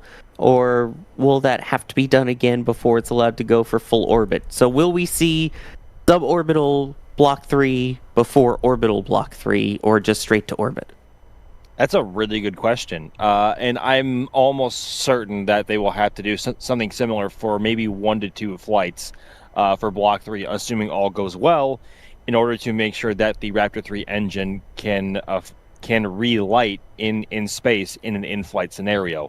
I'm certain, and certainly the Raptor 2s that are going to be flying on Booster 16 and those that are going to be flying on the next flight, and also on ship 37 and 38, are among the last Raptor 2 engines around, because they're not needed. They are not needed beyond Block 2, and there's only 2 more Block 2 flights left of both booster and ship. So I'm sure Raptor 3 is going to have to go through an entire program and test sequences to verify its use and reliability, because Raptor 2 to this point, especially on recent flights, has proven to be a very reliable engine, at least on the booster. So almost certainly, and then once they verify that it is, of course, then they will have the confidence to send ship into a fully orbital trajectory. It's worth noting that they are purposely doing that and setting Starship into a suborbital trajectory, because in the event that they lose control of the ship or something goes wrong, like they have for the last 3, they know where the ship is going to be coming down and where debris could be going. So that is specifically why they have done that. But they have had the propellant on board to go orbital if they wanted to keep the engines lit just a little bit longer. So, but yes, I'm sure Raptor 3 will have to go through an entire test campaign on its own, because it is still very, very early on in its lifespan. Yeah, there's still plenty of questions that will be answered, but we still have a Block 2 flight to go here, and 2 more of them, actually.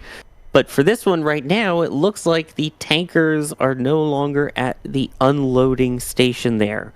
So potentially they are done filling up the tank farm with the propellants that they will need for today. So, as kind of a reminder, Max, what exactly does the tank farm need to do to get prepared for flight? So obviously they'll start fueling it, but what do they need to do with the tank farm before the fueling begins? Well, it needs to wake up first and foremost, and the first sign of that will be the pope vent that we see and so have it lovingly called. So essentially, the recondensers need to wake up, and the condensers as well have to wake up and make sure that the methane and the LOX are conditioned and down to their proper cryogenic temperatures. And then we will see various lines along the way starting to get white and frosty, courtesy of our cameras right over there at the danger lot, kind of by Starhopper. So those will all happen in sequence. I don't know the exact sequence off of the top of my head, because that's one of the details that I'm kind of lacking on these Starbase streams, unfortunately. I mean, and it's very shameful, I know. But we will see a lot more vapor and a lot more frost along the plumbing leading up to and around the orbital launch mount. And then among the final preparations we will see is that the lines around the orbital launch mount, both on the LOX, on the LOX side, will get very white and very frosty. And then, of course, the big sign that we are in main shelldown and in prep for LOX loading on the booster is the famous orbital launch mount vent, which is that big cloud of vapor that flushes from the bottom of the mount. But of course, That happens well around the T-minus 1 hour and 30-ish minute time frame. I think it starts. I'm not entirely sure on exact timings, but we will see a lot more frost. We will also hear a lot more noise as the tank farm wakes up overall.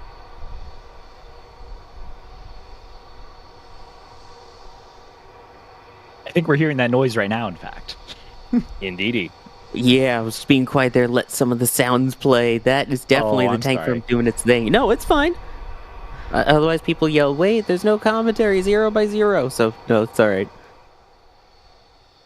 So tank farm right on cue, joining the chat. So thank you, tank farm, for your insightful commentary as well as Max.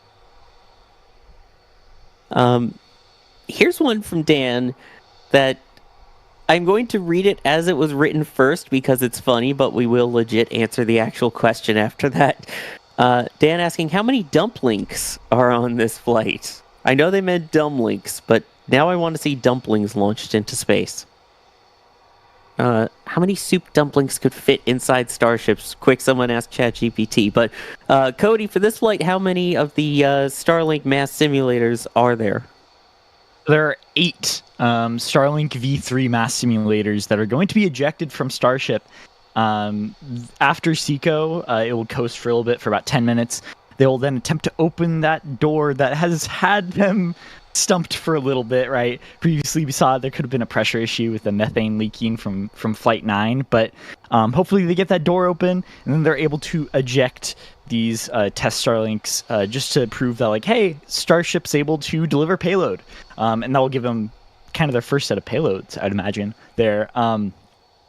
And after that, they go ahead and they close the door, and then they go ahead and go along with the mission. We're hoping to see, we haven't seen any FAA or FTC filings for this, but we're hoping that there's some sort of third-person camera, because I believe that would be one of the best shots of a spacecraft we've seen ever, I would say.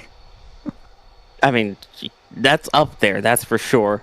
There's a couple, obviously, Apollo 11 and for all the Apollo missions, the lunar module right after undocking from the command module prior to landing, the shuttle with the rendezvous pitch maneuver, the 360 turn underneath the ISS with some of those really beautiful close-up shots where you could see the people inside the windows and then like the leading edge of the wing, shots of Hubble floating. To be able to see just the Starship hanging out there is going to be a cool sight when we finally do see it. Jero with an interesting question. I'm not sure which of you wants to answer this one, but they're asking, does Super Heavy need pressurization to hold the ship? Who wants to take that one? I can take it. Oh, yeah, cool. go ahead, Okay, Max. Cody? No. Okay. I'm not getting off the hook here. I'm not getting off the hook here. So Super Heavy does not require pressurization at this time to remain kind of structurally sound, right? They added internal stringers inside of Super Heavy to allow it to be structurally sound without the need for that pressurization inside of it. I would imagine it's not a great time having to always have something pressurized, especially when you might have to do internal work inside of it, right? So the ability for Super Heavy to just remain standing, no need for a crane, no need for external supports, is a capability that SpaceX has worked out. It's impressive to have the structural integrity of something this tall with the extra mass on top of it. And then don't forget, once you actually do kind of get it pressurized and fueled up and loaded, this thing is massive. And in fact, it actually changes size once the propellants start loading in, right, Max? It does a little bit, and it's a bit of a combination between just the sheer weight pressing down on the overall structure because of how much it weighs. Starship overall, once it's fully fueled, weighs about 5,000 or just over 5,000 metric tons, which is a lot. It is the largest, heaviest, and most powerful launch vehicle to ever fly. But it is in combination of the weight of that, and then also when things get really, really, really cold, they tend to shrink. And I think the best example that we have seen in terms of rockets is that I talked about this yesterday. There was a great back-to-back feed that somebody pulled from before prop load and after prop load on SLS on one of its launch attempts in 2022. Before prop load, one of the mounting struts that connects one of the solid rocket boosters to the core stage was at kind of an angle. I can't remember if it was at an angle or if it was level. But once SLS had a whole bunch of liquid oxygen and liquid hydrogen inside of it, that strut had visibly moved down as the entire structure shrank and pressed down. So, and that's just on SLS. With a core stage that has a whole bunch of SOFI or spray-on foam insulation. Starship doesn't have that. It's just a blank stainless steel tank structure. So I'm sure that there has to be some way of seeing just how much Starship has shrunk in like AB, or go back and forth, or AB the footage from before and after to see how much. I said yesterday on stream that for Flight 11, I will make that a priority to see how much it had shifted, and I will be sure to do that as well. Obviously then as well. But I tried this morning, but I didn't have a whole lot of time, and I had to keep cameras where they were. But it is. I'm not quite sure how much it is, but it is. I'm sure it's a lot. I'm sure the onboard cameras that SpaceX has on the vehicle and also on the tower itself can show that better. But unfortunately, we do not have access to those feeds. I wish we did, but we don't. Oh, that would be so cool to see a time lapse from one of those cameras mounted on there. I'd love to see that, the process through loading and fueling and everything. Just constant timeline of how we got to where we are. Let me take a moment, thank some people here really quick. Name, thank you for becoming a PadRat member and for the support. Deplora, thank you for becoming a PadRat member. Roy Tyson saying, apparently there was an incorrect statement, said bigger tube would not decrease volume of the tank. A bigger downcomer tube makes a smaller LOX tank. Right, because you are going through the actual LOX tank there, so you are decreasing the volume slightly whenever you do have the downcomer there. There we go. Damien, thank you for becoming a PadRat member. Doug Ramsey, thank you for gifting 5 Red Team memberships. Very much appreciated. I see people asking, will there be a members multi-view coming up again today? Yes, there absolutely will. So, if you are a member at any level, you will get access to the members multi-view.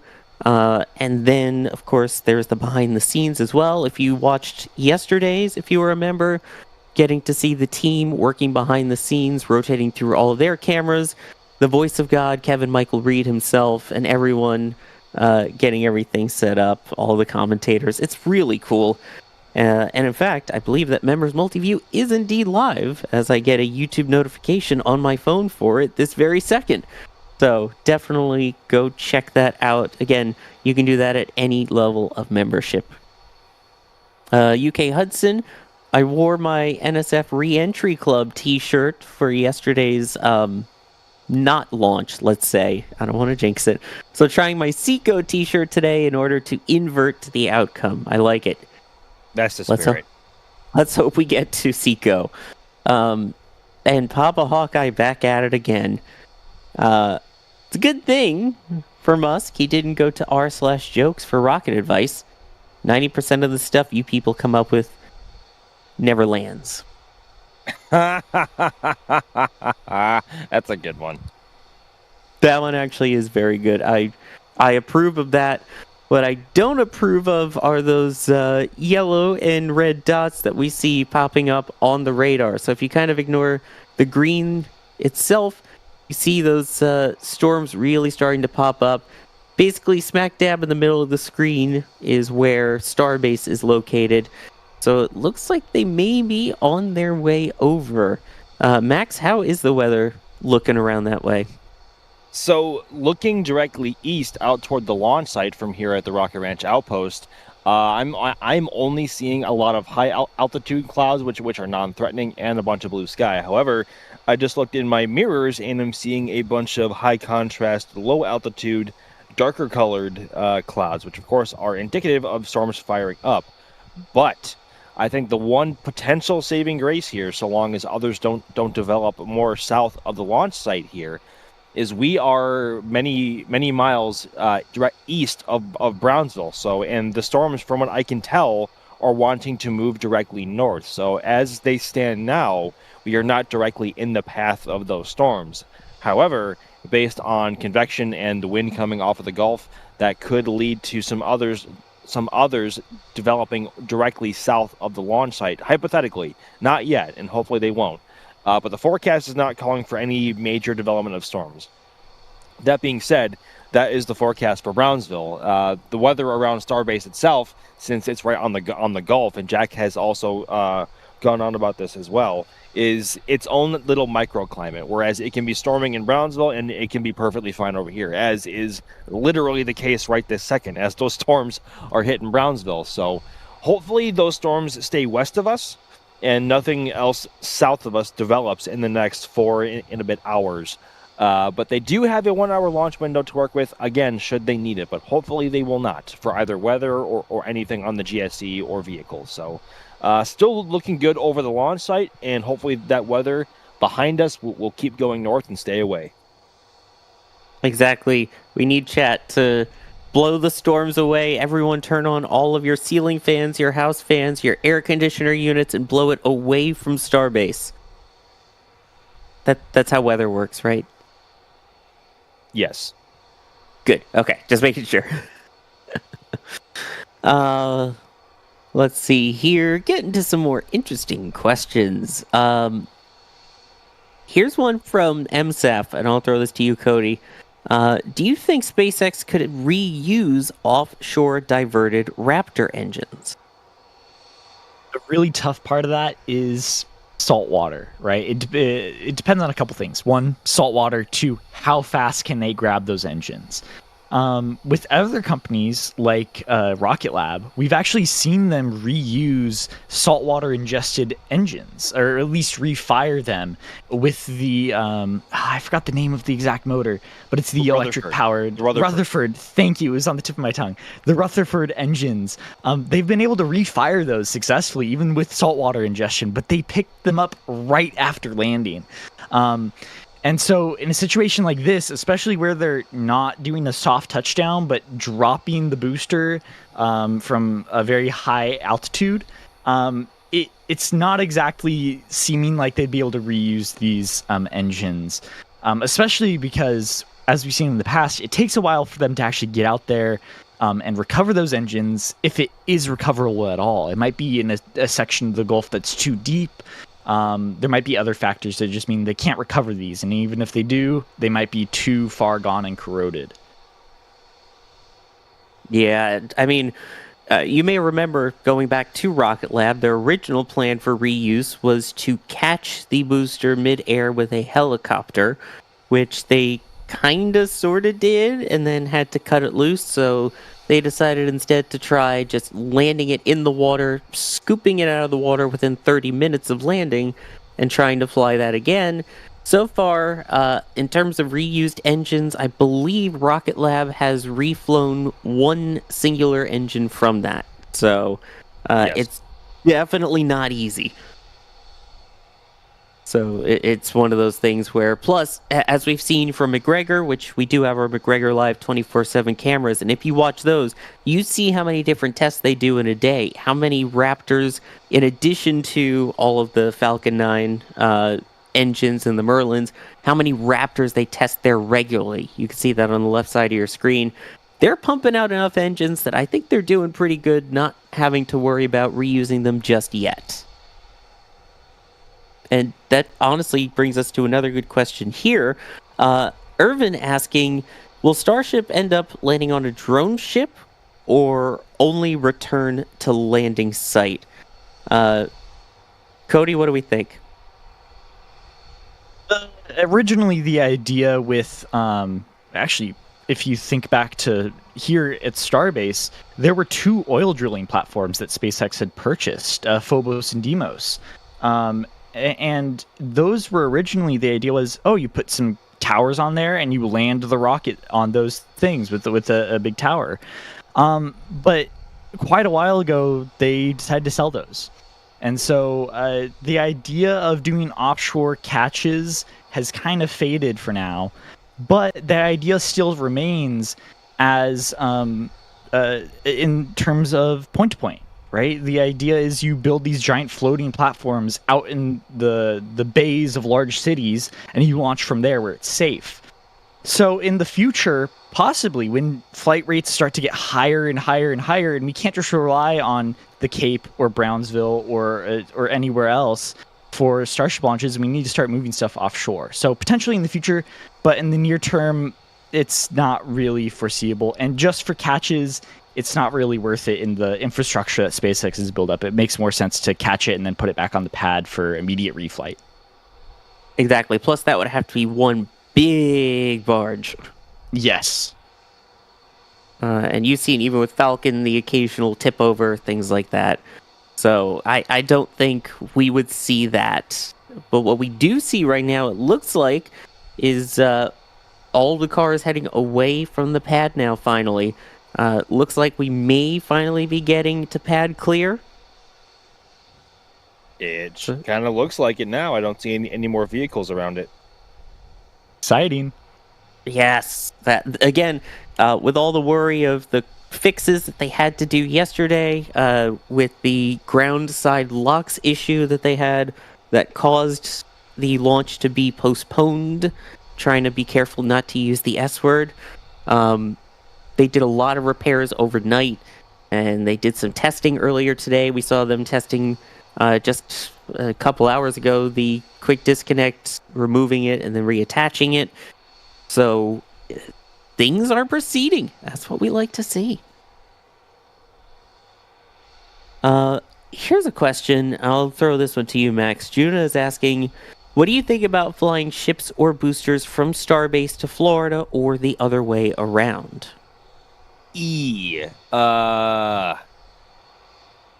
Well,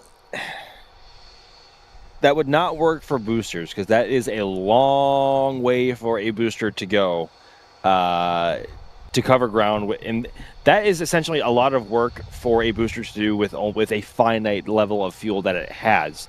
It really doesn't even go that far offshore. It is only there to boost ship off to the orientation and speed that it needs to get to make sure it's firing most efficient. So I don't want to say it's impossible, I think is the wrong word to use with booster, but it's just, it doesn't seem feasible or honestly desirable. I think at that point you may as well just either build them in Florida, which, spoiler alert, they're going to. Same with ships. Spoiler alert, they're also going to build ships in Florida. However, when it comes to ship, that is a much more realistically, you are much more able to approach that scenario realistically, because ship does travel that far, if not, or actually much farther, but it can travel to Florida if it needed to. The problem there is ship needs to fly over populated areas to get to the Kennedy Space Center, at least from here in Starbase. And that is a very risky trajectory, especially for a vehicle that may or may not be proven in reliability at that point that this could theoretically be possible in. So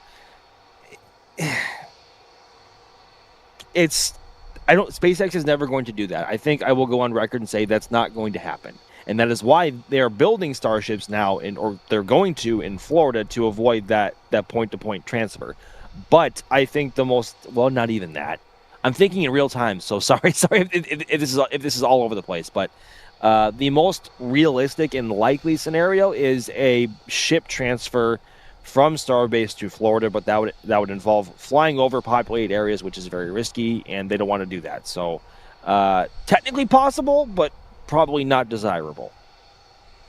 And the other thing to note is that when they originally were planning the launches out of Florida, they made it a point to say that Starbase would essentially continue to be the testing and proving grounds. So not a regular, oh, we're going to launch all of our super important missions from Starbase. The plan was to do a lot of the testing, those kind of missions from there, with the primary flights being out of Florida, where you will have the pad at LC-39A. You will have 2 launch pads and 2 catch towers at Launch Complex 37. There's always still the potential for additional ones. We'll see what ends up happening out at Vandenberg, potentially. So it feels like they will have enough production going on at the Cape, especially on their own, that there really wouldn't be a need. And that way Starbase can kind of take a back seat and be more of that construction proving ground versus the rapid flight cadence that they can get from the Cape and the Eastern Range over there. Exactly. Continue on with some questions. Steve Pryor is asking, I'm not sure if this may be more of an Alex question, but Cody, I'll throw it to you as a rocket guy here. On the booster, when only 3 Raptors are firing during landing, do all 13 of the center engines still need to gimbal together? Interesting. Well, I believe if you remember, there was a GIF. I don't know where else to reference it from. That SpaceX posted near the holidays, where they showed the engines gimbaling individually. And so I don't believe that they all need to gimbal for the full range of motion. I believe those 3 centers can just gimbal on their own for that landing burn as they get closer.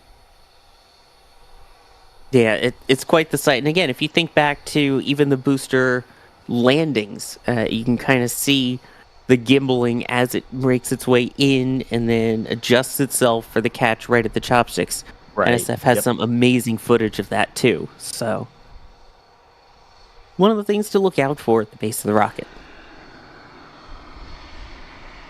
Let me throw this one out here.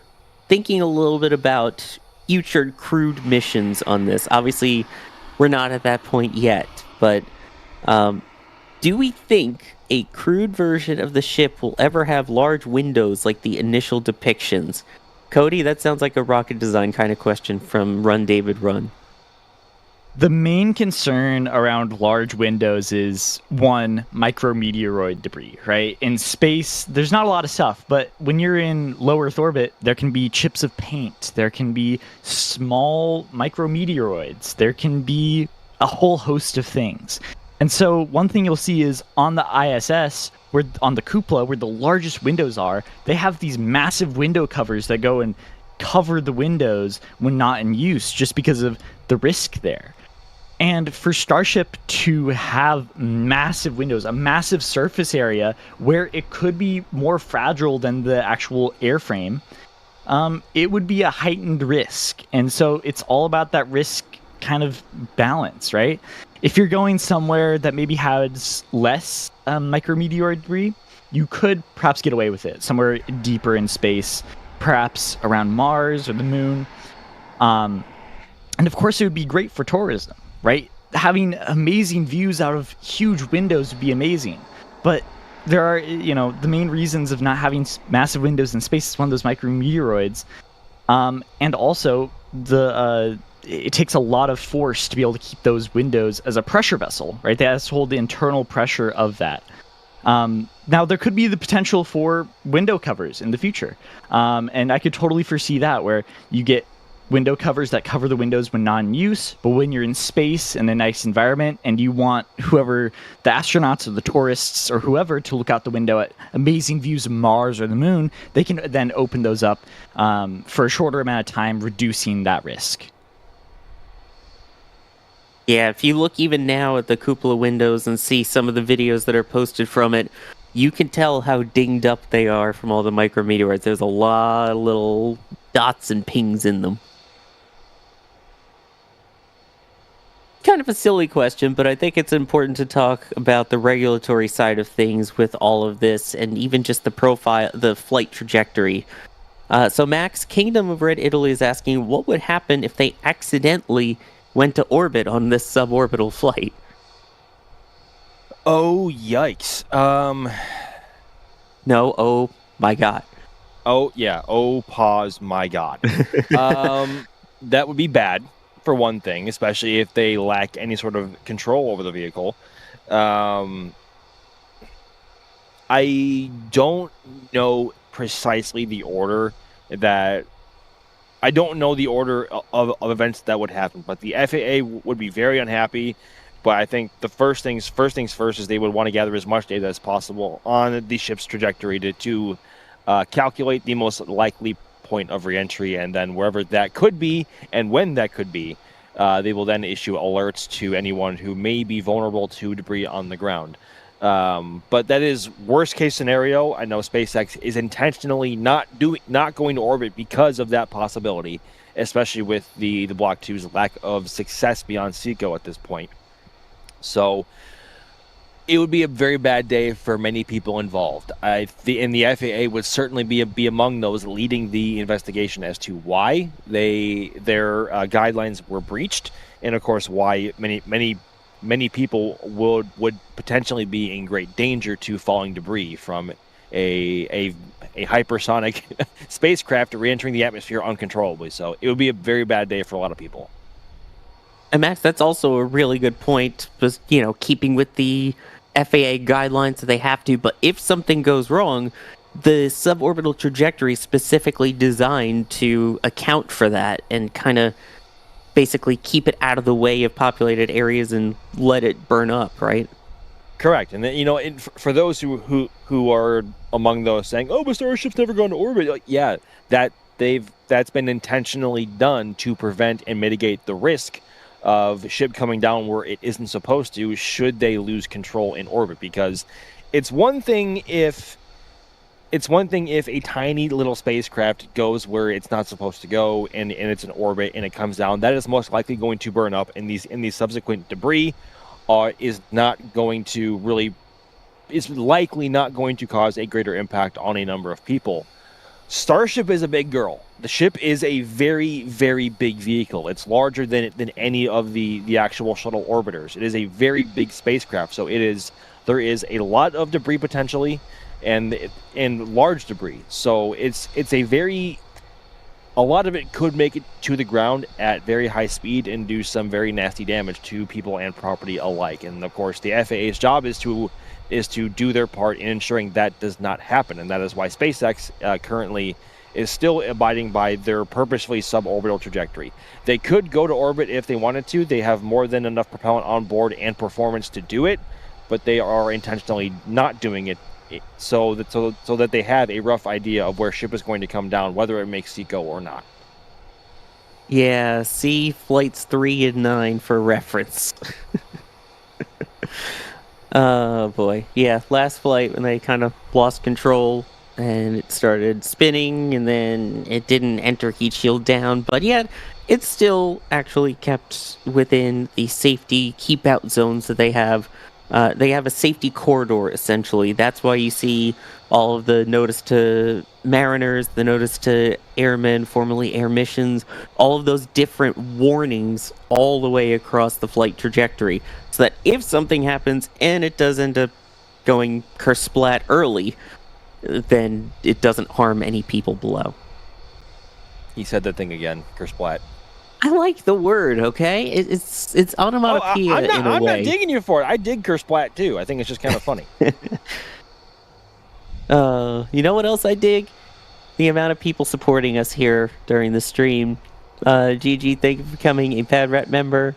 Gary Ellis becoming a Pad Rat member. Pinpin becoming a Red Team member. All of you go check out the members multi-view on the side tab as well, so you can hear the commentary and see the main views on this one and see it flip through all of the other views on the members multi-view, and that's available all the way through launch on this. Knowing Brit saying, after missing 3 launches by mere days, I'm finally in South Padre to see my first rocket launch. Here's hoping the weather holds up.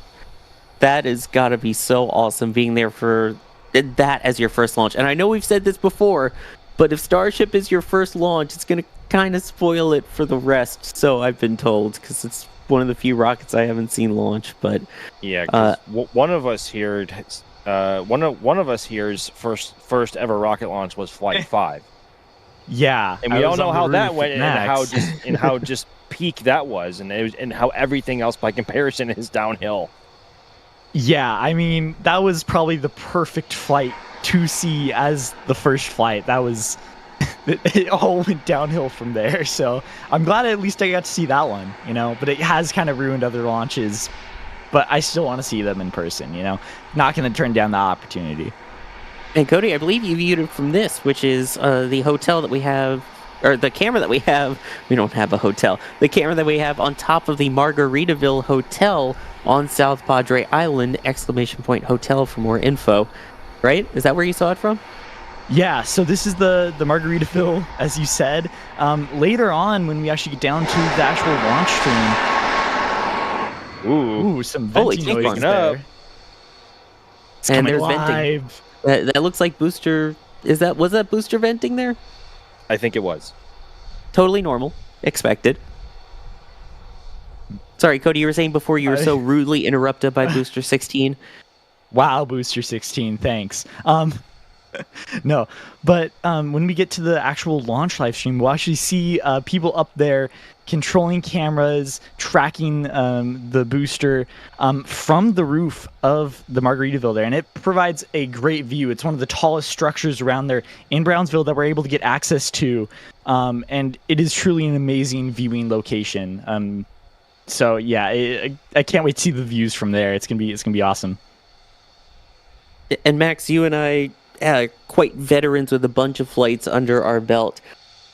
I always think it's important, especially for people that are there at their first launch, to remind people, watch with your eyes. Sure, it's cool to have a shot on your phone or on your camera or something like that, but you want to be able to see it, visualize it, feel it, remember it. There are people out there whose sole job it is to basically not watch the launch, but to record the video, take the photos.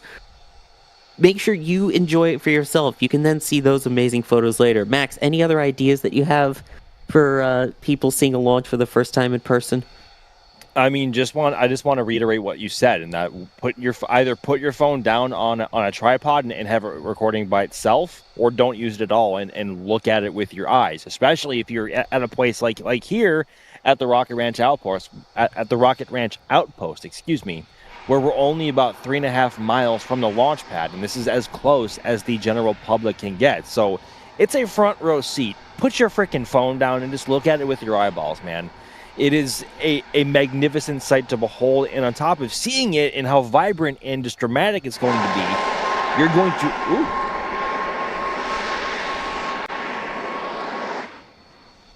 Some more methane tank vents there. Very nice. You're going to feel the sound energy pulsing and vibrating your chest incredibly intensely from all 33 Raptors, because the sound from Starship doesn't even come close to anything or nothing else. I'm sorry. Turn the whole thing around. Starship trumps the sound, volume, and intensity of any other rocket currently or formerly flying. It is it is in a league of its own. Even from South Padre Island, we still kind of felt the roof shaking a little bit on top of the Margaritaville for Flight 5. It was kind of alarming, but that's just how powerful and loud Starship can get. And here we are, almost twice as close as we are from SPI. So it is going to be a visceral experience and a very enjoyable experience if you enjoy these things. So ear protection for some people might be recommended, but for me, I just like taking it as it is. Honestly, I just do it. It is a wonderful, wonderful thing. But yes, long-winded TLDR. Put your freaking phone down. Just look at it. Yeah, I remember still the first launch I saw, which was STS-130. One of the closeout crew guys actually, I was talking with him, and that was his thing, was, just watch it, just enjoy it. It's also kind of funny that they're like, there are people whose jobs it is out there to go take the photos, and now we're those people whose jobs it is to go out there and take those photos, which is kind of cool. And again, you can always get the memories of it, buying a print at shop.nasaspaceflight.com from some of the amazing photographers out there, like Max. Of course, we have a whole team, Tyler, Caesar, everyone out there, D. Expect to see some amazing photos from them. But of course, we also have all of the Flight 10 specific merch. So one of my favorite things was the I Was There shirt I got from STS 135. You can get your representation of being there, or even if you weren't there, just your love for the flight at shop.nasaspaceflight.com with our Flight 10 collection. You'll notice we have a couple of additional things in there besides the regular patch, the hoodies, the shirts. There is also a kids version of the shirt for this one, and that tumbler there on the right. We have our tumbler that also just has the Starship tile design on it, which is what I bring to every launch. And then now there's one with Flight 10 specifically. So if you're there, it's a great memento. If you aren't there, it's a great way to continue to support the program. And on top of that, it's also a great way to support NSF. And one of my favorite ways personally, because sure, you're supporting what we do, but you get something even more awesome in return, a physical something for your love of NSF and for your support. So anyone who does support us that way, a very huge thank you to you. Speaking of that kind of heat shield tile design that we see on some of the merch there, Mechazilla's asking, is this the most complete heat shield we've seen in a while? I mean, Max, you've been following the different flights here. Does this one feel more complete or about the same? No, I don't know. I think the last 2 or 3 Block 2s have all looked roughly the same. I'm sure that the tiles intentionally taken off have been in various places, but overall, heat shield has looked pretty good on Block 2 overall. Although, it has to be said, every ship varies in terms of how flush the tiles are, how neat they are, how much resin or filling is in around them, and how kind of, I guess, messy is the wrong word, but how, I guess, clean it can or might not be around the edges. And by far and away, Ship 37 looks, I think, the cleanest of any of the ships so far. And you can see a lot of tiles currently missing.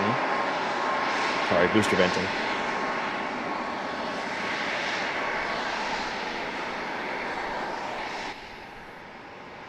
That was a long one.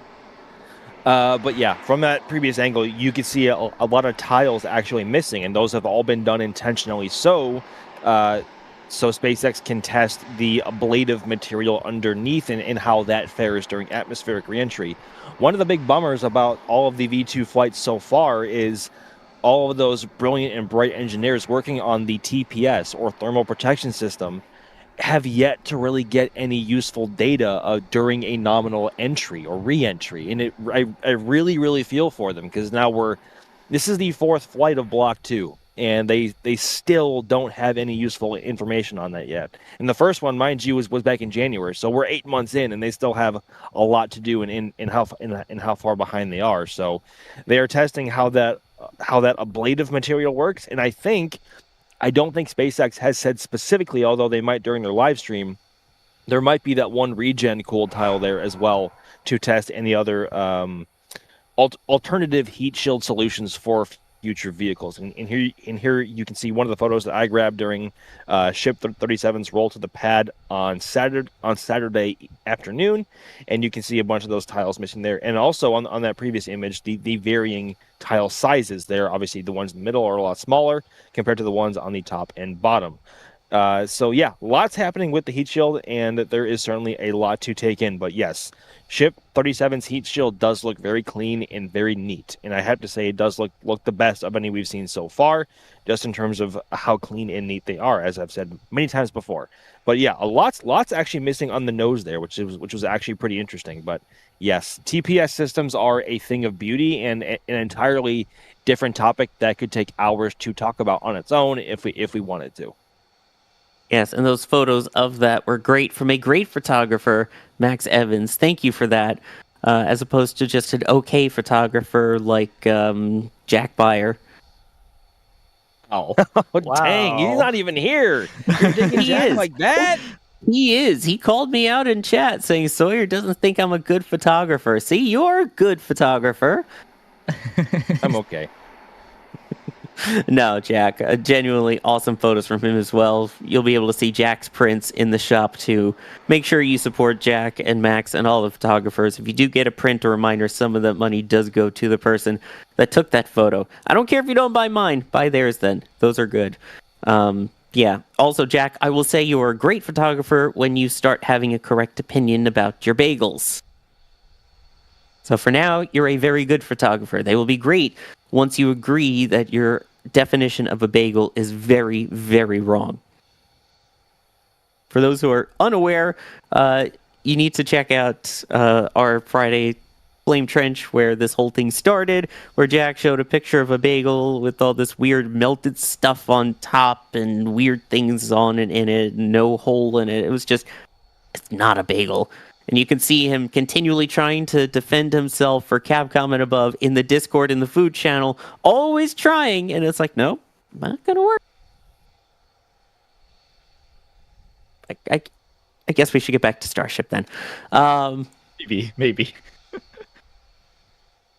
Yeah. Here's one from Resisto Jet, and I'll throw this one to you, Cody. Will Block 3 have a hot staging ring, or does it not need it? Block 3 does not need a hot staging ring in the traditional sense that we've seen here.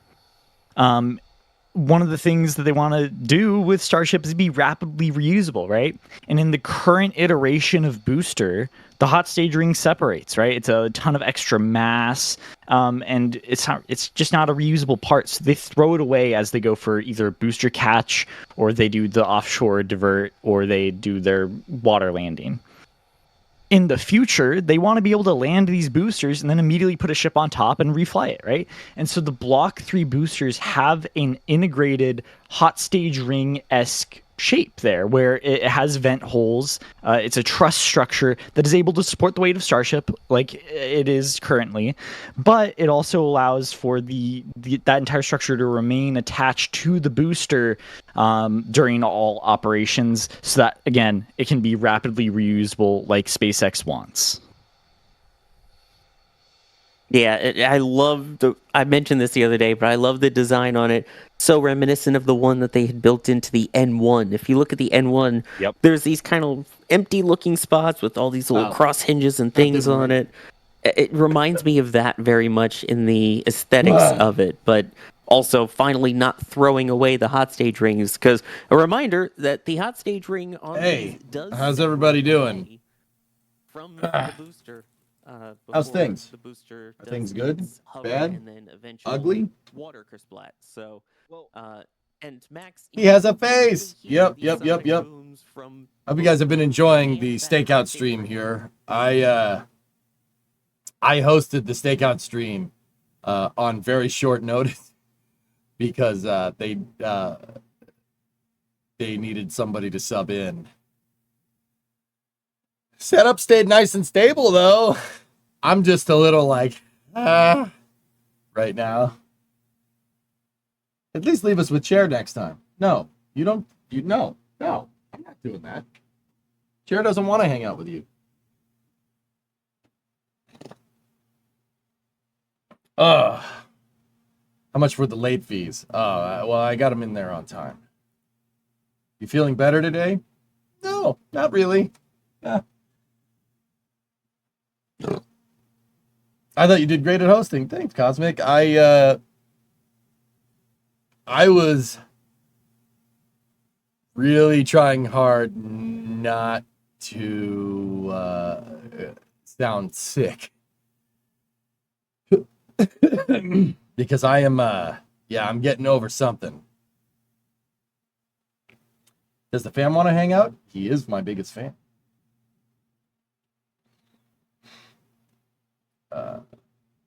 Yeah. So I got the hat today. I got the shirt. Typhoid Ernok. So actually let me put the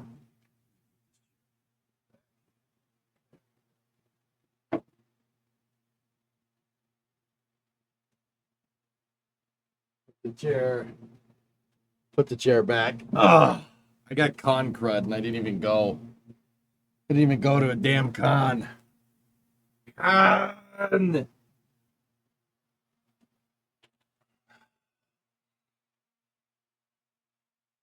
Okay, so what you've been watching in the background here is a Starbase Stakeout stream from my buddies over at NSF. Hey, Shmamaron, what's going on?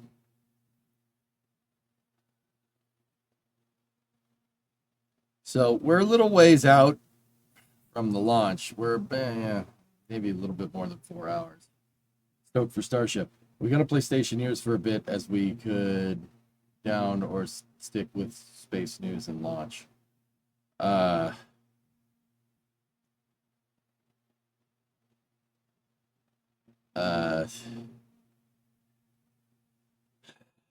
don't know, man. I'm trying not to push myself too hard right now.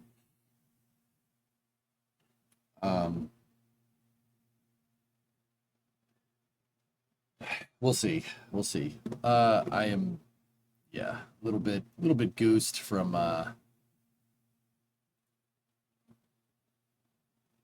getting up and doing that stakeout. That was a real last minute thing. I didn't sign up for any NSF stuff. Dude, those streams take a lot out of you. It takes a lot of focus to do those streams. Just sitting here talking, I mean, like when I'm here, I'm just talking with you guys. But over there, you got, I have Ryan in the back channel telling me what what camera angles he has and what he doesn't have. You have to control the questions. You have to control the support queue, and if you let it get too far away before you know what's going on, somebody tipped like $100, not complaining, but they did it like 3 hours ago, and you're like, you need laser focus for a long time. Yep. Did you see Elon's video inside a Star Factory? Oh boy, did I. Oh my goodness. That, and he went out to the pad too. Here, take a look at this, guys. The Starship. Don't need it. Look at that, man. Oh my goodness. These are 9 meters of Starship being built. Wow. Yeah, the Elon upshot, man. Dude, look at, there's all the header tanks right there.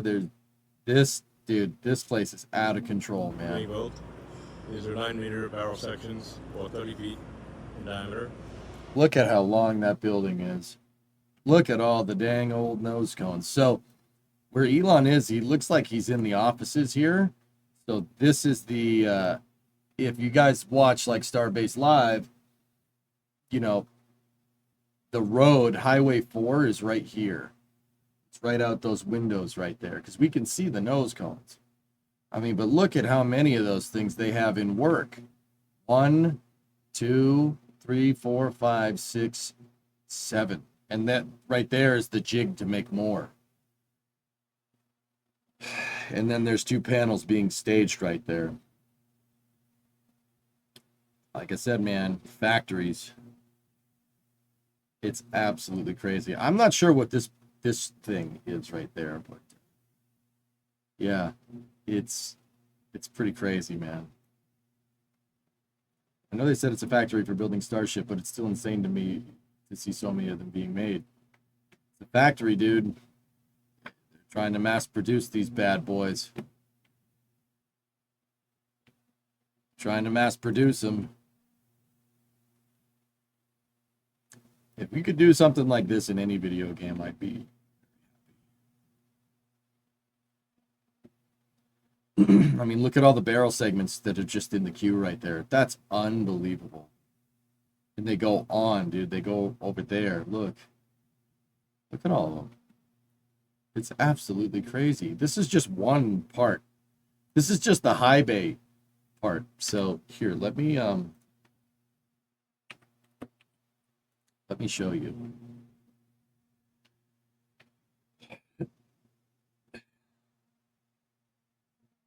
A few years ago, it was all dirt.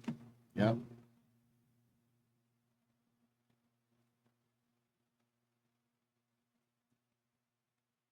So these are older pictures, right? But the offices are right here, and that balcony is right here, and you're looking at this part. Just That's just this part of the Star Factory. That's just a tiny bit. Star Factory goes all the way back over there. Hey, EJ, have you seen the new World of Tanks 2.0? It has a rocket map, the Russian rocket ship. I couldn't say the name of it. No, I haven't, but that's cool. Hey, Hannibal, what's going on?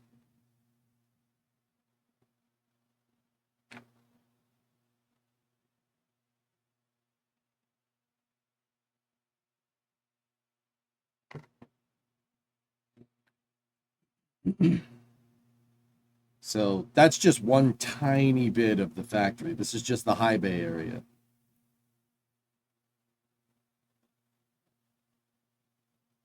Look at all of them, dude. Unfreaking believable. And then Elon posted a hello.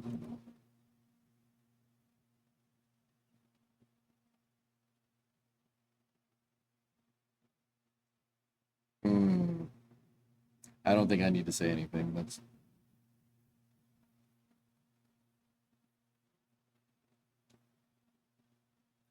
I think that covered thing is a visual screen to contain arc flash from the welding, most likely.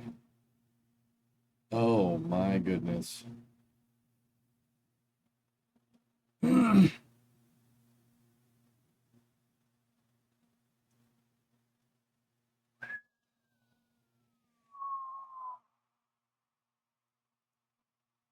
Absolutely nutty.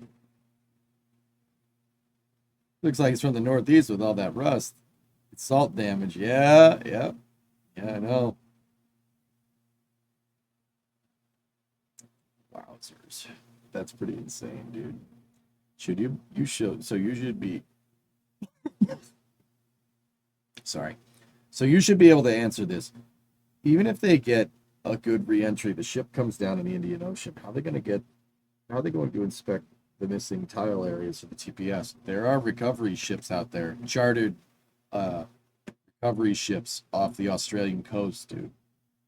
Now, Geek, I can't prove anything, and I'm not going to report this as an official source, but I've heard things. I've heard that one of those ships is big enough to tow. So there are ships out of over here somewhere, and Starship is going to come down right around here. And I've heard there were rumors of them towing it. Yes, it's just a rumor, though. We don't know for sure. We won't know for sure until they go and do it, or don't.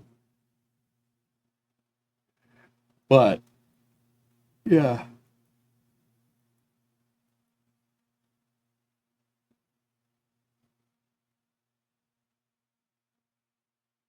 Do they use fresh water or salt water in the water deluge system? I'm sure fresh water so it doesn't rust things.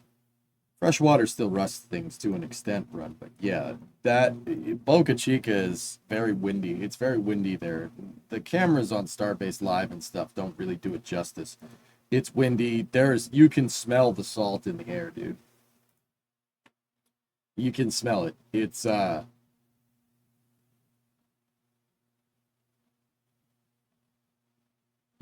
yeah, they're like all up in here. I see, like, okay, I'll pause the video. See all these paths and stuff? I've walked all up in there. All up in there, like all up in the dunes and stuff, man. It smells like salt everywhere. I mean, even when you're at Starbase, you still smell it. It's very, very bad for vehicles. Yeah, exactly. I'm really not confident in a landing with all these tile experiments. I also think losing it on entry because of the tiles is an acceptable outcome. Down here, salt is the way of life. It smells like a beach. Yeah, I know. Funny that. Basically, there's even there's salt humidity in the air. You can just leave something there, even if it doesn't get wet, it'll still rust out. I've seen what that thing does, what Boca Chica Beach does to equipment. Oh my goodness.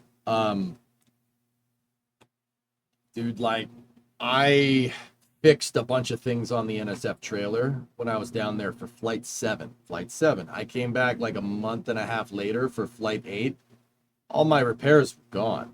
Like, gone. Now, to be fair, the metal braces that I used were still there. It's just what they were holding.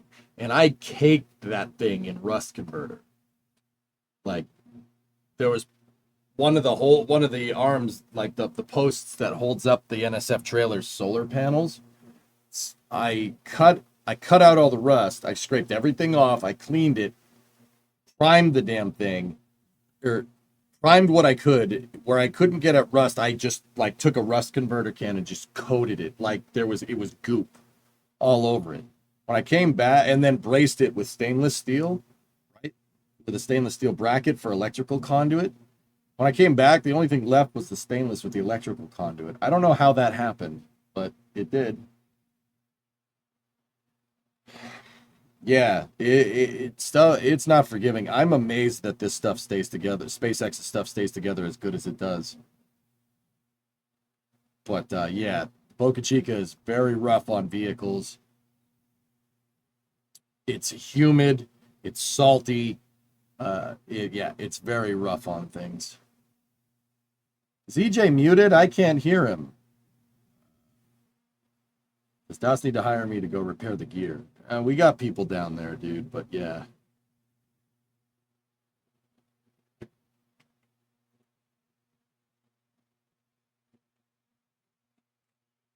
Oh, dear.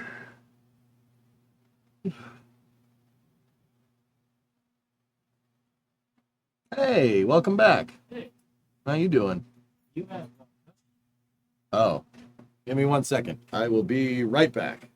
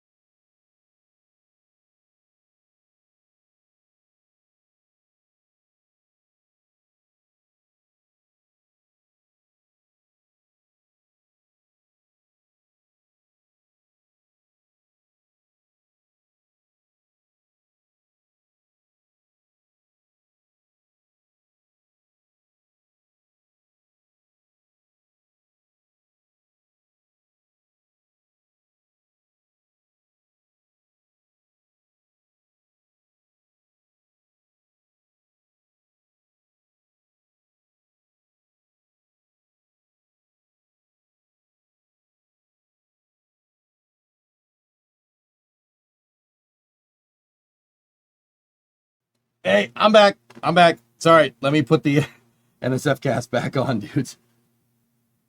It's been a screwy day.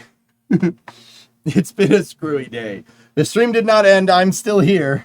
Sorry for blank screening you. One of my buddies came over and had a question about his car. I'm the guy.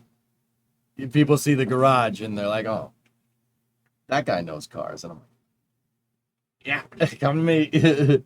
Did you have to poop? No. I would be very upfront about that if I had to do that.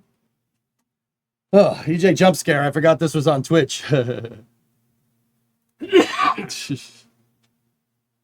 Also, hi. How's it going? Yeah, Ernok's here with me today. For now. Here, let's pop back open the NSF stream. Sorry about that. I don't mean to go intermittent on you, especially since we're 3 hours and 42 minutes from a Starship flight here. Yeah, that guy cars. Yeah, no. They see the 59 and the other stuff and they're like, that guy. Okay. All right, cool.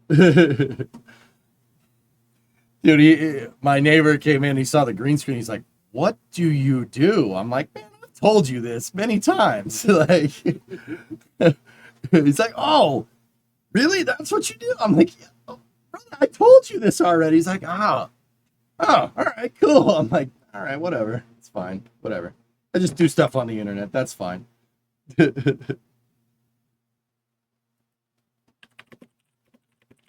Oh yeah, I got the mirror. You did? Yeah. Oh, excellent. Yeah. It's like a glove. Yeah. Cool. All right. Yeah, let it sit there in the sun all day and then we'll be good to go. Yep.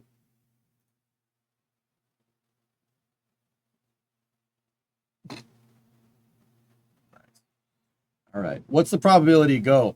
It seems okay. The weather is trending in the right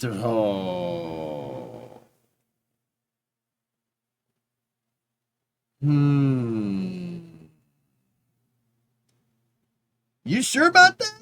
You sure? You were saying? That just looks like it's passing through. Eat your words. Yeah, it wouldn't be the first time, dude. A lot more propellant to flow into Here, Starship. let me it's tee about these 10 guys back times up. more propellant overall by volume compared to Falcon 9. Who's over and on the cast pumps, there? I even think they though got they Sawyer, are Max, and absolute Cody is who's up right now. beast of units. Beast they of cannot units. flow all of that propellant quick enough into both ship and booster, I guess quote unquote compete with the pumps and everything else that service Falcon 9 over at LC-39A and more commonly Slick 40. There is a lot more propellant to flow into the rocket. Guys, everything seems to be looking well. I mean, the weather notwithstanding, like they've cleared the pad, the beach is clear. You know, you never know. Like Elon just posted ready for launch. I was gonna say things are trending in the right direction. Hear what our mics pick up. Let me for see. those Did pumps. he? That's gonna be insane. Did Elon? Oh, now you're tempting me. I love it. I want to hear it now.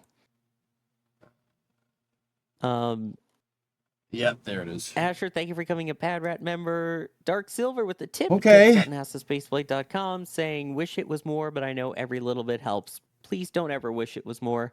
And to everyone out there, please do not donate above your means.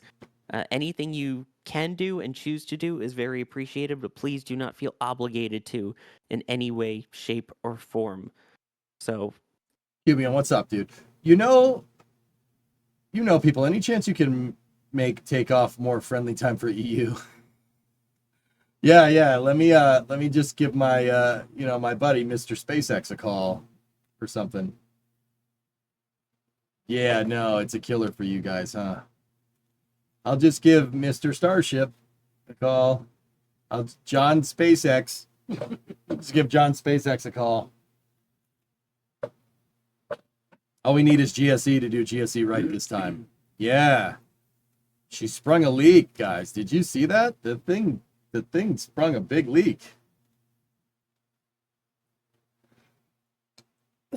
It looks like weather right now is west of Brownsville going north, and it looks clear for the launch. I'm going to pop us over. I'm going to put that stream up there, and I'm going to get up the Starbase live stream because I'm not doing the stakeout right now. Ooh, new ice cream. NSFSPL. Oh yeah, dude. Here we go. We got the 4 box here. Do they use space duct tape to fix a leak?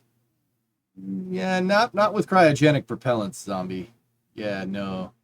Duct tape is really good. More, okay, I'm going to give a real answer to the question just because my brain is kind of fried today. Duct tape is more for pneumatic applications. It's not duct tape, it's duct with a T, ducting, like ducting for a house, duct tape. So it's better for pneumatic applications, like fixing a spacesuit. I don't think that's ever been done, but it may have been done. Wabbit season. Duck season. Wabbit season. Duck season. Wabbit season. Duck season. I say it's duck season, and I say fire.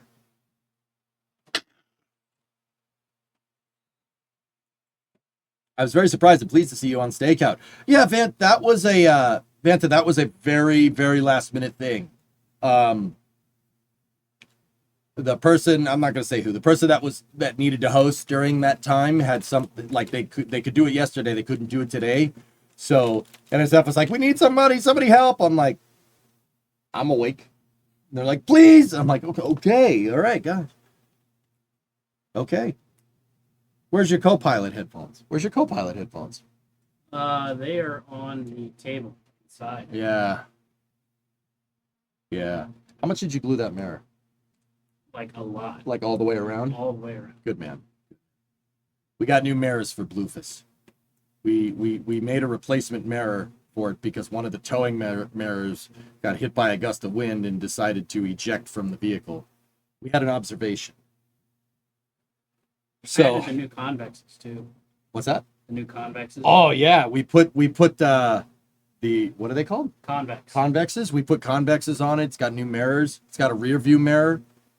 We went to the auto parts store and parted out we parted out 2 mirrors to make one good one. Yeah. And now it looks good. And we did that so we could get the Ford stuff, the OE, as much of the OE Ford stuff as we possibly could back on the truck so it still looks good. It's free now. It's living its best life in nature. Or it's slammed into the asphalt going like 60 miles an hour or something. Yeah. Why are you saying mirror like that? Am I saying it wrong? Sounded right to me. Mirror. Roads. It's possible a little bit of your Bostonian came out when you said meh. Mirror. Sawhorse. Sawhorse. Mirror. Room. Trying to change lanes towing a trailer with those old mirrors was not fun. I mean, yeah, no, it's good. Sawhorse. Room. Mirror. Damn it. Who's feeding me? I'm feeding me.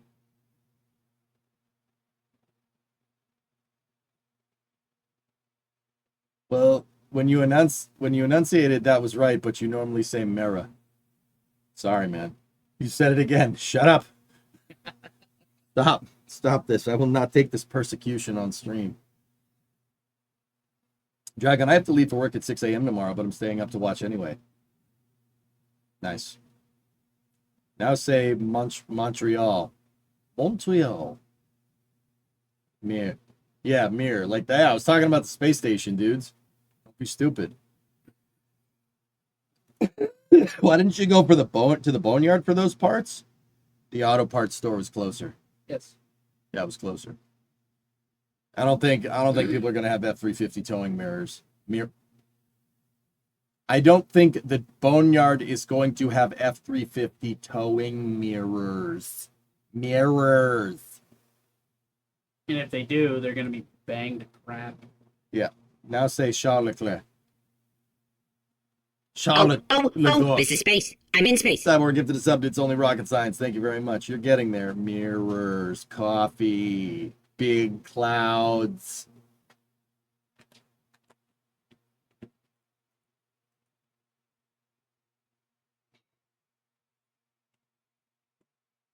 Pronounced it correctly when you weren't trying to fake it. Sorry. How are we feeling today? I'm feeling good about the Starship launch. Those clouds are a little concerning, but they should be gone in 3.5 hours. What the Ernok doing? What is the Ernok doing? Wouldn't you like to know? Wouldn't you like to know?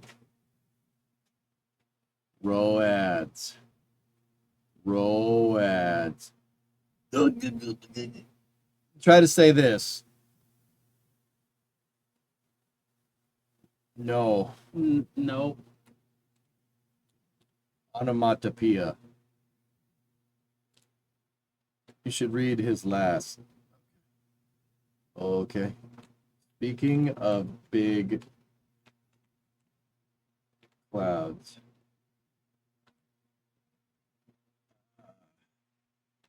How's the Stationeer's base going? Did the mods blow it up yet?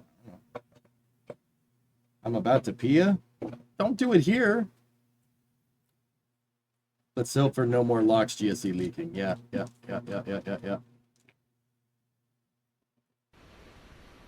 Get D20, idiot.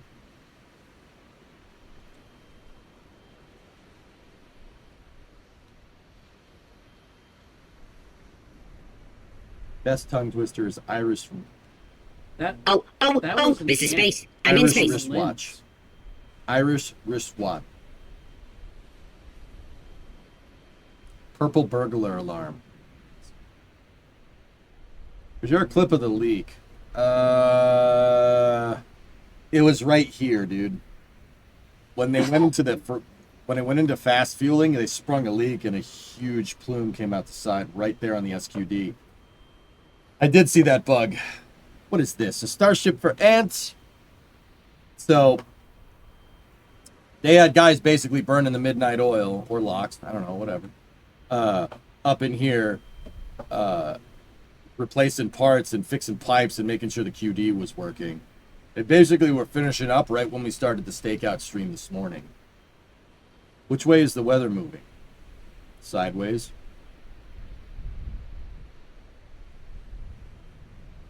You can't burn locks. I know. It was a joke, Sora. Sora.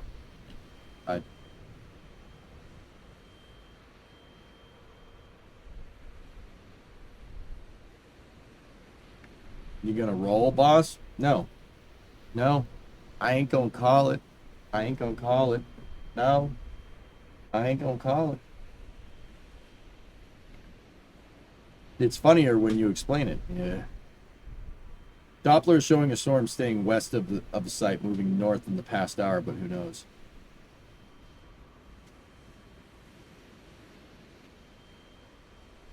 Yeah, 9510 environment. There were environmentalists, and they were mad about something that clearly wasn't the environment. So they got on some boats with internal combustion outboard engines, and then took fire extinguishers and shot them up in the air as a form of protest. To help the environment or something.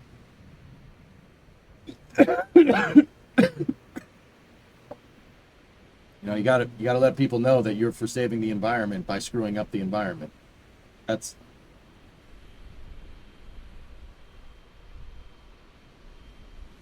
keep seeing the viewing maps where people could see the launch today at 10 p.m. in Wallops. Are we gonna be able to see it? There's a launch in Wallops, dude.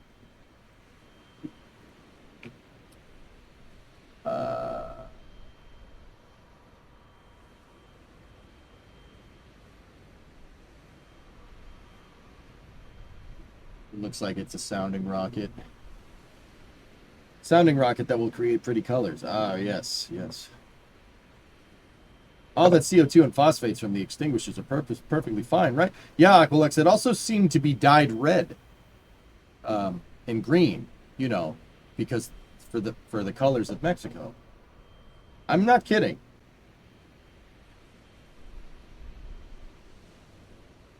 Yeah. They sprayed that into the ocean. I'm sure that's fine. I'm sure it's fine.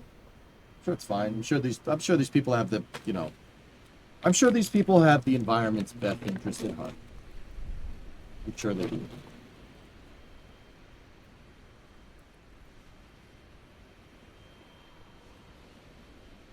You're not picking up my sarcasm. Well, I don't know what to tell you. I'm laying it on pretty thick.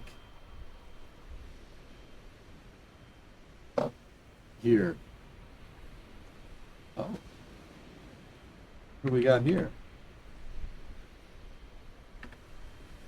What is this, my dude?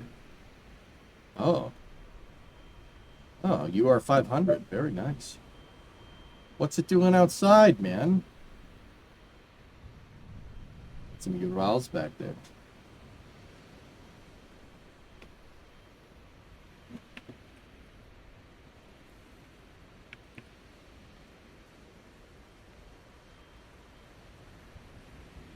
Yeah, there you go, man. Post that link up, dude. Got a Proton M right there. Yeah. Yeah, very good. Very nice. Any YouTube live stream today? Twitch is horrible and bad on my 4G. Yeah. Yeah, we could, I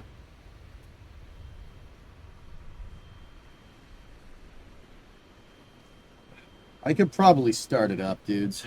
I am a hot mess today. Doing that Starbase, doing the Starbase stakeout this morning really screwed me all up. How long has Proton been flying for? 60s? Just checking in. No worries if you can't. Should be able to tee it up. Shouldn't be an issue. Surely you got the horsepower to dual stream now. Of course it is.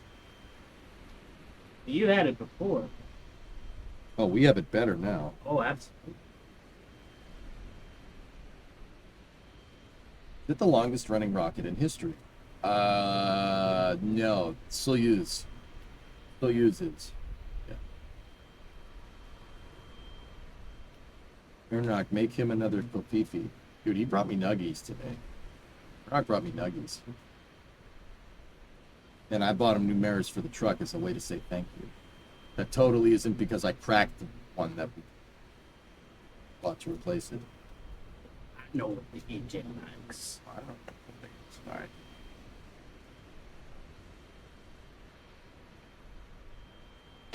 You think you need a few days to recover? Well,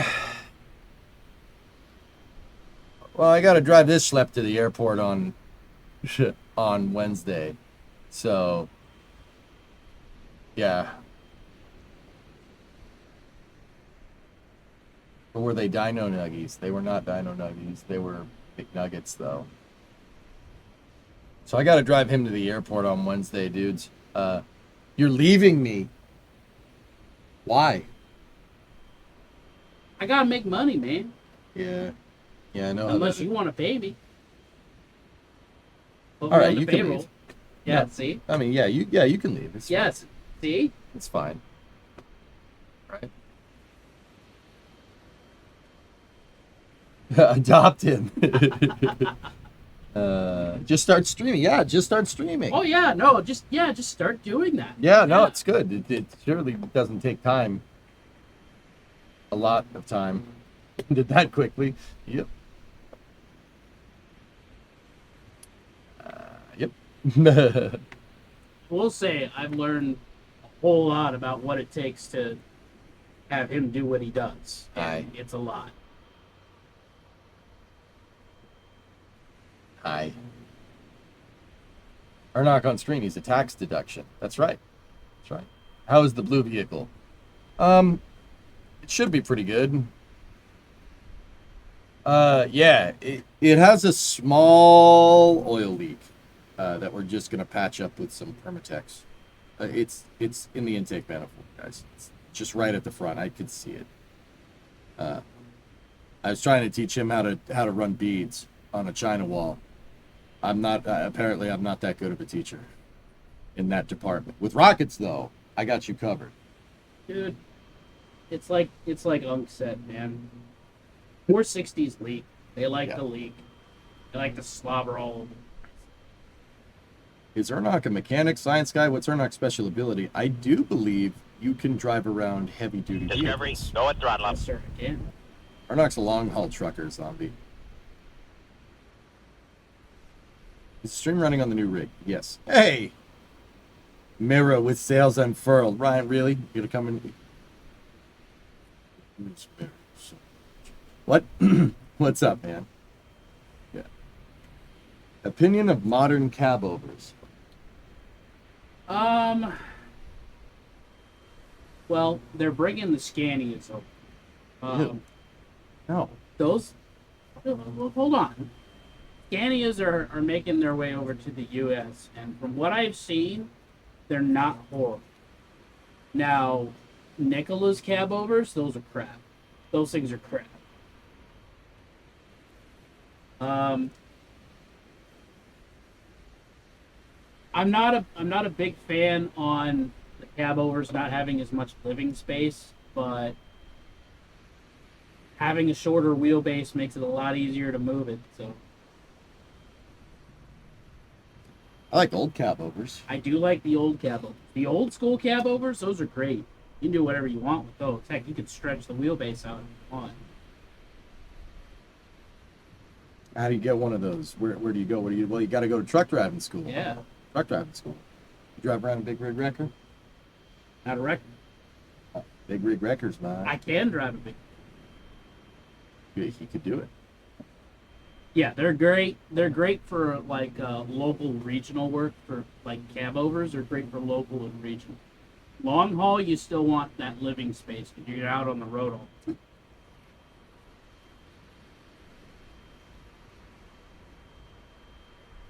Now, what I will say, and it's been mentioned a couple of times, I do like what Edison's doing. Now, the red tape that they're running into, I don't like that so much. But unfortunately, I knew something was going to happen. But they're still working through it, which is great. We can't do things like encouraging capitalism. No. Canadians, probably. No, never do that. No, never do that.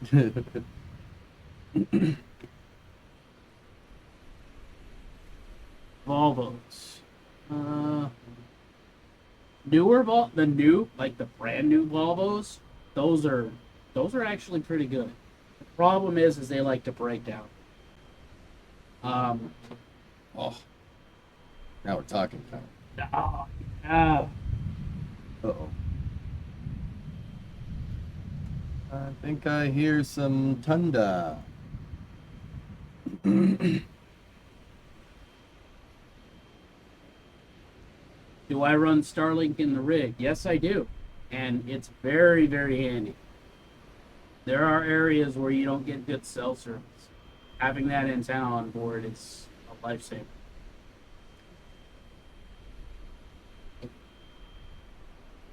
Wow, rude. My dad made Volvo trucks. Waiting on chill down to start. I mean, yeah, Brian, we should see some Pope Van action here soon, right? It was fun doing the stakeout, but dude, the stakeout really screwed me up. I'm getting over something right now, and I'm just like, Yeah, that's my bad. You want a fresh one? Want a fresh one? That bit of red tape is just a lack of force. Oh, I was going to say something. Foresight. Someone didn't imagine you could do something other than what the Prius did for hybrid, and someone else got upset because of Dieselgate. The two interacted in ways no one foresaw. Fixing it in a reasonable time takes the agitation they're doing.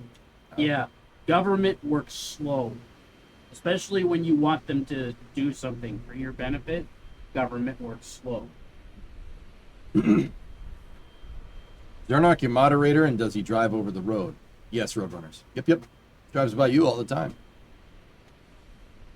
Speaking of, Pope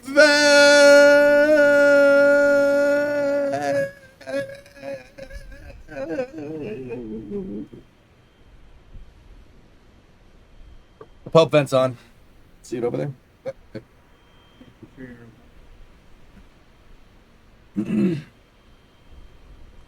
Cool. It's funny, one of my moderators is the Overroad Trucker as well. They're great mods, because, yeah, they got to have something going on in the background, right? Absolutely.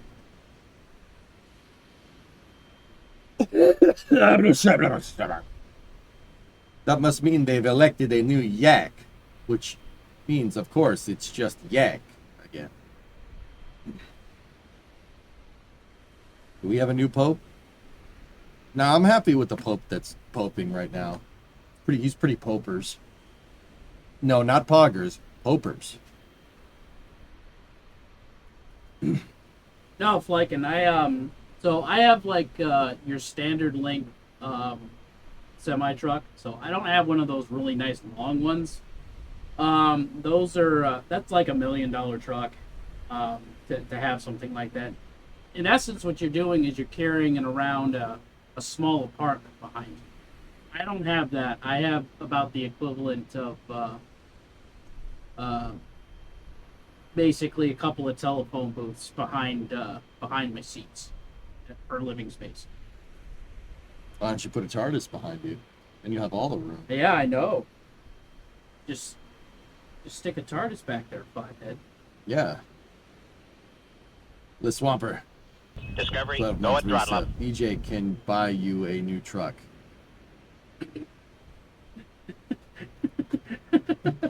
What do I look like? I'm made of money? What do I look like an ATM to you?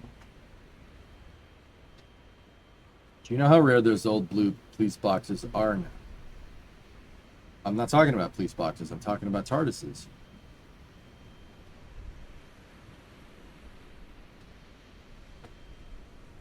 You're correct, Karen. That's exactly the size the LEM was.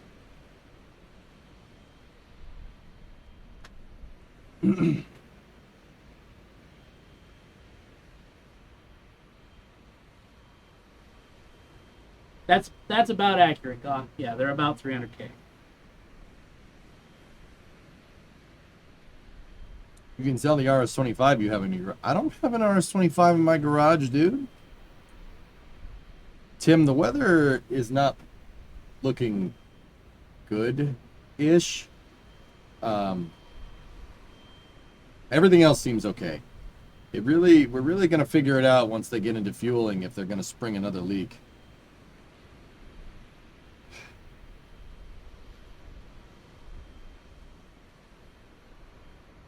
Yep, the vent, the heat exchanger vent. We saw it go for a second, which means that we're trending in the right direction, but we'll see.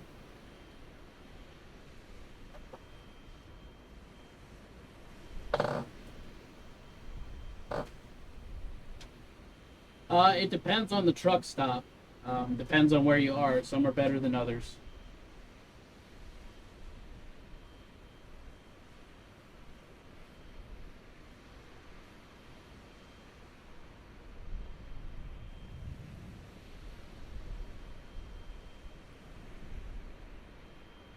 The universe might explode, zombie.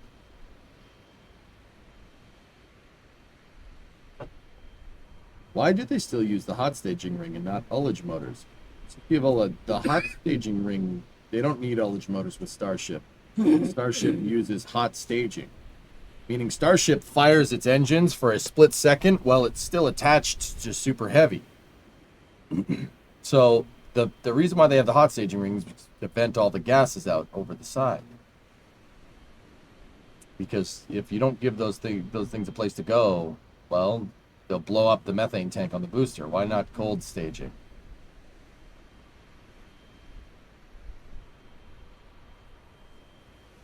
Hot staging is, believe it or not, probably the simplest form of stage separation that you can do.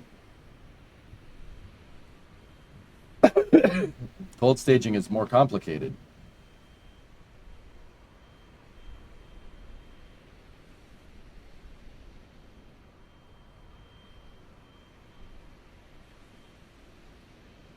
It's already cold up there. Yeah, exactly. You don't need to make it colder.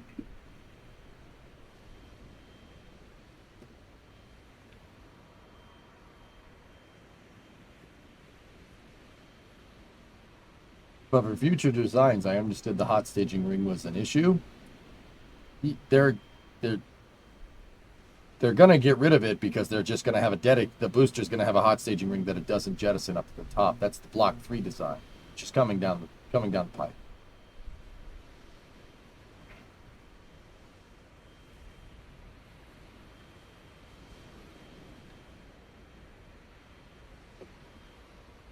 Yeah. It's funny because the hot staging ring on the block, the hot staging mechanism on the Block 3 booster looks like Soyuz or N1. It's pretty crazy. Yeah, it here.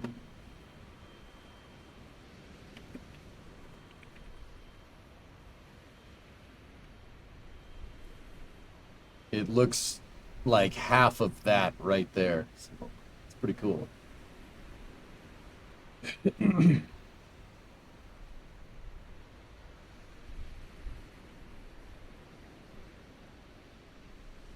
Yeah, Proton. Yeah, exactly. Where's that link then?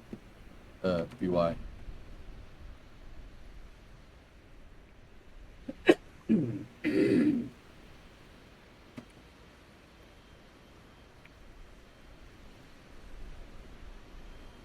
Proton has a hot staging design as well.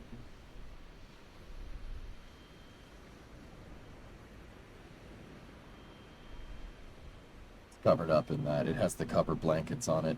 But yeah, see, it's right there. Detonation suppression system test. Oh yeah.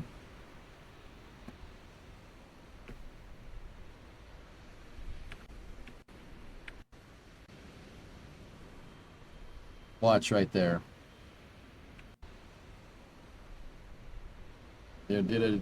That is part of the startup sequence for the pad. They did a DSS test right there.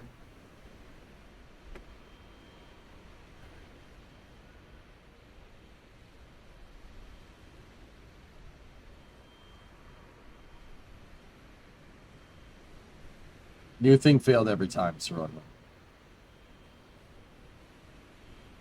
The whoops, we screwed up system.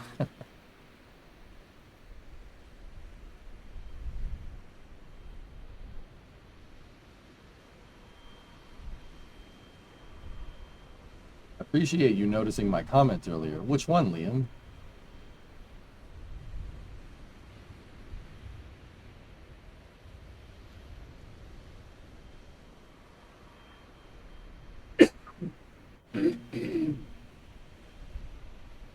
About you hosting? Oh, yeah, of course.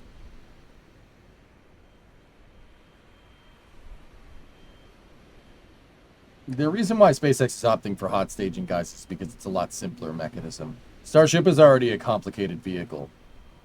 Two-stage, fully reusable. It's already a complicated vehicle. SpaceX is trying to simplify. That's why they opted for a hot staging system. Why the evening launch time? I'm ready now. Because they want, I mean, Jay, you want an honest answer? They want it to be daytime when Starship goes through reentry. That's the honest truth.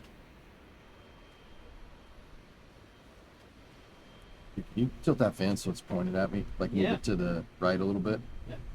Just getting a little toasty in here. That's it. Tilt it up a little bit more. Oh yeah, we good now. We are cooking with gas.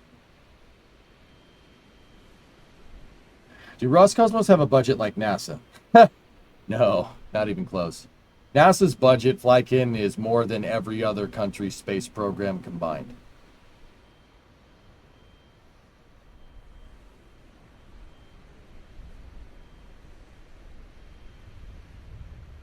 Could use a fuel settling lesson here. I think you might have some non-regulars.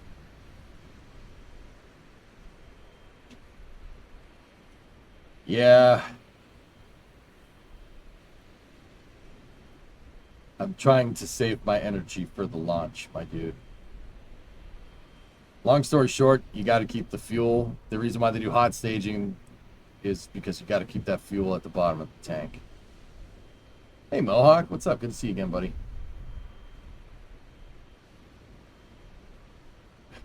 Act like some,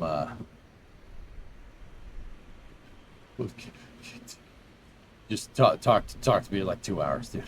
Talk to me in like 2 hours, man. I am toasty. So how are they able to keep Proton and Soyuz going? Well, they build them, and then they take them by rail to the launch pads, and then they launch them. I'm fine, Karen. I'm fine. I just got to take it slow. We just got to pace ourselves here. Did you mean all other countries combined? That is what I said, is it not?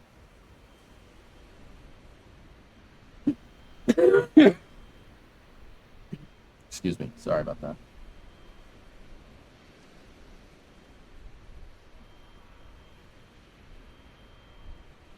Think they're trying to see how fast they can get the thing to launch? I don't know. Maybe.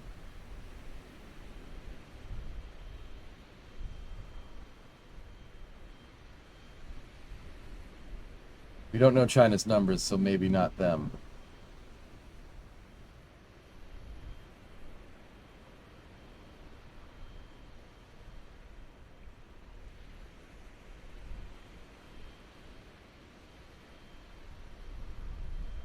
Yeah, Dragon, you know, COVID ain't too bad nowadays. I mean, I don't know if that's what we got, but whatever it did, it took all my energy, dude, which kind of sucks. But it's okay.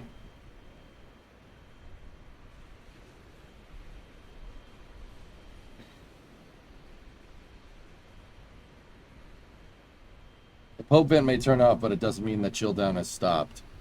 Ah. Oop, there's the security helicopter. That's Coast Guard livery, but not Coast Guard livery. Do you ever think the Scottish site will be used for launches like ever? Saxavord? Or Shetland? Which one? I think it'll get used. RFA just had a little bit of a problem with their pad.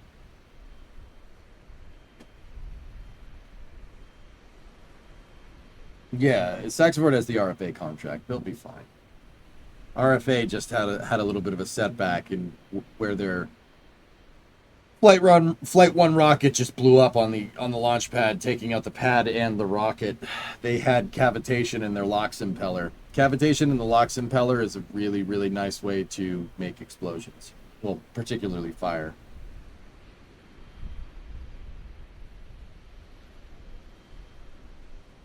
Yeah, that was a little while ago, though, dudes.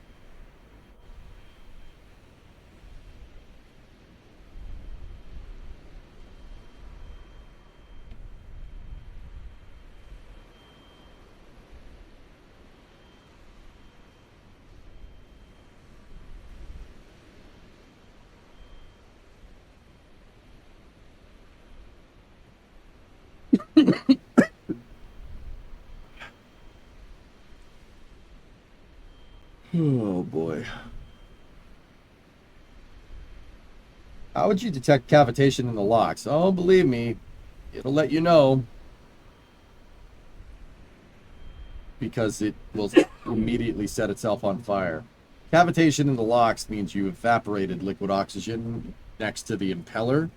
And in that particular environment where you have an extremely gaseous high pressure because, the hydraulics is pushing the gas up against the impeller, the impeller turns into your fuel. Liquid oxygen in the right conditions can make anything explode. You can make anything fuel in the right conditions.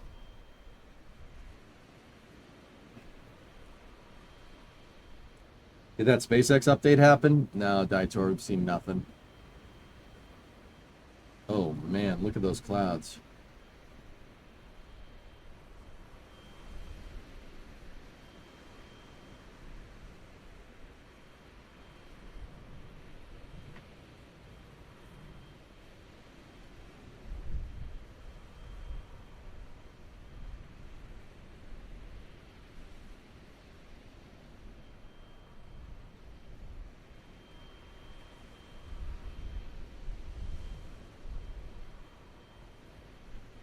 Give me 1 second, guys.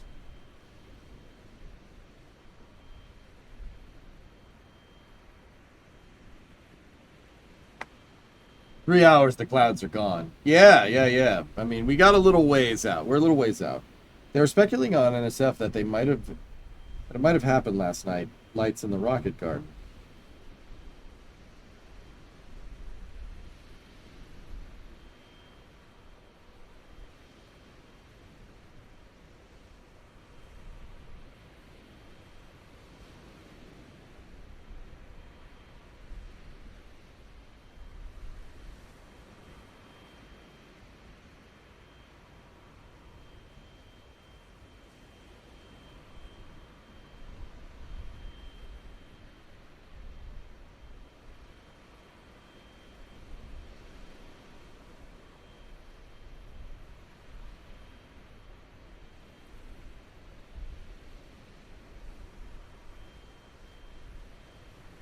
That cell in the back is dying out and going north.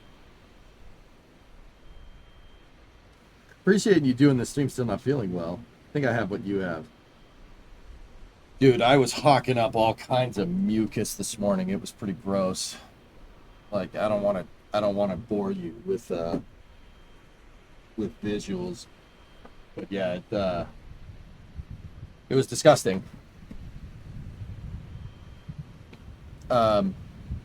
Yeah, I got the Dayquil going, I got Sudafed going, I got cough drops going, I had coffee this morning, some hot coffee to clear everything out.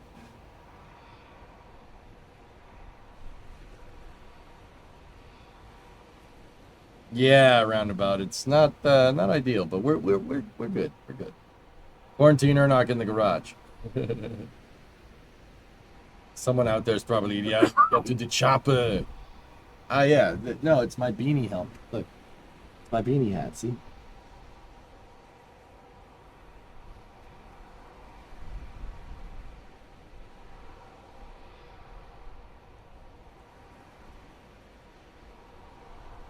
Yeah, there you go.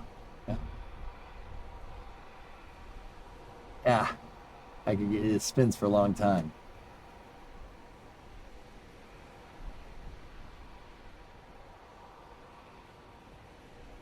Hello. Can I have a word from my husband? Yeah. Guys, I'll be right back. Here, let me pipe in the NSF feed.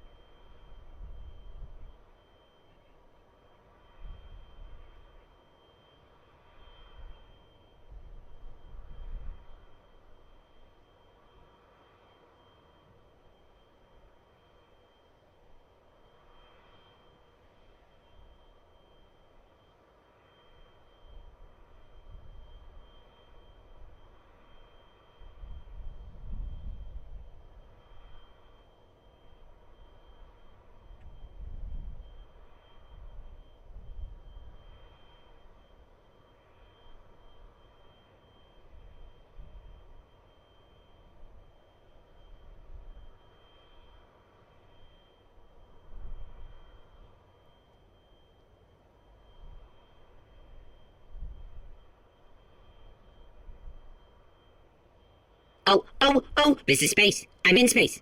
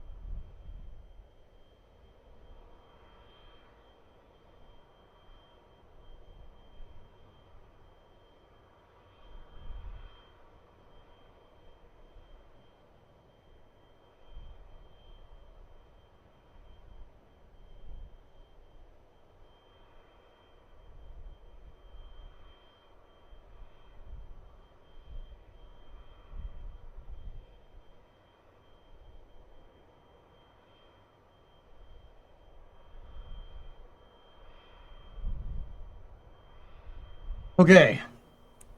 All right. I'm back. And we should be good to go. I'm about to say that I think I've gotten everything good.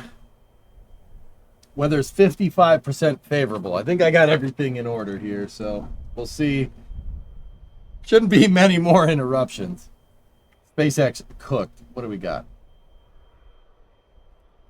Offer something first so you don't scare the crap out of us. Ooh. We got an update from these boys and girls. Did you crash? No. Only a little.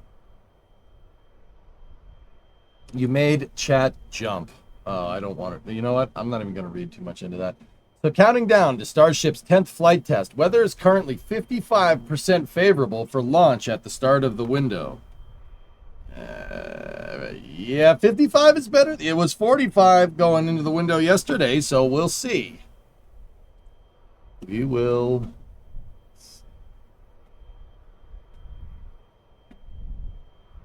All right, I'm going to move that window over there. We're going to pop that window out there. Do this. All right, so what I'm going to do now. Great joke. What is the great joke? SpaceX providing excellent Starbase desktop background since 2019. Yep. Oh, hello. Yeah, you ain't kidding. 55% of the time, it goes every time.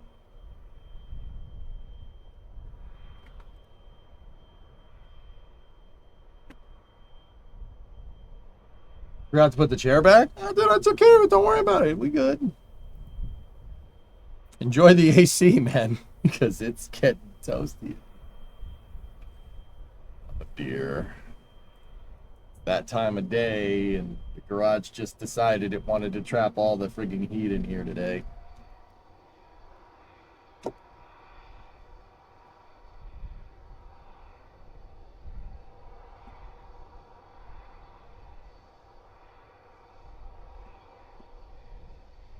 How much is that in European? 27. That's an awesome picture. I like that. Danger Dune. That's Danger Dune right there. Actually, no, Danger Dune's over that way. That's awesome.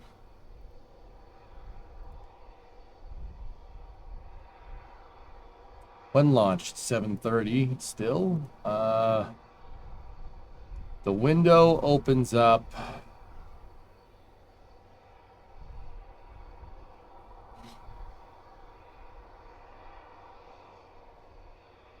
Yeah, that's about right. 7:30. Yep. Is there a video explaining this mission? Okay. Emo, I will get back to you on that.